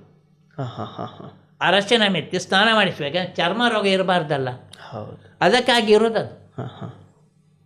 ಇದಕ್ಕಾಗಿ ಒಂದು 8 ದಿನಕ್ಕೆ ಮೊದಲೇ ಮಾಡಬೇಕಂದ್ರೆ ನಾಂದಿ ಅಂತ ಇಡ್ತಾರೆ. ನಾಂದಿ ಅಂತ ಇಟ್ಟು ಬ್ರಾಹ್ಮಣರಲ್ಲಿ ಅದು ಚರ್ಮ ರೋಗ ನಿವಾರಣೆಗೆ ಮಾಡೋದು. ಅದನ್ನು ಮಾಡಿ ಅರಶಿನ ಮೆತ್ತಿ. ಈಗ ಏನಾಗಿದೆ, ಅದು ಮದುವೆ ಹಿಂದಿನ ದಿನ 1 ದಿನಕ್ಕೆ ಮೊದಲು ಮಾಡೋದು. ಮದುವೆಗೆ ಮೊದಲು ಆಗಬೇಕದು. ಅವತ್ತು ರಾತ್ರಿ ಡ್ಯಾನ್ಸ್ ಏನು, ಕುಡಿಯೋದು ಏನು, ರಾಗ ಹಾಕೋದೇನು, ಏನೂ ಇಲ್ಲ. ಇದು ಸಂಸ್ಕಾರವ? ಇದು ಎಲ್ಲಿಯ ಸಂಸ್ಕಾರ? ಅವನನ್ನು ನೋಡಿ ಇವನನ್ನು ನೋಡಿ ಅವ ಎಲ್ಲ ಇದು ತಪ್ಪಿ ಹೋಯ್ತು ದಾರಿ. ನೋಡಿ, ಮೊದಲು ಮದುವೆಗೆ ಮಾಂಸಾಹಾರ ಮಾಡ್ತಿರ್ಲಿಲ್ಲ, ಸಸ್ಯಾಹಾರ ಮಾತ್ರ. ಆ ಮಾಂಸಾಹಾರ ಎಲ್ಲಿ? ಮದುವೆಯ ನಂತರ ಎಲ್ಲಿ ಆದರೂ ಮಾಂಸಾಹಾರಿಗಳಾದರೂ ಮಾಡ್ತಿದ್ರು. ಈಗ ಅದಿಲ್ಲ. ಮದುವೆ ಯಾವತ್ತಲ್ಲ ಮಾಂಸಾಹಾರ. ಅದೆಷ್ಟು ಸರಿ ಸರ್? ತಪ್ಪದು. ಒಂದು ಸರಿಯಲ್ಲ. ಇದು ದೇವತಾ ಕಾರ್ಯ ಅಲ್ಲ. ಅಲ್ಲಿ ದೇವರನ್ನು ಇಟ್ಟು ಪೂಜೆ ಮಾಡಿ ಅಲ್ಲ ಮದುವೆ ಮಾಡೋದಲ್ವ ಸ್ವಾಮಿ? ಆ ದೇವತಾ ಕಾರ್ಯ ಮಾಡುವಲ್ಲಿ ಇದನ್ನೆಂತ ಮಾಡೋದು ನಾವು? ಹಾಗಂತ ಹೇಳಿದರೆ ಯಾರು ಕೇಳುವವರು? ಖಂಡಿತ. ನಾವು ಇನ್ನೊಬ್ಬರನ್ನು ನೋಡಿ ಎಲ್ಲ ಮಾಡೋದು. ನಾವು ವೆಸ್ಟರ್ನನ್ನು ಅಡಾಪ್ಟ್ ಮಾಡ್ತಾ ಇದೆ. ಅವರು ಯಾಕೆ ಮಾಡ್ತಾರೆ ಅಂತ ನಮಗೆ ಅರ್ಥ ಆಗಬೇಡ್ವ? ಅವರ ಕಾಲದಲ್ಲಿ ಅವರು ಮಾಡ್ಬೋದು, ಅವರ ಪರಿಸರದಲ್ಲಿ ಅವರು ಮಾಡ್ಬೋದು. ನೋಡಿ, ನಮ್ಮಲ್ಲಿ ಈಗ ಪುರೋಹಿತರು ಅಂಗಿ ಹಾಕೋದಿಲ್ಲ, ತೀರ್ಥ ಪ್ರಸಾದ ಕೊಡುವಾಗ ಅಲ್ವಾ? ಯಾಕೆ? ಇಲ್ಲಿ ಸೆಕೆ ಕಾಲ ಏನು ಒಳ್ಳೆಯದುಂಟು, ಕಚ್ಚೆ ಹಾಕಿ. ಆದರೆ ಬದ್ರಿನಾಥ ಕೇದಾರನಾಥಕ್ಕೆ ಹೋಗಿ ನೀವು ಅಲ್ಲಿ ಶಟರ್ ಹಾಕಿಯ ಪ್ರಸಾದ ಕೊಡೋದು ಬದುಕಬೇಡ ಸ್ವಾಮಿ, ಆ ಪರಿಸರಕ್ಕೆ ಸರಿಯಾಗಿ. ನಾವು ಎಲ್ಲಿ ಹೇಗೆ ಮಾಡ್ತಾರೆ ನೋಡಿ. ಕುಡಿಯುವುದು ಎಲ್ಲಿ ಗೊತ್ತುಂಟ? ಪಾಶ್ಚಾತ್ಯ ದೇಶಗಳಲ್ಲಿ ಚಳಿ ವಿಪರೀತ. ಆ ಚಳಿ ತಡೆಯುವುದಕ್ಕೆ ಕುಡಿಯುವುದು ಸ್ವಲ್ಪ. ನಮಗೆ ಚಳಿ ಉಂಟಾ ಸ್ವಾಮಿ? ಇಲ್ಲಲ್ಲ, ನಾವು ಕುಡಿಯುವುದಲ್ವಾ? ಯಾರ ಹತ್ರ ಹೇಳುವುದು? ಅವರನ್ನು ನೋಡಿ ನಾವು ಮಾಡೋದು. ಅವ್ರು ಹಾಗೆ ಮಾಡಿದ್ದಿರ್ಬೋದು, ನಾವು ಹಾಗೆ ಮಾಡೋದು. ಅಲ್ಲಿ ಚಳಿ ಜಾಸ್ತಿ ಇರೋದಕ್ಕೆ ಅವರು ಚಳಿ ಜಾಸ್ತಿ ಇರೋದಕ್ಕೆ ಕುಡಿಯೋದು. ನಾವು ಅದನ್ನು ಇಲ್ಲಿ ಕುಡಿಯೋದು. ಅದನ್ನು ಟೈ ಕಟ್ಟುವುದು ಯಾಕೆ? ಅಲ್ಲಿ ಚಳಿ ಜಾಸ್ತಿ ಉಂಟಂತಲ್ವಾ? ನಿಮಗೆ ಟೈ ಬೇಕಾ ಸ್ವಾಮಿ? ಇಲ್ಲಿ ನಾವು ಅವರನ್ನು ನೋಡಿ ಟೈ ಕಟ್ಟುವುದಲ್ವ? ಹೇಳಿದರೆ ಅರ್ಥ ಆಗ್ತದೆ ಯಾರಿಗಿದೆ? ಇವ ಹುಚ್ಚ ಅಂತ ಹೇಳಲಿಕ್ಕಿಲ್ವಾ? ಪರಿಸರಕ್ಕೆ ಹೊಂದಿಕೊಂಡು ಧರ್ಮಗಳಿರ್ಬೋದು, ಅಲ್ಲಿದ್ದು ತಕ್ಕಂತೆ ನಡೀಬೇಕು ನಾವು. ನಮ್ಮಲ್ಲಿ ಬೇರೆ. ಖಂಡಿತ. ನಮ್ಮ ಪ್ರದೇಶಕ್ಕೆ ಹೇಗುಂಟು, ನಾವು ಅದನ್ನು ನೋಡಿ ಕಲಿಯೋದು. ಮತ್ತು ಸೀರೆ ಬಗ್ಗೆ ಬಹಳ ಅದ್ಭುತವಾಗಿ ಹೇಳ್ತೀರಿ ಸರ್. ಸೀರೆ ನೋಡಿ, ಹೆಂಗಸರು ಸೀರೆ ಉಡ್ತಾರೆ, ಗಂಡಸರು ಇಲ್ಲ. ಯಾಕೆ ಸೀರೆ ಉಟ್ಟುವುದು? ಒಂದು ಕಾಲದಲ್ಲಿ ಬಟ್ಟೆ ಇರಲಿಲ್ಲ. ಬಟ್ಟೆ ಇಲ್ಲದ ಕಾಲ ಅಲ್ವಾ? ಪ್ರಾಣಿಗಳ ಹಾಗೆ ನಾವು ಇದ್ದದಲ್ವಾ? ಅಷ್ಟಾಗುವಾಗ ಮತ್ತೆ ಬಟ್ಟೆ ಬಂದಾಗ ಅದು ಉದ್ದ ಶಾಲಿನ ಹಾಗೆ ಬಂತು. ಟೈಲರ್ ಇದ್ದಾನೆ ಸ್ವಾಮಿ, ಕತ್ತರೆ ಉಂಟ, ಯಂತ್ರ ಉಂಟ, ಎಂತ ಉಂಟಾಗ? ನಾವು ಸೊಂಟಕ್ಕೆ ಮಾತ್ರ ಕಟ್ಟಿಕೊಂಡೆವು. ಹೆಂಗಸರು ಮಾನ ಮುಚ್ಚುವುದಕ್ಕೆ ಸೊಂಟ ಕಟ್ಟಿದ ಒಂದು ತುದಿಯನ್ನು ಬಲಗೈಯಲ್ಲಿ ತೆಗೆದು ಎಡ ಹೆಗಲಿಗೆ ಹಾಕಿದ್ರು. ಅದೇ ಸೀರೆ ಆಯಿತು. ಮತ್ತೆ ಅದಕ್ಕೆ ಬೇರೆ ಬೇರೆ ರೂಪ ತಾಳಿರ್ಬೋದು, ಆ ಸಂಖ್ಯೆ ಬೇರೆ. ಅಲ್ವಾ? ಹಾಗೆ ಆದದ್ದು. ಮತ್ತೆ ಈಗ ಹಿಜಾಬ್ ಎಲ್ಲ ಹಾಕ್ತಾರಲ್ಲ, ಅದು ಅಲ್ಲಿ ಅರಬಸ್ಥಾನದಲ್ಲಿ ವಿಪರೀತ ಇದು ಸ್ವಾಮಿ. ಸೆಕೆ, ಆ ಸೆಕೆ ತಡೀಲಿಕ್ಕೆ ಆಗೋದಿಲ್ಲ. ತಲೆಗೆ ಬಟ್ಟೆ ಹಾಕಲೇಬೇಕು. ಆ ತಲೆಗೆ ಬಟ್ಟೆ ಹಾಕಿ ಮತ್ತೆ ಅದು ಸ್ವಲ್ಪ ಹೆಚ್ಚಾಗಿ ಮತ್ತು ಇವ್ರದ್ದು ಹಿಜಾಬ್ ಇದು ಯಾವುದು ಹೋಗಿ ತುಂಬ ದೊಡ್ಡದಾಗಿ ಘೋಷ ಆಗಿದೆ. ಅದು ಹಾಗೆ ಅಲ್ಲದು ಅಲ್ಲ. ಹಾಗೆ ಹೇಳಿದರೆ ಅವರು ಜಗಳಕ್ಕೆ ಬರಲಿಕ್ಕಿಲ್ವಾ? ಬರ್ತಾರೆ. ನಾವು ಸುಮಗೆ ನಮ್ಮ ಧರ್ಮ ಅಲ್ಲಿ ಹೌದು ಬೇಕು. ನಮ್ಮಲ್ಲಿ ಕೂಡ ರಾಜಸ್ಥಾನದ ಹೆಂಗಸರು ತಲೆಗೆ ಬಟ್ಟೆ ಹಾಕ್ತಾರೆ ನೋಡಿ. ಹೌದು. ಯಾಕೆ? ಅದು ತಾರ್ ಮರುಭೂಮಿ, ಅದಕ್ಕಾಗಿ ಬಟ್ಟೆ ಹಾಕೋದು. ಜಾಸ್ತಿ ಬಿಸಿಲಿರ್ತದೆ, ಬಿಸಿಲು ಜಾಸ್ತಿ, ಹೊಯ್ಗೆ ಬಂದು ಮೈ ಮೇಲೆ ಬೀಳ್ತದೆ, ಅದಕ್ಕೆ ಅಲ್ಲಿ ಬೇಕು. ಇಲ್ಲಿ ನೋಡಿ ಮಂಗಳೂರಿನಲ್ಲಿ ಕೂಡ ಹೆಂಗಸರು ತಲೆಗೆ ಬಟ್ಟೆ ಹಾಕ್ತಾರೆ, ಹೌದು ಅದು ಅಲ್ಲಿದ್ದ ಹೌದು. ಹೌದು ಮತ್ತೆ ಎಲ್ಲದ ಆಯಾ ಕಾಲಕ್ಕೆ ಧರ್ಮಕ್ಕೆ ಹೊಂದಿಕೊಂಡಿರು ಸ್ವಾಮಿ. ಹೌದು ಬೇರೆ ಬೇರೆ ಬೇರೆ ನೋಡಿ, ನಾವು ಈಗ ಭಾರತದಲ್ಲಿ ಸಸ್ಯಾಹಾರಿಗಳಿದ್ದಾರೆ, ಹೌದು ಆದರೆ ಪಾಶ್ಚಾತ್ಯ ದೇಶಗಳು ಹೆಚ್ಚಿನವರೆಲ್ಲ ಮಾಂಸಾಹಾರಿಗಳೇ. ಹೌದು ಯಾಕೆ ಗೊತ್ತುಂಟ? ಬದುಕಬೇಕಾದ್ರೆ ಏನೋ ತಿನ್ನಬೇಕೇ ಬೇಡ. ಬೇಕು. ಅರಬಸ್ಥಾನದಲ್ಲಿ ತರಕಾರಿ ಬೆಳೀತದ? ಇಲ್ಲ. ಇಲ್ಲ. ಚಳಿ ಪ್ರದೇಶದಲ್ಲಿ ತರಕಾರಿ ಬೆಳೀತದ? ಇಲ್ಲ. ಬದುಕಬೇಕಾದ್ರೆ ಹೌದು. ತಿನ್ನಬೇಡವಾ? ಮಾಂಸಾಹಾರವನ್ನು ತಿಂದರು. ನಮ್ಮ ಭಾರತದಲ್ಲಿ ತರಕಾರಿ ಬೆಳೀತದೆ, ನಾವು ಸಸ್ಯಾಹಾರಿಗಳಿದ್ದೇವೆ ಇಲ್ಲಿ ಅಷ್ಟೇ. ಮತ್ತೆಂಥ ವ್ಯತ್ಯಾಸ? ಹೌದು ಪರಿಸರಕ್ಕೆ ಹೊಂದಿಕೊಂಡು. ಹೌದು. ಹಾಗೆ ಆಯಾ ಪರಿಸರಕ್ಕೆ ತಕ್ಕಂತ ಒಂದು ಅಲ್ಲಿಯ ಸ್ಥಾಪನೆ ಆದ ಧರ್ಮ ಅಲ್ಲಿಗೆ ಸರಿಯಾಗಿ ಹೊಂದಿಕೊಳ್ಬೇಕು. ನಮಗೆ ಸರಿಯಾಗಿ ನಾವು ಹೊಂದಿಕೊಳ್ಬೇಕು. ಇನ್ನೊಂದು ಧರ್ಮವನ್ನು ಗೌರವಿಸಬೇಕು, ನಮ್ಮ ಗೌರವವನ್ನು ಧರಿಸಬೇಕು. ನಾವು ಭಾರತೀಯರಲ್ವ? ಹೌದು. ಭಾರತ ಧರ್ಮ. ಹೌದು. ಭಾರತ ಒಂದು ಏನೋ ಸಂಸ್ಕೃತಿಯ ತವರೂರು ಅಂತ ಹೇಳ್ತೀವಿ. ತವರೂರು. ನಮ್ಮ ಸಂಸ್ಕೃತಿ ಪ್ರಾರಂಭ ಆದ ಇಲ್ಲಿಂದ ಅಲ್ವ? ಹೌದು. ಹಾಗಾದರೆ ಆ ಇಂಗ್ಲೀಷ್ ಮಹಿಳೆಯರು ಪ್ಯಾಂಟ್ ಹಾಕೋದು, ಹೌದು. ಹಾಗೆ ಸೀರೆ ಕೊಡೋದು ಭಾರತೀಯರಲ್ವ? ಹೌದು. ನಾಗರಿಕತೆ ಹುಟ್ಟಿದ್ದು ಇಲ್ಲಿಂದ ಅಲ್ವ? ನಾಗರಿಕತೆ ಹುಟ್ಟಿದ್ದು ಇಲ್ಲಿಂದ. ಭಾರತವಲ್ಲ ಶ್ರೇಷ್ಠವಾದ್ದು. ಹೌದು. ತುಂಬ ಇದೆ ಸರ್, ಮಾತಾಡಕ್ಕೆ ಹೋದರೆ ತುಂಬ ನಿಮ್ಮಲ್ಲಿ ಇದನ್ನು ಮಾಹಿತಿಗಳು ಸಿಗ್ತವೆ. ಆದರೂ ಕೂಡ ಶಿಕ್ಷಣ ಒಂದು ವಿದ್ಯಾರ್ಥಿಗೆ ಎಷ್ಟು ಮುಖ್ಯ ಸರ್ ನಿಮ್ಮ ಪ್ರಕಾರ? ಸ್ವಾಮಿ, ಶಿಕ್ಷಣ ಎಂಬುದು ಬೇಕೇ ಬೇಕು. ಶಿಕ್ಷಣ ಇಲ್ಲದ್ರೆ ಎಲ್ಲಿ ಏನು ಎಂತ ಅಂತ ತಿಳಿಯುವುದಿಲ್ಲ. ನಮಗೆ ವಿಷಯ ತಿಳಿಬೇಡವಾ? ವಿಷಯ ಇನ್ನೊಬ್ಬರ ಶಿಕ್ಷಣವನ್ನು ಬೇರೆ ಬೇರೆ ರೀತಿಯಲ್ಲಿ ಪಡೆಯೋದು. ಒಂದು, ಶಾಲೆಗೆ ಹೋಗಿ ಪಡೆಯಬಹುದು. ಶಾಲೆಗೆ ಹೋಗದೇ ಪಡೀಲಿಕ್ಕೆ ಆಗ್ತದೆ. ಬೇರೆ ಬೇರೆ ಸಂಘ ಸಂಸ್ಥೆಗಳಿಗೆ ಹೋಗಿ ಅಲ್ಲಿ ಮಾತಾಡಿ. ಈಗ ಎಷ್ಟೋ ಜನ ಶಿಕ್ಷಣ ಪಡೆಯೋದು ಎಷ್ಟೋ ಬುದ್ಧಿವಂತರಿದ್ದಾರೆ, ಬೇರೆ ಕಡೆ ಪಡೆಯುತ್ತಾರೆ. ನಮ್ಮಲ್ಲಿ ಊರಿನಲ್ಲಿ ಒಬ್ಬರು ಇದ್ದಾರೆ, ಅವರು ಶಾಲೆಗೆ ಹೋಗಲಿಲ್ಲ. ವಿಲಿಯರ್ಸ್ ಪಂಪ್ ಬಿಟ್ಟು ಫಿಟ್ ಮಾಡ್ತಾರೆ ಬಿಡಿಸಿ. ಶಾಲೆಗೆ ಹೋಗಿ 2ನೇ ಕ್ಲಾಸ್ ಏನು ನೋಡಿ, ಜ್ಞಾನಶಕ್ತಿ ಅವರಲ್ಲಿ ಉಂಟು. ನಾವು ಇನ್ನೊಬ್ಬರಿಂದ ಕಲಿಯಬೇಕು. ಆ ಆಸಕ್ತಿ ನಮ್ಮಲ್ಲಿ ಬೇಕು. ಆಸಕ್ತಿಯನ್ನು ನಾವು ಬೆಳೆಸಿಕೊಳ್ಬೇಕು. ಶಿಕ್ಷಣ. ಮತ್ತು ಈಗ ಶಿಕ್ಷಣ ಬೇರೆ ಬೇರೆ ಕಡೆ ಪಡೆಯುವುದು ಕಷ್ಟ ಅಲ್ವಾ? ಶಾಲೆಗಳು ಉಂಟಲ್ಲ, ಶಾಲೆಗೆ ಹೋಗಿ ನೋಡಿ. ಮೊದಲು ಗುರುಕುಲದಲ್ಲಿ ಕೊಡ್ತಿದ್ರು ಶಿಕ್ಷಣ, ಸ್ವಾಮೀಜಿಗಳ ಗುರುಗಳು ಅವರು ಶಿಕ್ಷಣ ಕೊಡ್ತಿದ್ರು. ಈಗ ಅದನ್ನು ಪರಿವರ್ತನೆ ಶಾಲೆ ಅಂತ ಮಾಡಿದ್ದಾರೆ. ಶಾಲೆ ಅಂತ ಅಷ್ಟೇ. ನನಗೆ ಇನ್ನೊಂದು ಕೇಳಲಿಕ್ಕಿತ್ತು ಸರ್. ಈಗ ನಿಮ್ಮ ನೀವು ಹೇಳಿದ್ರಿ 44ರಲ್ಲಿ ನೀವು ಹುಟ್ಟಿದ್ದು ಅಂತ. 43ರಲ್ಲಿ ನಿಮ್ಮ ಶಿಕ್ಷಣ ಆಗುವಾಗ ನಾನು ಎಲ್ಲೋ ಕೇಳಿದ್ದೆ ಸರ್, ಹೊಯ್ಗೆಯಲ್ಲೆಲ್ಲ ಬರಿಸ್ತಾ ಇದ್ರು. ಆವಾಗ ಸ್ಲೇಟ್ ಎಲ್ಲ ಇರಲಿಲ್ಲ, ಪುಸ್ತಕ ಎಲ್ಲ ಇರಲಿಲ್ಲ, ಇದಿಲ್ಲ, ಯಾವುದು ಸ್ಲೇಟ್ ಇಲ್ಲ. ಸ್ಲೇಟ್ ಇಲ್ಲ ಅಂದರೆ ಬರೆಯೋದು ಎಲ್ಲಿಂದ? ಕಾಗದ ಇಲ್ಲ, ಎಲ್ಲಿಂದ ಬರೆಯೋದು? ಹೊಯ್ಗೆ ಎಲ್ಲ ಬರೆಯುತ್ತಿದ್ರು ಬೆರಳಲ್ಲಿ.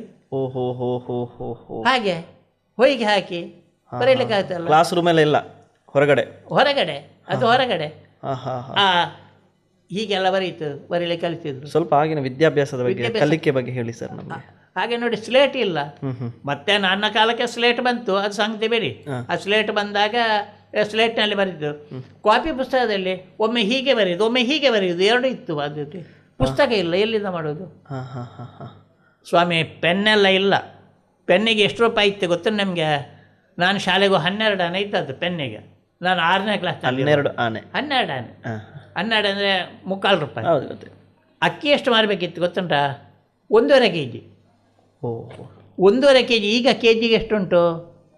50 ರೂಪಾಯಿ ಅಂತ. 1.5ಗೆ 75 ರೂಪಾಯಿ ಆಗಲಿಲ್ವಾ? ಒಂದು ಪೆನ್ನಿಗೆ 75 ರೂಪಾಯಿ ಆಗಲಿಲ್ವಾ? ಮತ್ತೆ ಅವತ್ತು ಪೆನ್ನು ತಗೊಳ್ಳೋದು ಹೇಗೆ ನೀವು ಆಲೋಚನೆ ಮಾಡಿ. ಅದಕ್ಕೆ ಹೊಯ್ಗೆಯಲ್ಲೆಲ್ಲ ಬರೆಯೋದು. ಇನ್ನೊಂದು ವಿಶೇಷ ಯಾಕೆಂತ ನಮ್ಗೆ ಗೊತ್ತಿಲ್ಲ. ಈ ಕನ್ನಡದಲ್ಲಿ ಇದರಲ್ಲಿ ನಮ್ಮ ಸಂಬಂಧಿಕರನ್ನೆಲ್ಲ ಕರೆಯುವ ಶಬ್ದಗಳು ಆದಿಂದ ಹುಟ್ಟುವುದು. ಅಮ್ಮ, ಅಪ್ಪ, ಅಜ್ಜ, ಅಜ್ಜಿ, ಅತ್ತಿಗೆ ಅಲ್ವಾ? ನೋಡಿ, ಅಕ್ಕ ಎಲ್ಲ ಆದಿಂದಲೇ. ಹೌದು. ಅದು ಹೇಗೆ ಸರ್? ಗೊತ್ತಿಲ್ಲ ನನಗೆ. ಅಲ್ಲ, ಹುಟ್ಟುವುದು ಹೌದಲ್ವಾ? ಹುಟ್ಟುದು. ಮತ್ತು ಮನುಷ್ಯ ಏನಾಗಲಿ, ಈಗ ನಿಮಗೆ ಅಪ್ಪ ಅಮ್ಮ ಇರಬಹುದು. ಹೌದು. ನನಗೆ ಅಪ್ಪ ಅಮ್ಮ ಇಲ್ಲ. ಆದರೂ ನಾನು ಎಲ್ಲಿಯಾದರೂ ಬಿದ್ದೆ ಅಂತ ಕೇಳು, ಮೊದಲು ಕರೆಯೋದು ಯಾರನ್ನು? ನಾನು ಅಮ್ಮನನ್ನಲ್ವ? ಅಮ್ಮ ಇದ್ದಾರ? ಹಾಗಾದರೆ ಪ್ರಪಂಚದಲ್ಲಿ ಅಮ್ಮನಷ್ಟು ಶ್ರೇಷ್ಠವಾದವರು ಯಾರೂ ಇಲ್ಲ. ಖಂಡಿತ ಸರ್, ಖಂಡಿತ. ಸರ್ವಶ್ರೇಷ್ಠ. ಅಮ್ಮನಿಗಿಂತ ದೊಡ್ಡ ದೇವರೇ ಇಲ್ಲ. ನೀವು ಯಾವ ದೇವರಿಗೆ ಪ್ರಾರ್ಥನೆ ಮಾಡಿದ್ರೆ ಅಮ್ಮನನ್ನು ಸರಿ ನೋಡಿದ. ಹೌದು. ಅಮ್ಮನೇ ಸರ್ವಸ್ವ. ಮಾತೃದೇವೋ ಪಿತೃದೇವೋ ಆಚಾರ್ಯದೇವೋ ಅಮ್ಮ ಅಲ್ವ ಮುಖ್ಯ? ಜನ್ಮ ಕೊಟ್ಟವಳು, ನಮಗೆ ಸಾಕಿ ಬೆಳೆಸಿದವಳು ನಮ್ಮನ್ನು. ಅಮ್ಮ ಶ್ರೇಷ್ಠ. ಆದರೆ ಏನು ಮಾಡೋದು, ಈಗ ಅಮ್ಮನನ್ನೇ ಅನಾಥನನ್ನಾಗಿ ಮಾಡ್ತಾರೆ, ಅನಾಥಾಶ್ರಮಕ್ಕೆ ಹಾಕ್ತಾರೆ. ನಮಗೆ ಪುರುಸೊತ್ತಿಲ್ಲ ನೋಡಲಿಕ್ಕೆ. ತುಂಬ ಬೇಸರ ಸಂಗತಿ ಅದು. ಬೇಸರ ಸಂಗತಿ. ನಮಗೆ ಎಷ್ಟೇ ನೋವಿದ್ರು ಕೂಡ ಅಮ್ಮನ ಎದುರುಗಡೆ ಒಂದ್ಸಲ ನಿಂತ್ಕೊಂಡ್ರೆ ಆ ನೋವೆಲ್ಲ ಮರ್ತೋಗುತ್ತೆ. ಅಂತ ಶಕ್ತಿ ತಾಯಿಗೆ ಇದೆ. ನಾವು ಅಮ್ಮನನ್ನೆಲ್ಲ ಕರೆಯುವುದು. ಹೌದು. ಕಷ್ಟ ಬಂದರೆ ಅಮ್ಮ, ಹೌದು, ಕಾಪಾಡು. ತಾಯಿಗಿಂತ ದೊಡ್ಡ ತಾಯಿಗಿಂತ ದೊಡ್ಡದು ಯಾವುದುಂಟು ಸ್ವಾಮಿ? ಯಾವುದಿಲ್ಲ. ಖಂಡಿತ ಸರ್, ಖಂಡಿತ. ತಾಯಿಯ ಬಗ್ಗೆ ಎಷ್ಟು ಮಾತಾಡಿದ್ರು ಸಾಲದು. ಸಾಲದು. ಜನ್ಮ ಕೊಟ್ಟವಳು. ಹೌದು. ಹೆರಿಗೆ ನೋವು ಅಂದರೆ ಅತಿ ದೊಡ್ಡ ನೋವಂತೆ. ಹೆರಿಗೆ ನೋವು, ಆ ನೋವನ್ನು ಸಹಿಸಿಕೊಂಡು ನಮಗೆ ಜನ್ಮ ಕೊಟ್ಟಿದ್ದಾಳೆ. ಹೌದು. ನನ್ನ ಅಮ್ಮನಿಗೆ ಬೆಳಿಗ್ಗೆ ಹೊಟ್ಟೆ ನೋವು ಶುರುವಾಗಿದೆ ಅಂತ, ಹೆರಿಗೆ ನೋವು 4 ಗಂಟೆಗೆ ಹೆತ್ತದಂತೆ. ಎಷ್ಟು ನೋವು ಅನುಭವಿಸಿರ್ಲಿಕ್ಕಿಲ್ಲ ನನ್ನ ಅಮ್ಮ. ನಿಜವಾಗೂ ಅದು ಅಮ್ಮನಿಗೆ ಮಾತ್ರ ಗೊತ್ತಲ್ಲ. ಹೆರಿಗೆ ಆಗಲಿಲ್ಲ, ಆಗ ಆಸ್ಪತ್ರೆ ಇಲ್ಲ, ಮನೆಯಲ್ಲಿ ಹೆರುವುದಲ್ವ, ಡಾಕ್ಟ್ರ್ ಇಲ್ಲ. ಬದುಕುತ್ತೇನೋ ಸಾಹಿತ್ಯನ ಅಂತ ಗೊತ್ತುಂಟ? ಇಲ್ಲಲ್ಲ. ನೋಡಿ ಇಂಥ ಪರಿಸ್ಥಿತಿ. ಅಂಥ ತಾಯಿ, ಇಂಥ ಒಂದು ಅದ್ಭುತವಾದಂಥ ಏನು ಪುಣ್ಯಾತ್ಮರಿಗೆ ಜನ್ಮವನ್ನು ನೀಡಿದ್ದಾರೆ ನಿಮ್ಮ ತಾಯಿ. ಅಂಥ ತಾಯಿಯನ್ನೇ ನಾವು ಮರೆಯುತ್ತೇವಲ್ವ? ಯಾರನ್ನು ಮರೆತು ತಾಯಿಯನ್ನು ಮರೆಯಬಾರ್ದು. ಹೌದು. ಈಗ ಸರ್, ಈಗ ಅಧ್ಯಾಪಕರಂದರೆ, ಶಿಕ್ಷಕರಂದರೆ ನಮಗೆ 1ನೇಯಿಂದ ಒಂದು 8ನೇ ತರಗತಿವರೆಗೆ ಕಲಿಸಿದಂಥ ಅಧ್ಯಾಪಕರು. ನಾವು ಜೀವನದಲ್ಲಿ ಏನೇ ಆಗ್ಬೋದು, ಏನೋ ಡಾಕ್ಟ್ರ್ ಆಗ್ಬೋದು, ಇಂಜಿನಿಯರ್ ಆಗ್ಬೋದು, ರಾಜಕಾರಣಿ, ಏನೋ ಎಂಥ ಹುದ್ದೆ ಕೂಡ ಹೋಗ್ಬೋದು. ಆದರೆ ಮೊದಲು ನಮಗೆ ನಮ್ಮ ಒಂದು ಗೂಡಂಗಡಿಯನ್ನು ಓಪನ್ ಮಾಡಿದವರು ಆ ಪ್ರೈಮರಿಯ ಒಂದು ಟೀಚರ್ಸ್ಗಳು. ನಾವೇನಿವತ್ತು ಸಿಗ್ನೇಚರ್ ಹಾಕ್ತೀವಿ ಅದು ಮೊದಲಿಗೆ ಕಲಿಸಿದ್ದು ಪ್ರೈಮರಿ ಟೀಚರ್ಸ್. ಅವ್ರು ಎಲ್ಲೇ ಸಿಕ್ಕಿದ್ರು ಕೂಡ ನಾವು ಅವರನ್ಗೆ 2 ಕೈಯನ್ನು ಸೇರಿಸಿ ನಾವು ನಮಸ್ಕಾರ ಮಾಡಲೇಬೇಕು, ಅದು ನಮ್ಮ ಕರ್ತವ್ಯ. ಆದ್ದರಿಂದ ಅದು ಎಲ್ಲರೂ ಕೂಡ, ನಾನು ಎಲ್ಲರಿಗೂ ಕೂಡ ಹೇಳೋದು, ಈ ಮುಖ್ಯನ ಹೇಳ್ತೀನಿ ನಾನು, ಎಲ್ಲಾದರೂ ನಮ್ಮ ಟೀಚರ್ಸ್ ಸಿಕ್ಕಿದರೆ ಖಂಡಿತವಾಗಲೂ ಅವರಿಗೆ ಒಂದು ನಮಸ್ಕಾರ ನಮ್ಮ ಕಡೆಯಿಂದ ಕೊಡಬೇಕು. ಈಗ ನಿಮ್ಮ ಒಂದು ವೃತ್ತಿ ಜೀವನದಲ್ಲಿ ಸರ್ ಎಷ್ಟೋ ಜನ ಡಾಕ್ಟ್ರ್ ಆಗಿರ್ಬೋದು, ಜಡ್ಜ್ ಆಗಿರ್ಬೋದು, ಇಂಜಿನಿಯರ್ಸ್ ಎಲ್ಲ ಆಗಿರ್ಬೋದು ಸರ್, ಅವರನ್ನು ನೋಡುವಾಗ ಸರ್ ನಿಮಗೆ ಆಗುವಂಥ ಖುಷಿ, ಸಂತೋಷ? ನೋಡಿ ಸ್ವಾಮಿ, ಪ್ರೈಮರಿ ಶಾಲೆಯ ಮಕ್ಕಳಿಗೆ ಶಿಕ್ಷಕರಲ್ಲಿ ಇರುವಷ್ಟು ಗೌರವ ಬಾಕಿ ಮಕ್ಕಳಿಗೆ ಇಲ್ಲ. ಮೇಲೆ ಹೋದ ಕೂಡಲೇ ಕಡಿಮೆ ಆಗ್ತದೆ. ನೀವು 1ನೇ ಕ್ಲಾಸಿಗೆ ಅಕ್ಷರಾಭ್ಯಾಸ ಕಲಿಸಿದ ಶಿಕ್ಷಕ ಇದ್ದಾನಲ್ಲ, ಅವನನ್ನು ಕಂಡಾಗ ಅಪ್ಪ ಅಮ್ಮನನ್ನು ಕಂಡಷ್ಟೇ ಪ್ರೀತಿ. ಖಂಡಿತ ಸರ್, ಖಂಡಿತ. ಅಷ್ಟು ಪ್ರೀತಿ. ಅಮ್ಮನನ್ನು ಅಪ್ಪನನ್ನು ಕಂಡಾಗ ಎಷ್ಟು ಪ್ರೀತಿ ಉಂಟು, ಅದು ಅದೇ ಮಾತೃದೇವೋ ಪಿತೃದೇವೋ ಆಚಾರ್ಯ ದೇವೋ ಹಾಗೆ ಬಂದದ್ದಲ್ಲಿ. ಹಾಗಂತ ಅದು ಮುಂದೆ ಹೋದಾಗ, ಬೆಳೆದಾಗ ಕಡಿಮೆ. ಹೌದು. ಅವರು 2 ಕೈ ಜೋಡಿಸ್ತಾರೆ. ಆ ಸಣ್ಣ ಕ್ಲಾಸಿನ ಮಕ್ಕಳು ಕಾಲು ಹಿಡಿಯುತ್ತಾರೆ. ಹೈಸ್ಕೂಲಿಗೆ ಬಂದು ಅವ್ರು ಕಾಲು ಹಿಡಿಲಿಕ್ಕೆ ಬರುವುದಿಲ್ಲ, ಅವ್ರು ನಮಸ್ಕಾರ ಮಾತ್ರ ಕೊಡ್ತಾರೆ. ಕಾಲೇಜಿಗೆ ಹೋದವರು ಕೈ ಕುಳುಕಲಿಕ್ಕೆ ಬರ್ತಾರೆ, ಸೆಕೆಂಡ್ ಕೊಡಲಿಕ್ಕೆ ಬರ್ತಾರೆ. ಏನು ಮಾಡ್ತಾರೆ? ಹೌದು. ನಿಜವಾಗಿ ಶ್ರೇಷ್ಠವಾದ ವೃತ್ತಿ ಪ್ರಾಥಮಿಕ ಶಾಲೆ ಶಿಕ್ಷಕ ಅಂತ, ಅದಕ್ಕಿಂತ ಶ್ರೇಷ್ಠವಾದ್ದು ಬೇರೆ ಇಲ್ಲ. ಖಂಡಿತ. ಮೇಲೆ ಹೋದಾಗ ಒಂದು ಡಿಗ್ರಿ ದೊಡ್ಡದೇ ಇರ್ಬೋದು, ಅವ ಯಾವುದೇ ಇರ್ಬೋದು, ಹೌದು, PhD ಮಾಡಿದ್ದಿರ್ಬೋದು, ಇವರಿಗೆ ಸಿಕ್ಕುವ ಗೌರವ ಅಲ್ಲಿಲ್ಲ. ಹೌದು, ಖಂಡಿತ. ನೀವು ಹೇಳಿದಾಗ ನನ್ನ ಟೀಚರ್ಸ್ಗಳು, ನನ್ನ ಗುರುಗಳೆಲ್ಲ ನನಗೆ ನೆನಪಿಗೆ ಬಂದರು. ನನ್ನ ಅಂಡಿಂಜ ಶಾಲೆಯ ಶಿಕ್ಷಕರೆಲ್ಲ ನೆನಪಿಗೆ ಬಂದರು ನನಗೆ. ನೀವು ಅಂಡಿಂಜ ಶಾಲೆ ಕೂಡ ಬಂದಿದ್ದೀರಿ ಅಂತ ನೀವು ಹೇಳಿದ್ದೀರಿ. ಹೌದು. ನಾನು ಅಲ್ಲೇ ನನ್ನ ಪ್ರೈಮರಿಯನ್ನು ಮುಗಿಸಿದ್ದು, ನಾನು ಅಲ್ಲೇ. ಸರ್, ನಿಮ್ಮ ಈ ಒಂದು ಸುದೀರ್ಘವಾದಂಥ ಈ ಒಂದು ಪ್ರಯಾಣದಲ್ಲಿ ಯಾವುದಾದ್ರೂ ಒಂದು ಮರೆಯಲಾಗದಂತಹ ಘಟನೆ ಯಾವುದಾದ್ರೂ ಇದೆ? ನಿಮ್ಮ ಕಣ್ಣಂಚಲ್ಲಿಂದ ನೀರು ತರಿಸಿದ್ದ, ಅಲ್ಲ ತುಂಬ ಖುಷಿ ಕೊಟ್ಟಿರೋದು ಯಾವುದಾದ್ರೂ ಘಟನೆ ಇದೆಯಾ ಅಂತ? ಅಂಥ ಘಟನೆಗಳು ಪಕ್ಕ ನೆನಪು ಬರೋದಿಲ್ಲ. ಯಾಕೆಂದರೆ ಇದು ನೆನಪು ಬರೋದು ಸ್ವಲ್ಪ ಕಷ್ಟ ಆಗ್ತದೆ ಕೆಲವೊಮ್ಮೆ. ಹೇಗೆ, ಏನು, ಎಂಥದ್ದು ಅಂತ ಗ್ರಹಿಸಲಿಕ್ಕೆ ಕಷ್ಟ ಆಗ್ತದಲ್ಲ. ಹಾಗೆಲ್ಲ ಇರ್ತದೆ, ಬೇರೆ ಘಟನೆಗಳು ಇರ್ತವೆ. ಯಾಕೆಂದರೆ ಅದು ಕೆಲವೊಮ್ಮೆ ವಯಸ್ಸಾದಾಗ ಘಟನೆಗಳು ಪಕ್ಕನೆ ನೆನಪಿಗೆ ಬರೋದಿಲ್ಲ. ಈಗ ನಾನು ಹೇಳಿದೆ ನಿಮ್ಮ ಆಚಾರ ವಿಚಾರ ಸಂಸ್ಕೃತಿ ಬಗ್ಗೆ ತುಂಬ ಬದಲಾವಣೆಗಳು ಆಗ್ತಾ ಇದೆ ಅಂತ. ಈಗ ನನಗೆ ಬಹಳ ಖುಷಿಯಾದದ್ದು ಅದು ಇನ್ನೊಂದು, ನೀವು ಸನ್ಮಾನದಲ್ಲಿ ಅರ್ಧ ಹಣವನ್ನು ಸೇರಿಸಿ ಮಕ್ಕಳಿಗೆ ಕೊಡ್ತಾ ಇದ್ದೀರಿ. ಇನ್ನು ಮುಂದಕ್ಕೆ ಏನು ಮಾಡಬೇಕಂತ ಇದ್ದೀರಿ ಸರ್? ನಿಮ್ಮ ಕನಸೇನು ಅಂತ? ಸ್ವಾಮಿ, ಈಗ ನನ್ನ ಊರಿನ ಒಂದು 5-6 ಶಾಲೆ ಉಂಟು, ಅವರಿಗೆಲ್ಲ ಒಂದು 25,000 ಕೊಡಬೇಕು. ಮತ್ತೆ ಬೇರೆ ಯಾವುದಾದ್ರೂ ಬಂದರೆ, ಹಣ ಬಂತಂತ ಇಟ್ಕೊಳ್ಳಿ, ಯಾವುದಾದ್ರೂ ಅಂಥದ್ದಿಂಥದ್ದು. ಮತ್ತು ನಾನೀಗ ತುಂಬ ಕೆಲಸ ಮಾಡೋ ಶಾಲೆಗಳೊಂದು 3-4 ಉಂಟು, ಡಿಗ್ರಿ ಕಾಲೇಜುಗಳೆಲ್ಲ. ಮಂಗಳೂರಿನಲ್ಲಿ 1-2, ವಾಮದಬದವಿನಲ್ಲಿ, ಇವರಿಗೆಲ್ಲ ಒಂದು ದತ್ತಿನಿಧಿ ಕೊಡಬೇಕಂತ ಲೆಕ್ಕ ಹಾಕಿದೆ. ಓಹೋ. ನಾನು ಹಣ ಉಳಿಸೋದಿಲ್ಲ, ಅವರಿಗೆ ಕೊಡೋದು. ಈಗ ಯಾವುದಾದ್ರೂ ಬಂದರೆ ಅವರಿಗೆ ಕೊಡೋದು. ನಾನು ಅದನ್ನು ಬಳಸೋದೇ ಇಲ್ಲ, ಅಷ್ಟೇ ಸೇರಿಸಬೇಕು, ನಾನು ಸೇರಿಸ್ತೇನೆ ಏನಾದರೂ ಮಾಡಿ. ಮತ್ತೊಂದು ವಿಷಯ ಸರ್, ನಮ್ಮ ವೀಕ್ಷಕರಿಗೆ ತುಂಬ ಜನ ಈಗ ಕಾರ್ಯಕ್ರಮ ನೋಡ್ತಿರುವವರಿಗೆ ಈ ಸ್ಕಾಲರ್ಶಿಪ್ ಬಗ್ಗೆ ಅಷ್ಟು ಗೊತ್ತಿಲ್ಲ ಸರ್. ಅದು ಹೇಗೆ ಸಿಗುತ್ತೆ, ಎಲ್ಲಿಂದ ಸಿಗುತ್ತೆ, ಈ ಕರ್ನಾಟಕದಲ್ಲಿ ಎಷ್ಟು ಸ್ಕಾಲರ್ಶಿಪ್ ಕೊಡುವಂಥ ಸಂಸ್ಥೆಗಳಿವೆ, ಸರಿ ಅದರ ಬಗ್ಗೆ ಸ್ವಲ್ಪ ಏನಾದರೂ ಮಾಹಿತಿ ನೀಡೋದು? ಸ್ವಲ್ಪ ಮಾಡುವ, ತುಂಬ ಹೇಳಲಿಕ್ಕೆ ಅವರಿಗೆ ಗೊತ್ತಾಗಿದೆ. ಹೌದು ನೋಡಿ, ಸ್ಕಾಲರ್ಶಿಪ್ ಸಿಗೋದು 4 ರೀತಿಯಲ್ಲಿ. ಹಾಂ ಹಾಂ.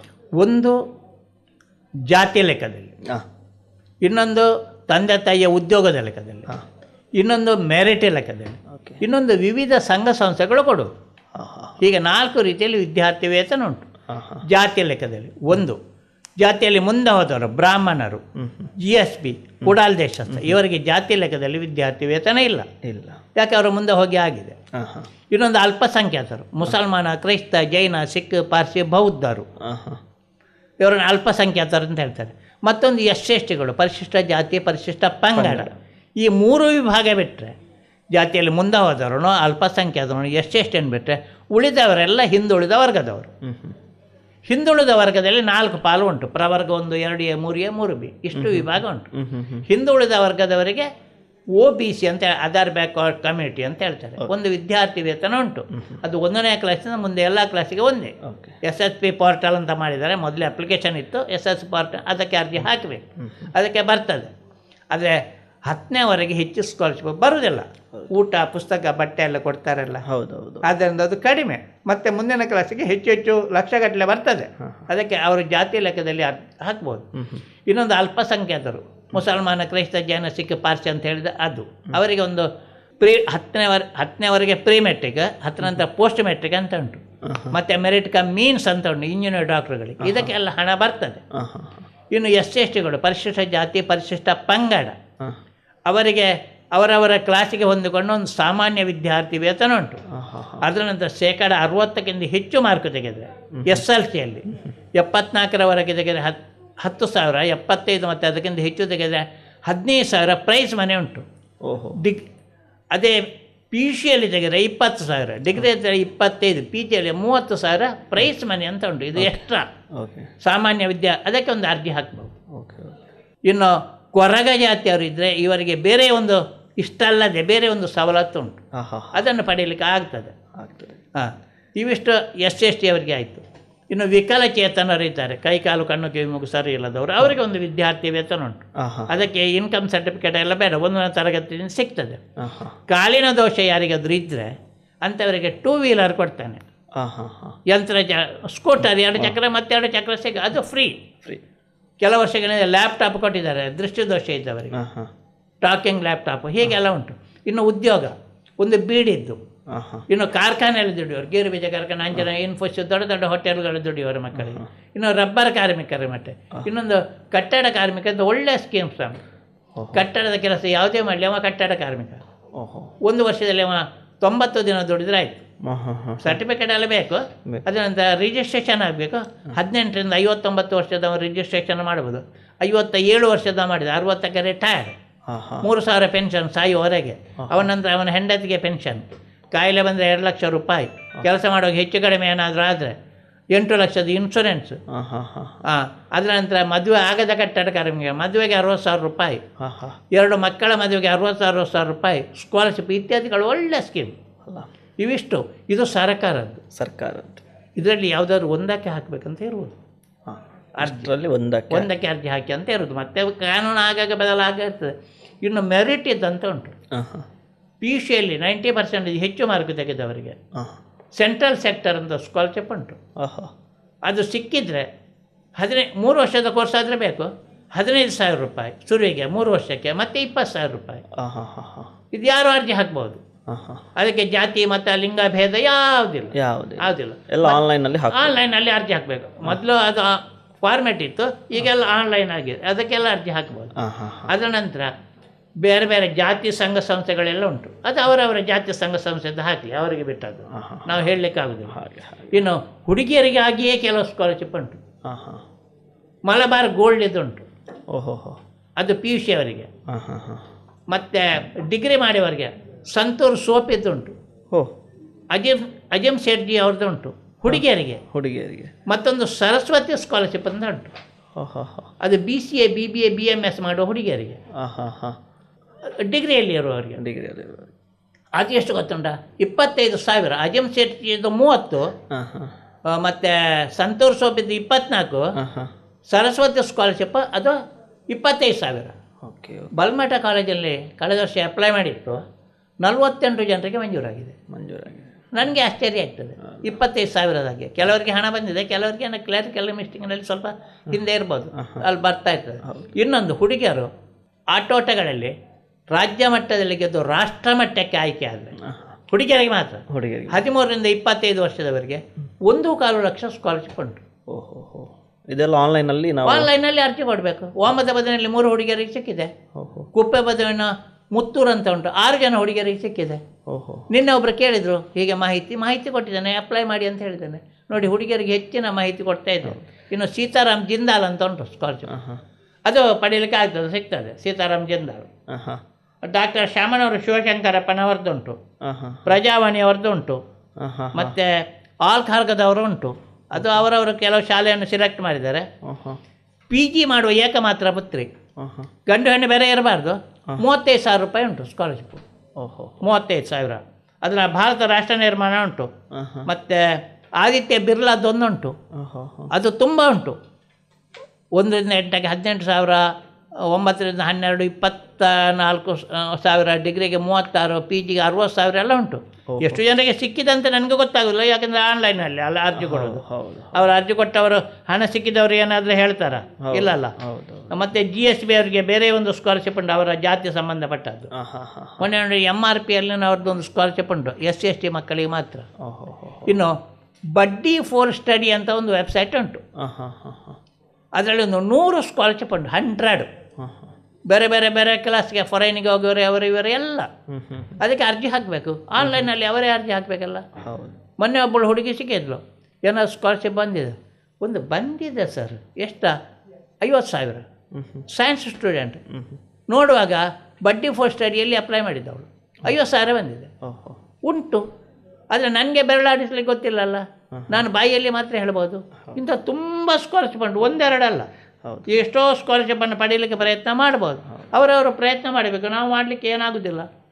ಶ್ರೀರಾಮ ಫೈನಾನ್ಸ್ ಅಂತ ಉಂಟು, ಸ್ಕಾಲರ್ಶಿಪ್ ಕೊಡ್ತಾರೆ, ಅರ್ಜಿ ಫಾರ್ಮ್ ಎಲ್ಲ ಉಂಟು, ಅದಕ್ಕೆ ಹೀಗೆಲ್ಲ ಮಾಡ್ತಾ ಇದ್ದೇನೆ. ಒಂದು ಮಾಹಿತಿಯನ್ನು ಕೊಟ್ಟದ್ದಕ್ಕೆ ತುಂಬ ಧನ್ಯವಾದಗಳು ಸರ್. ಕಾರ್ಯಕ್ರಮದ ಕೊನೆಯ ಹಂತಕ್ಕೆ ಬರ್ತಾ ಇದ್ದೀವಿ. ನಿಮ್ಮ ಈ ಒಂದು ಏನು ಸಾರ್ಥಕ ಬದುಕಿನ ಬಹುದೊಡ್ಡ ಸಾಧಕರು ನೀವು. ನಿಮ್ಮ ಸಾಧನೆ ಬಹು ದೊಡ್ಡದು. ನಮ್ಮಂಥವರಿಗೆ ನೀವೆಲ್ಲರೂ ಕೂಡ ಸ್ಫೂರ್ತಿ. ಇವತ್ತಿನ ಯುವ ಜನತೆಗೂ ಕೂಡ ಸ್ಫೂರ್ತಿ, ಹಾಗೆಯೇ ಇವತ್ತಿನ ಶಿಕ್ಷಕರಿಗೂ ಕೂಡ ನೀವು ಒಂದು ಸ್ಫೂರ್ತಿ.